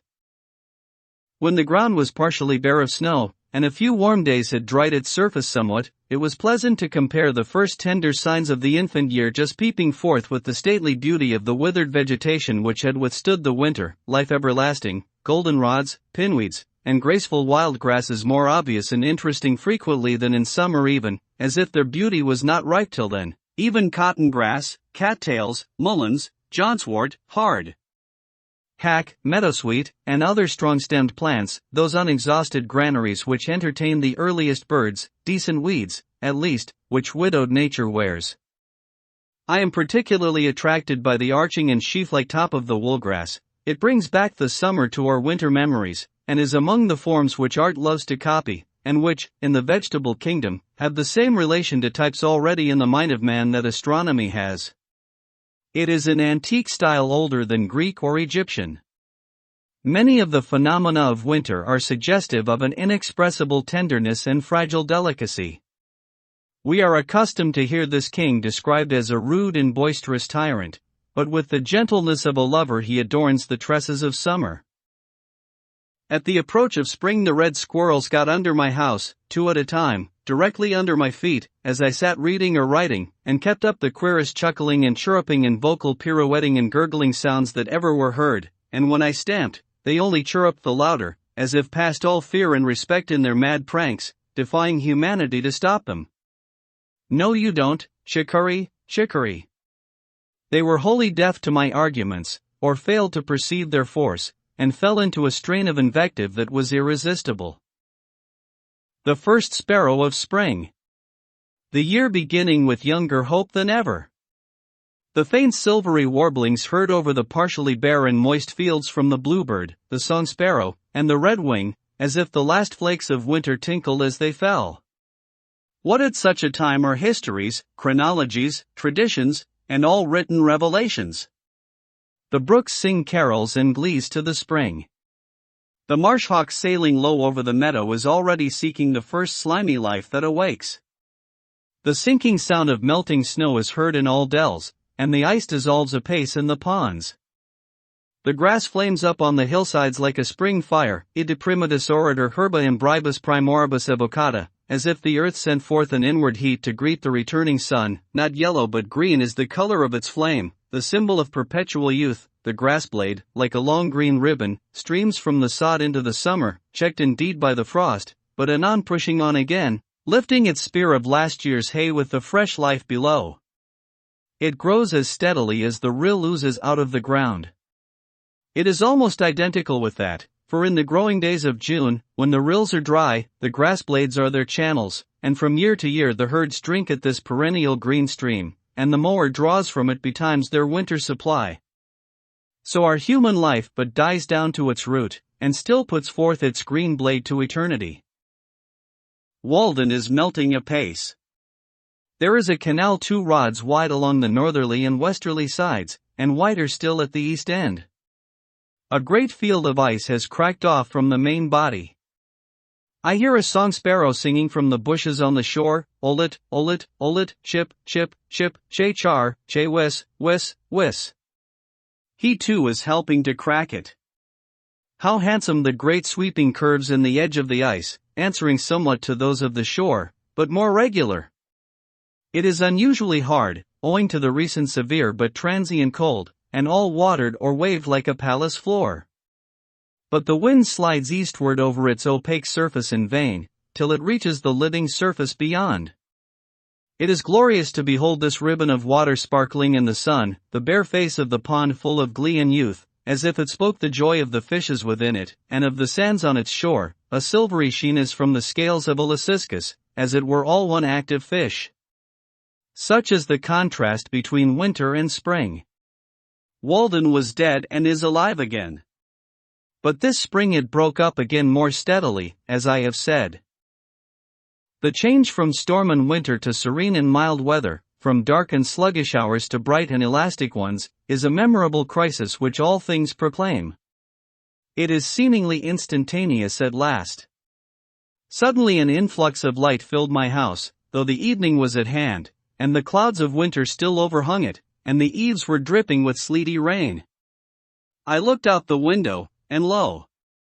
Where yesterday was cold gray ice there lay the transparent pond, already calm and full of hope as in a summer evening, reflecting a summer evening sky in its bosom, though none was visible overhead, as if it had intelligence with some remote horizon.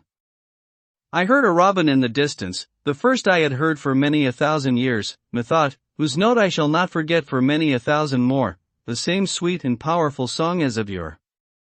Oh, the evening robin, at the end of a New England summer day. If I could ever find the twig he sits upon. I mean the twig. This at least is not the Turdus migratorius. The pitch pines and shrub oaks about my house, which had so long drooped, suddenly resumed their several characters, looked brighter, greener, and more erect and alive, as if effectually cleansed and restored by the rain. I knew that it would not rain any more. You may tell by looking at any twig of the forest, aye, at your very woodpile, whether its winter is past or not. As it grew darker, I was startled by the honking of geese flying low over the woods, like weary travelers getting in late from southern lakes, and indulging at last in unrestrained complaint and mutual consolation. Standing at my door, I could hear the rush of their wings, when, driving toward my house, they suddenly spied my light, and with hushed clamor wheeled and settled in the pond. So I came in, and shut the door, and passed my first spring night in the woods. In the morning I watched the geese from the door through the mist, sailing in the middle of the pond, 50 rods off, so large and tumultuous that Walden appeared like an artificial pond for their amusement. But when I stood on the shore they at once rose up with a great flapping of wings at the signal of their commander, and when they had got into rank, circled over my head, 29 of them, and then steered straight to Canada, with a regular honk from the leader at intervals, trusting to break their fast in muddier pools. A plump of ducks rose at the same time, and took the route to the north in the wake of their noisier cousins. For a week I heard the circling, groping clangor of some solitary goose in the foggy mornings, seeking its companion, and still peopling the woods with the sound of a larger life than they could sustain. In April the pigeons were seen again flying express in small flocks, and in due time I heard the martins twittering over my clearing, though it had not seemed that the township contained so many that it could afford me any, and I fancied that they were peculiarly of the ancient race that dwelt in hollow trees ere white men came. In almost all climes the tortoise and the frog are among the precursors and heralds of this season, and birds fly with song and glancing plumage, and plants spring in bloom, and winds blow, to correct this slight oscillation of the poles and preserve the equilibrium of nature. As every season seems best to us in its turn, so the coming in of spring is like the creation of cosmos out of chaos, and the realization of the golden age. Eurus ad auroram, nabathacaque regna recessit, persitaque, et radis iuca subdita matutinis. The east wind withdrew to Aurora and the Nabatean kingdom, and the Persian, and the ridges placed under the morning rays. Man was born. Whether that artificer of things, the origin of a better world, made him from the divine seed, or the earth being recent and lately sundered from the high ether, returned some seeds of cognate heaven. A single gentle rain makes the grass many shades greener. So our prospects brighten on the influx of better thoughts.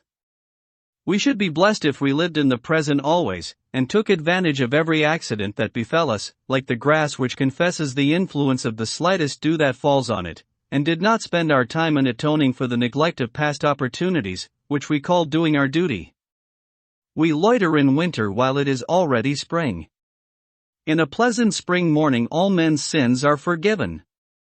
Such a day is a truce to vice. While such a sun holds out to burn, the vilest sinner may return. Through our own recovered innocence we discern the innocence of our neighbors. You may have known your neighbor yesterday for a thief, a drunkard, or a sensualist, and merely pitied or despised him, and despaired of the world, but the sun shines bright and warm this first spring morning, recreating the world, and you meet him at some serene work, and see how its exhausted and debauched veins expand with still joy and bless the new day, feel the spring influence with the innocence of infancy, and all his faults are forgotten. There is not only an atmosphere of goodwill about him, but even a savor of holiness groping for expression, blindly and ineffectually, perhaps, like a newborn instinct, and for a short hour the south hillside echoes to no vulgar jest. You see some innocent fair shoots preparing to burst from his gnarled rind and try another year's life, tender and fresh as the youngest plant. Even he has entered into the joy of his Lord.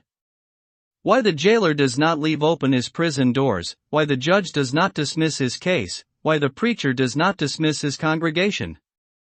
It is because they do not obey the hint which God gives them, nor accept the pardon which He freely offers to all. A return to goodness produced each day in the tranquil and beneficent breath of the morning, causes that in respect to the love of virtue and the hatred of vice, one approaches a little the primitive nature of man, as the sprouts of the forest which has been felled.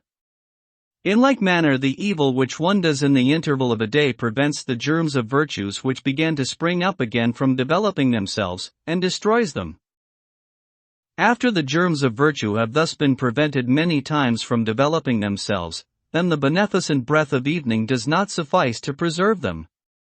As soon as the breath of evening does not suffice longer to preserve them, then the nature of man does not differ much from that of the brute. Men, seeing the nature of this man like that of a brute, think that he has never possessed the innate faculty of reason. Are those the true and natural sentiments of man? The golden age was first created, which without any avenger spontaneously without law cherished fidelity and rectitude. Punishment and fear were not, nor were threatening words read on suspended brass, nor did the suppliant crowd fear the words of their judge, but were safe without an avenger. Not yet the pine felled on its mountains had descended to the liquid waves that it might see a foreign world, and mortals knew no shores but their own. There was eternal spring, and placid zephyrs with warm blasts soothed the flowers born without seed. On the 29th of April, as I was fishing from the bank of the river near the 9-acre corner bridge, standing on the quaking grass and willow roots, where the muskrats lurk, I heard a singular rattling sound, somewhat like that of the sticks which boys play with their fingers, when, looking up, I observed a very slight and graceful hawk, like a nighthawk, alternately soaring like a ripple and tumbling a rod or two over and over, showing the underside of its wings, which gleamed like a satin ribbon in the sun, or like the pearly inside of a shell. This sight reminded me of falconry and what nobleness and poetry are associated with that sport. The merlin it seemed to me it might be called, but I care not for its name. It was the most ethereal flight I had ever witnessed. It did not simply flutter like a butterfly, nor soar like the larger hawks, but it sported with proud reliance in the fields of air, mounting again and again with its strange chuckle. It repeated its free and beautiful fall, turning over and over like a kite, and then recovering from its lofty tumbling, as if it had never set its foot on terra firma. It appeared to have no companion in the universe, sporting there alone, and to need none but the morning and the ether with which it played. It was not lonely, but made all the earth lonely beneath it. Where was the parent which hatched it, its kindred, and its father in the heavens? The tenant of the air, it seemed related to the earth by an egg hatched sometime in the crevice of a crag, or was its native nest made in the angle of a cloud, woven of the rainbow's trimmings in the sunset sky, and lined with some soft midsummer haze caught up from earth? Its airy now some cliffy cloud. Beside this I got a rare mess of golden and silver and bright cupreous fishes, which looked like a string of jewels. Ah! I have penetrated to those meadows on the morning of many a first spring day, jumping from hummock to hummock, from willow root to willow root, when the wild river valley and the woods were bathed in so pure and bright a light as would have waked the dead, if they had been slumbering in their graves, as some suppose. There needs no stronger proof of immortality. All things must live in such a light. O death, where was thy sting? O grave, where was thy victory, then? Our village life would stagnate if it were not for the unexplored forests and meadows which surround it. We need the tonic of wildness, to wade sometimes in marshes where the bittern and the meadowhen lurk, and hear the booming of the snipe, to smell the whispering sedge where only some wilder and more solitary fowl builds her nest, and the mink crawls with its belly close to the ground. At the same time that we are earnest to explore and learn all things, we require that all things be mysterious and unexplorable, that land and sea be infinitely wild, unsurveyed, and unfathomed by us because unfathomable. We can never have enough of nature. We must be refreshed by the sight of inexhaustible vigor, vast and titanic features, the seacoast with its wrecks, the wilderness with its living and its decaying trees, the thundercloud, and the rain which lasts 3 weeks and produces freshets. We need to witness our own limits transgressed, and some life pasturing freely where we never wander. We are cheered when we observe the vulture feeding on the carrion which disgusts and disheartens us, and deriving health and strength from the repast. There was a dead horse in the path to my house, which compelled me sometimes to go out of my way, but the assurance it gave me of the strong appetite and inviolable health of nature was my compensation for this. I love to see that nature is so rife with life that myriads can be afforded to be sacrificed and suffered to prey on one another, that tender organizations can be so serenely squashed out of existence like pulp, tadpoles which herons gobble up, and tortoises and toads run over in the road, and that sometimes it has rained flesh and blood. With the liability to accident, we must see how little account is to be made of it. The impression made on a wise man is that of universal innocence. Poison is not poisonous after all, nor are any wounds fatal. Compassion is a very untenable ground. It must be expeditious. Its pleadings will not bear to be stereotyped. Early in May, the oaks, hickories, maples, and other trees, just putting out amidst the pine woods around the pond, imparted a brightness like sunshine to the landscape, especially in cloudy days, as if the sun were breaking through mists and shining faintly on the hillsides here and there. On the 3rd or 4th of May I saw a loon in the pond, and during the first week of the month I heard the whippoorwill, the brown thrasher, the veery, the wood pewee, the chewink, and other birds. I had heard the wood thrush long before. The phoebe had already come once more and looked in at my door and window, to see if my house was cavern-like enough for her, sustaining herself on humming wings with clinched talons, as if she held by the air, while she surveyed the premises. The sulphur-like pollen of the pitch-pine soon covered the pond and the stones and rotten wood along the shore, so that you could have collected a barrowful. These are the sulphur showers we hear of. And so the seasons went rolling on into summer, as one rambles into higher and higher grass. Thus was my first year's life in the woods completed, and the second year was similar to it. I finally left Walden September 6, 1847. Conclusion. To the sick the doctors wisely recommend a change of air and scenery. Thank heaven, here is not all the world. The buckeye does not grow in New England, and the mockingbird is rarely heard here. The wild goose is more of a cosmopolite than we. He breaks his fast in Canada, takes a luncheon in the Ohio, and plumes himself for the night in a southern bayou. Even the bison, to some extent, keeps pace with the seasons, cropping the pastures of the Colorado only till a greener and sweeter grass awaits him by the Yellowstone. Yet we think that if rail fences are pulled down, and stone walls piled up on our farms, bounds are henceforth set to our lives and our fates decided. If you are chosen town clerk, forsooth, you cannot go to Tierra del Fuego this summer, but you may go to the land of infernal fire nevertheless. The universe is wider than our views of it. Yet we should oftener look over the taffrail of our craft, like curious passengers, and not make the voyage like stupid sailors picking oakum. The other side of the globe is but the home of our correspondent. Our voyaging is only great circle sailing, and the doctors prescribe for diseases of the skin merely. One hastens to southern Africa to chase the giraffe, but surely that is not the game he would be after.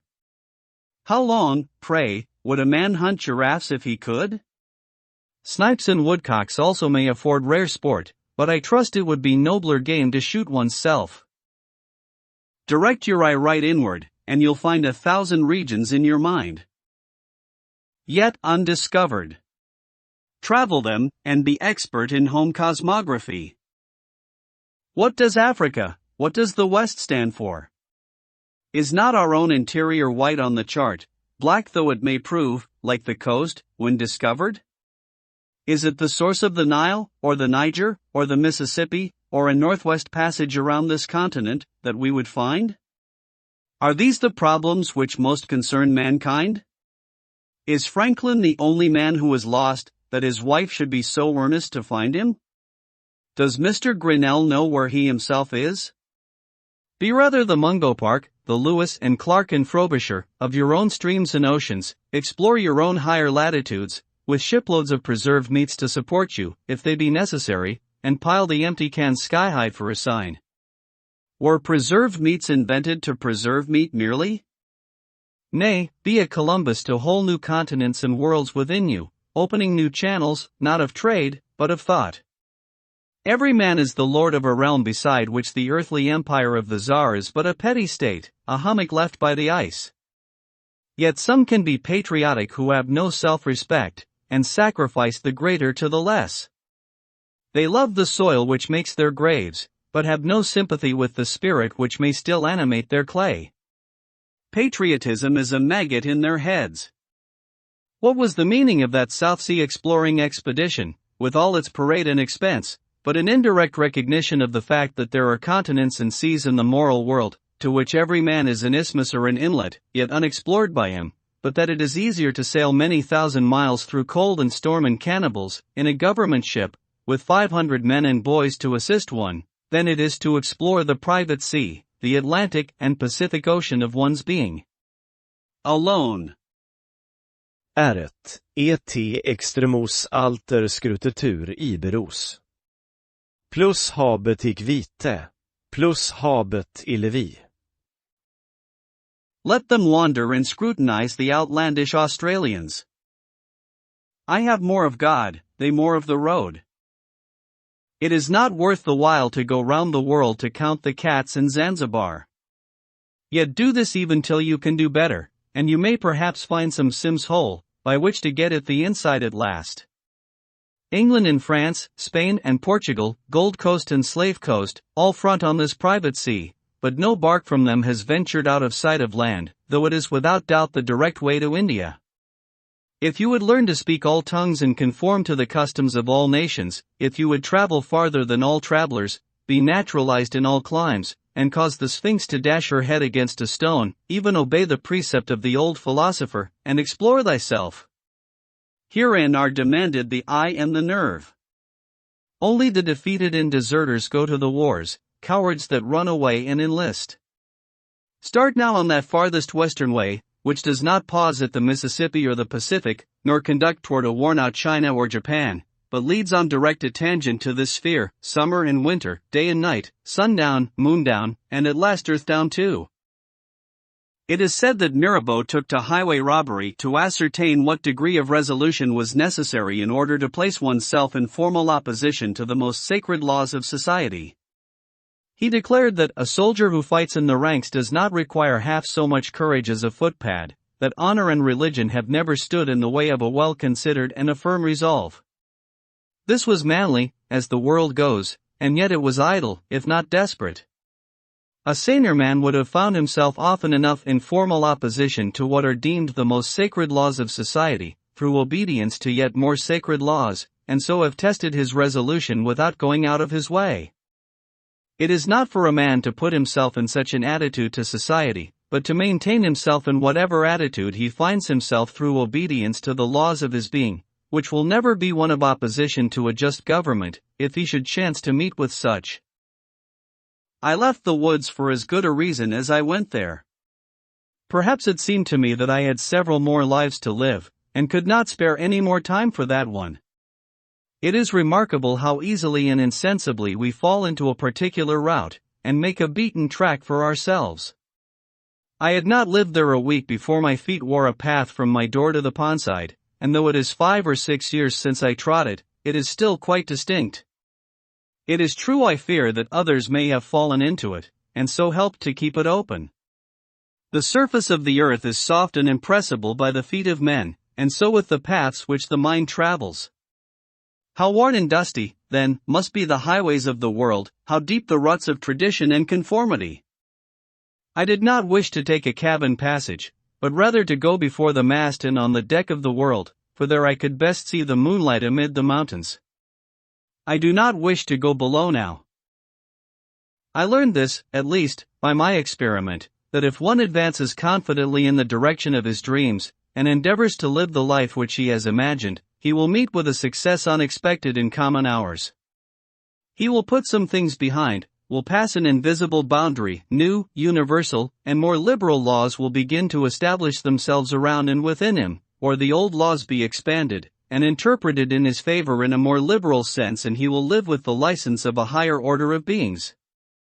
In proportion as he simplifies his life, the laws of the universe will appear less complex, and solitude will not be solitude, nor poverty poverty, nor weakness weakness. If you have built castles in the air, your work need not be lost, that is where they should be. Now put the foundations under them. It is a ridiculous demand which England and America make, that you shall speak so that they can understand you. Neither men nor toadstools grow so. As if that were important, and there were not enough to understand you without them. As if nature could support but one order of understandings, could not sustain birds as well as quadrupeds, flying as well as creeping things, and hush and who, which Bright can understand, were the best English. As if there were safety in stupidity alone. I fear chiefly lest my expression may not be extravagant enough, may not wander far enough beyond the narrow limits of my daily experience, so as to be adequate to the truth of which I have been convinced. Extravagance. It depends on how you are yarded. The migrating buffalo, which seeks new pastures in another latitude, is not extravagant like the cow which kicks over the pail, leaps the cowyard fence, and runs after her calf in milking time. I desire to speak somewhere without bounds, like a man in a waking moment, to men in their waking moments, for I am convinced that I cannot exaggerate enough even to lay the foundation of a true expression. Who that has heard a strain of music feared then lest he should speak extravagantly any more forever? In view of the future or possible, we should live quite laxly and undefined in front, our outlines dim and misty on that side, as our shadows reveal an insensible perspiration toward the sun. The volatile truth of our words should continually betray the inadequacy of the residual statement. Their truth is instantly translated, its literal monument alone remains. The words which express our faith and piety are not definite, yet they are significant and fragrant like frankincense to superior natures. Why level downward to our dullest perception always, and praise that as common sense? The commonest sense is the sense of men asleep, which they express by snoring. Sometimes we are inclined to class those who are once and a half-witted with the half-witted, because we appreciate only a third part of their wit. Some would find fault with the morning read, if they ever got up early enough. They pretend, as I hear, that the verses of Kabir have 4 different senses, illusion, spirit, intellect, and the exoteric doctrine of the Vedas, but in this part of the world it is considered a ground for complaint if a man's writings admit of more than one interpretation. While England endeavors to cure the potato rot, will not any endeavor to cure the brain rot, which prevails so much more widely and fatally? I do not suppose that I have attained to obscurity, but I should be proud if no more fatal fault were found with my pages on this score than was found with the Walden ice. Southern customers objected to its blue color, which is the evidence of its purity, as if it were muddy, and preferred the Cambridge ice, which is white, but tastes of weeds. The purity men love is like the mists which envelop the earth, and not like the azure ether beyond. Some are dinning in our ears that we Americans, and moderns generally, are intellectual dwarfs compared with the ancients, or even the Elizabethan men. But what is that to the purpose? A living dog is better than a dead lion. Shall a man go and hang himself because he belongs to the race of pygmies, and not be the biggest pygmy that he can? Let everyone mind his own business, and endeavor to be what he was made. Why should we be in such desperate haste to succeed, and in such desperate enterprises? If a man does not keep pace with his companions, perhaps it is because he hears a different drummer. Let him step to the music which he hears, however measured or far away. It is not important that he should mature as soon as an apple tree or an oak. Shall he turn his spring into summer? If the condition of things which we were made for is not yet, what were any reality which we can substitute? We will not be shipwrecked on a vain reality.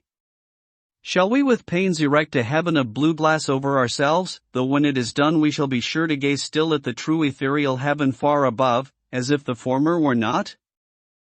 There was an artist in the city of Thoreau who was disposed to strive after perfection. One day it came into his mind to make a staff. Having considered that in an imperfect work time is an ingredient, but into a perfect work time does not enter, he said to himself, "It shall be perfect in all respects, though I should do nothing else in my life." He proceeded instantly to the forest for wood, being resolved that it should not be made of unsuitable material, and as he searched for and rejected stick after stick, his friends gradually deserted him, for they grew old in their works and died, but he grew not older by a moment. His singleness of purpose and resolution, and his elevated piety, endowed him, without his knowledge, with perennial youth. As he made no compromise with time, time kept out of his way, and only sighed at a distance because he could not overcome him. Before he had found a stock in all respects suitable, the city of Thoreau was a hoary ruin, and he sat on one of its mounds to peel the stick. Before he had given it the proper shape, the dynasty of the Kandahars was at an end, and with the point of the stick he wrote the name of the last of that race in the sand, and then resumed his work. By the time he had smoothed and polished the staff, Kulpa was no longer the polestar, and ere he had put on the ferrule and the head adorned with precious stones, Brahma had awoke and slumbered many times. But why do I stay to mention these things? When the finishing stroke was put to his work, it suddenly expanded before the eyes of the astonished artist into the fairest of all the creations of Brahma. He had made a new system in making a staff, a world with full and fair proportions, in which, though the old cities and dynasties had passed away, fairer and more glorious ones had taken their places. And now he saw by the heap of shavings still fresh at his feet, that, for him and his work, the former lapse of time had been an illusion, and that no more time had elapsed than is required for a single scintillation from the brain of Brahma to fall on and inflame the tinder of a mortal brain. The material was pure, and his art was pure. How could the result be other than wonderful? No face which we can give to a matter will stead us so well at last as the truth. This alone wears well. For the most part, we are not where we are, but in a false position. Through an infirmity of our natures, we suppose a case and put ourselves into it, and hence are in two cases at the same time, and it is doubly difficult to get out. In sane moments we regard only the facts, the case that is. Say what you have to say, not what you ought. Any truth is better than make-believe. Tom Hyde, the tinker, standing on the gallows, was asked if he had anything to say. "Tell the tailors," said he, "to remember to make a knot in their thread before they take the first stitch." His companion's prayer is forgotten. However mean your life is, meet it and live it, do not shun it and call it hard names. It is not so bad as you are. It looks poorest when you are richest. The fault finder will find faults even in paradise. Love your life, poor as it is. You may perhaps have some pleasant, thrilling, glorious hours, even in a poorhouse. The setting sun is reflected from the windows of the almshouse as brightly as from the rich man's abode. The snow melts before its door as early in the spring. I do not see but a quiet mind may live as contentedly there, and have as cheering thoughts, as in a palace. The town's poor seem to me often to live the most independent lives of any. Maybe they are simply great enough to receive without misgiving. Most think that they are above being supported by the town, but it oftener happens that they are not above supporting themselves by dishonest means, which should be more disreputable. Cultivate poverty like a garden herb, like sage. Do not trouble yourself much to get new things, whether clothes or friends.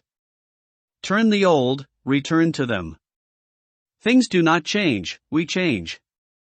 Sell your clothes and keep your thoughts. God will see that you do not want society. If I were confined to a corner of a garret all my days, like a spider, the world would be just as large to me while I had my thoughts about me. The philosopher said, from an army of 3 divisions one can take away its general, and put it in disorder. From the man the most abject and vulgar one cannot take away his thought. Do not seek so anxiously to be developed, to subject yourself to many influences to be played on, it is all dissipation. Humility like darkness reveals the heavenly lights. The shadows of poverty and meanness gather around us, and lo! Creation widens to our view. We are often reminded that if there were bestowed on us the wealth of Croesus, our aims must still be the same, and our means essentially the same. Moreover, if you are restricted in your range by poverty, if you cannot buy books and newspapers, for instance, you are but confined to the most significant and vital experiences, you are compelled to deal with the material which yields the most sugar and the most starch. It is life near the bone where it is sweetest. You are defended from being a trifler. No man loses ever on a lower level by magnanimity on a higher. Superfluous wealth can buy superfluities only. Money is not required to buy one necessary of the soul. I live in the angle of a leaden wall, into whose composition was poured a little alloy of bell metal. Often, in the repose of my midday, there reaches my ears a confused tintinnabulum from without. It is the noise of my contemporaries. My neighbors tell me of their adventures with famous gentlemen and ladies, what notabilities they met at the dinner table, but I am no more interested in such things than in the contents of the Daily Times. The interest and the conversation are about costume and manners chiefly, but a goose is a goose still, dress it as you will. They tell me of California and Texas, of England and the Indies, of the Honorable Mr., of Georgia or of Massachusetts, all transient and fleeting phenomena, till I am ready to leap from their courtyard like the Mameluke Bey. I delight to come to my bearings, not walk in procession with pomp and parade, in a conspicuous place, but to walk even with the builder of the universe, if I may, not to live in this restless, nervous, bustling, trivial 19th century, but stand or sit thoughtfully while it goes by. What are men celebrating? They are all on a committee of arrangements, and hourly expect a speech from somebody. God is only the president of the day, and Webster is his orator.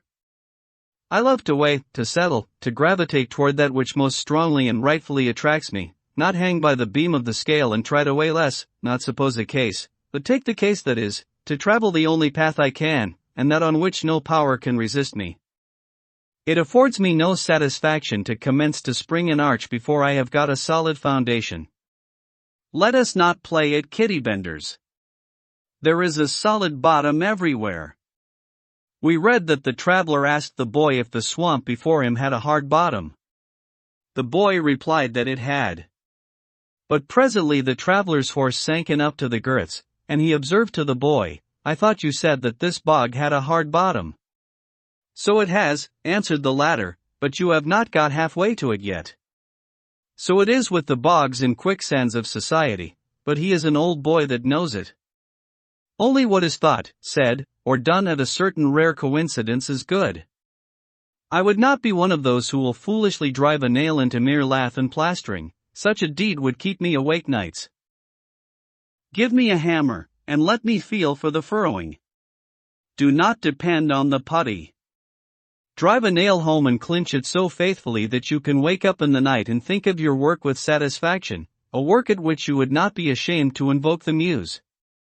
So will help you God, and so only. Every nail driven should be as another rivet in the machine of the universe, you carrying on the work. Rather than love, than money, than fame, give me truth. I sat at a table where were rich food and wine in abundance, and obsequious attendants, but sincerity and truth were not, and I went away hungry from the inhospitable board. The hospitality was as cold as the ices. I thought that there was no need of ice to freeze them. They talked to me of the age of the wine and the fame of the vintage, but I thought of an older, a newer, and purer wine, of a more glorious vintage, which they had not got, and could not buy. The style, the house and grounds and entertainment, pass for nothing with me. I called on the king, but he made me wait in his hall, and conducted like a man incapacitated for hospitality. There was a man in my neighborhood who lived in a hollow tree. His manners were truly regal. I should have done better had I called on him. How long shall we sit in our porticos practicing idle and musty virtues, which any work would make impertinent? As if one were to begin the day with long suffering, and hire a man to hoe his potatoes, and in the afternoon go forth to practice Christian meekness and charity with goodness aforethought. Consider the China pride and stagnant self-complacency of mankind. This generation reclines a little to congratulate itself on being the last of an illustrious line, and in Boston and London and Paris and Rome, thinking of its long descent, it speaks of its progress in art and science and literature with satisfaction. There are the records of the philosophical societies, and the public eulogies of great men. It is the good Adam contemplating his own virtue. Yes, we have done great deeds, and sung divine songs, which shall never die, that is, as long as we can remember them. The learned societies and great men of Assyria, where are they? What youthful philosophers and experimentalists we are! There is not one of my readers who has yet lived a whole human life. These may be but the spring months in the life of the race. If we have had the 7 years itch, we have not seen the 17-year locust yet in concord. We are acquainted with a mere pellicle of the globe on which we live. Most have not delved 6 feet beneath the surface, nor leaped as many above it. We know not where we are. Beside, we are sound asleep nearly half our time. Yet we esteem ourselves wise, and have an established order on the surface. Truly, we are deep thinkers, we are ambitious spirits. As I stand over the insect crawling amid the pine needles on the forest floor, and endeavoring to conceal itself from my sight, and ask myself why it will cherish those humble thoughts, and hide its head from me who might, perhaps, be its benefactor, and impart to its race some cheering information, I am reminded of the greater benefactor and intelligence that stands over me, the human insect. There is an incessant influx of novelty into the world, and yet we tolerate incredible dullness. I need only suggest what kind of sermons are still listened to in the most enlightened countries. There are such words as joy and sorrow, but they are only the burden of a psalm, sung with a nasal twang, while we believe in the ordinary and mean. We think that we can change our clothes only. It is said that the British Empire is very large and respectable, and that the United States are a first-rate power. We do not believe that a tide rises and falls behind every man which can float the British Empire like a chip, if he should ever harbor it in his mind. Who knows what sort of 17-year locust will next come out of the ground? The government of the world I live in was not framed, like that of Britain, in after-dinner conversations over the wine. The life in us is like the water in the river. It may rise this year higher than man has ever known it, and flood the parched uplands. Even this may be the eventful year, which will drown out all our muskrats. It was not always dry land where we dwell. I see far inland the banks which the stream anciently washed, before science began to record its freshets. Everyone has heard the story which has gone the rounds of New England, of a strong and beautiful bug which came out of the dry leaf of an old table of apple tree wood, which had stood in a farmer's kitchen for 60 years, first in Connecticut, and afterward in Massachusetts, from an egg deposited in the living tree many years earlier still, as appeared by counting the annual layers beyond it, which was heard gnawing out for several weeks, hatched perchance by the heat of an urn. Who does not feel his faith in a resurrection and immortality strengthened by hearing of this? Who knows what beautiful and winged life, whose egg has been buried for ages under many concentric layers of woodenness in the dead dry life of society, deposited at first in the alburnum of the green and living tree, which has been gradually converted into the semblance of its well-seasoned tomb, heard perchance gnawing out now for years by the astonished family of man, as they sat round the festive board, may unexpectedly come forth from amidst society's most trivial and handselled furniture, to enjoy its perfect summer life at last. I do not say that John or Jonathan will realize all this, such is the character of that morrow which mere lapse of time can never make to dawn. The light which puts out our eyes is darkness to us. Only that day dawns to which we are awake. There is more day to dawn. The sun is but a morning star. The end. About the author. Henry David Thoreau was born in 1817 in Concord, Massachusetts, the town where he would live for most of his life. Along with Ralph Waldo Emerson, he is the most famous of the American Transcendentalists, a group of philosophical thinkers who frequently explored the relationship between human beings and the natural world. He was educated at Harvard, and over the course of his life took on a number of different occupations, including lead pencil maker, schoolteacher, and surveyor. Thoreau was outspokenly critical of the American government, fervently opposed to slavery, and an advocate of passive resistance. Whilst Walden, 1854, is his best-known work, his 1849 essay Civil Disobedience has inspired nonviolent political activists the world over, including Mahatma Gandhi and Martin Luther King Jr., and his nature writings are considered groundbreaking works in ecology. He died in his hometown of Concord in 1862. Pigeon, Publishing House, presented. Walden. Author, Henry David Thoreau. Thank you for listening to this audiobook. We hope you enjoyed it.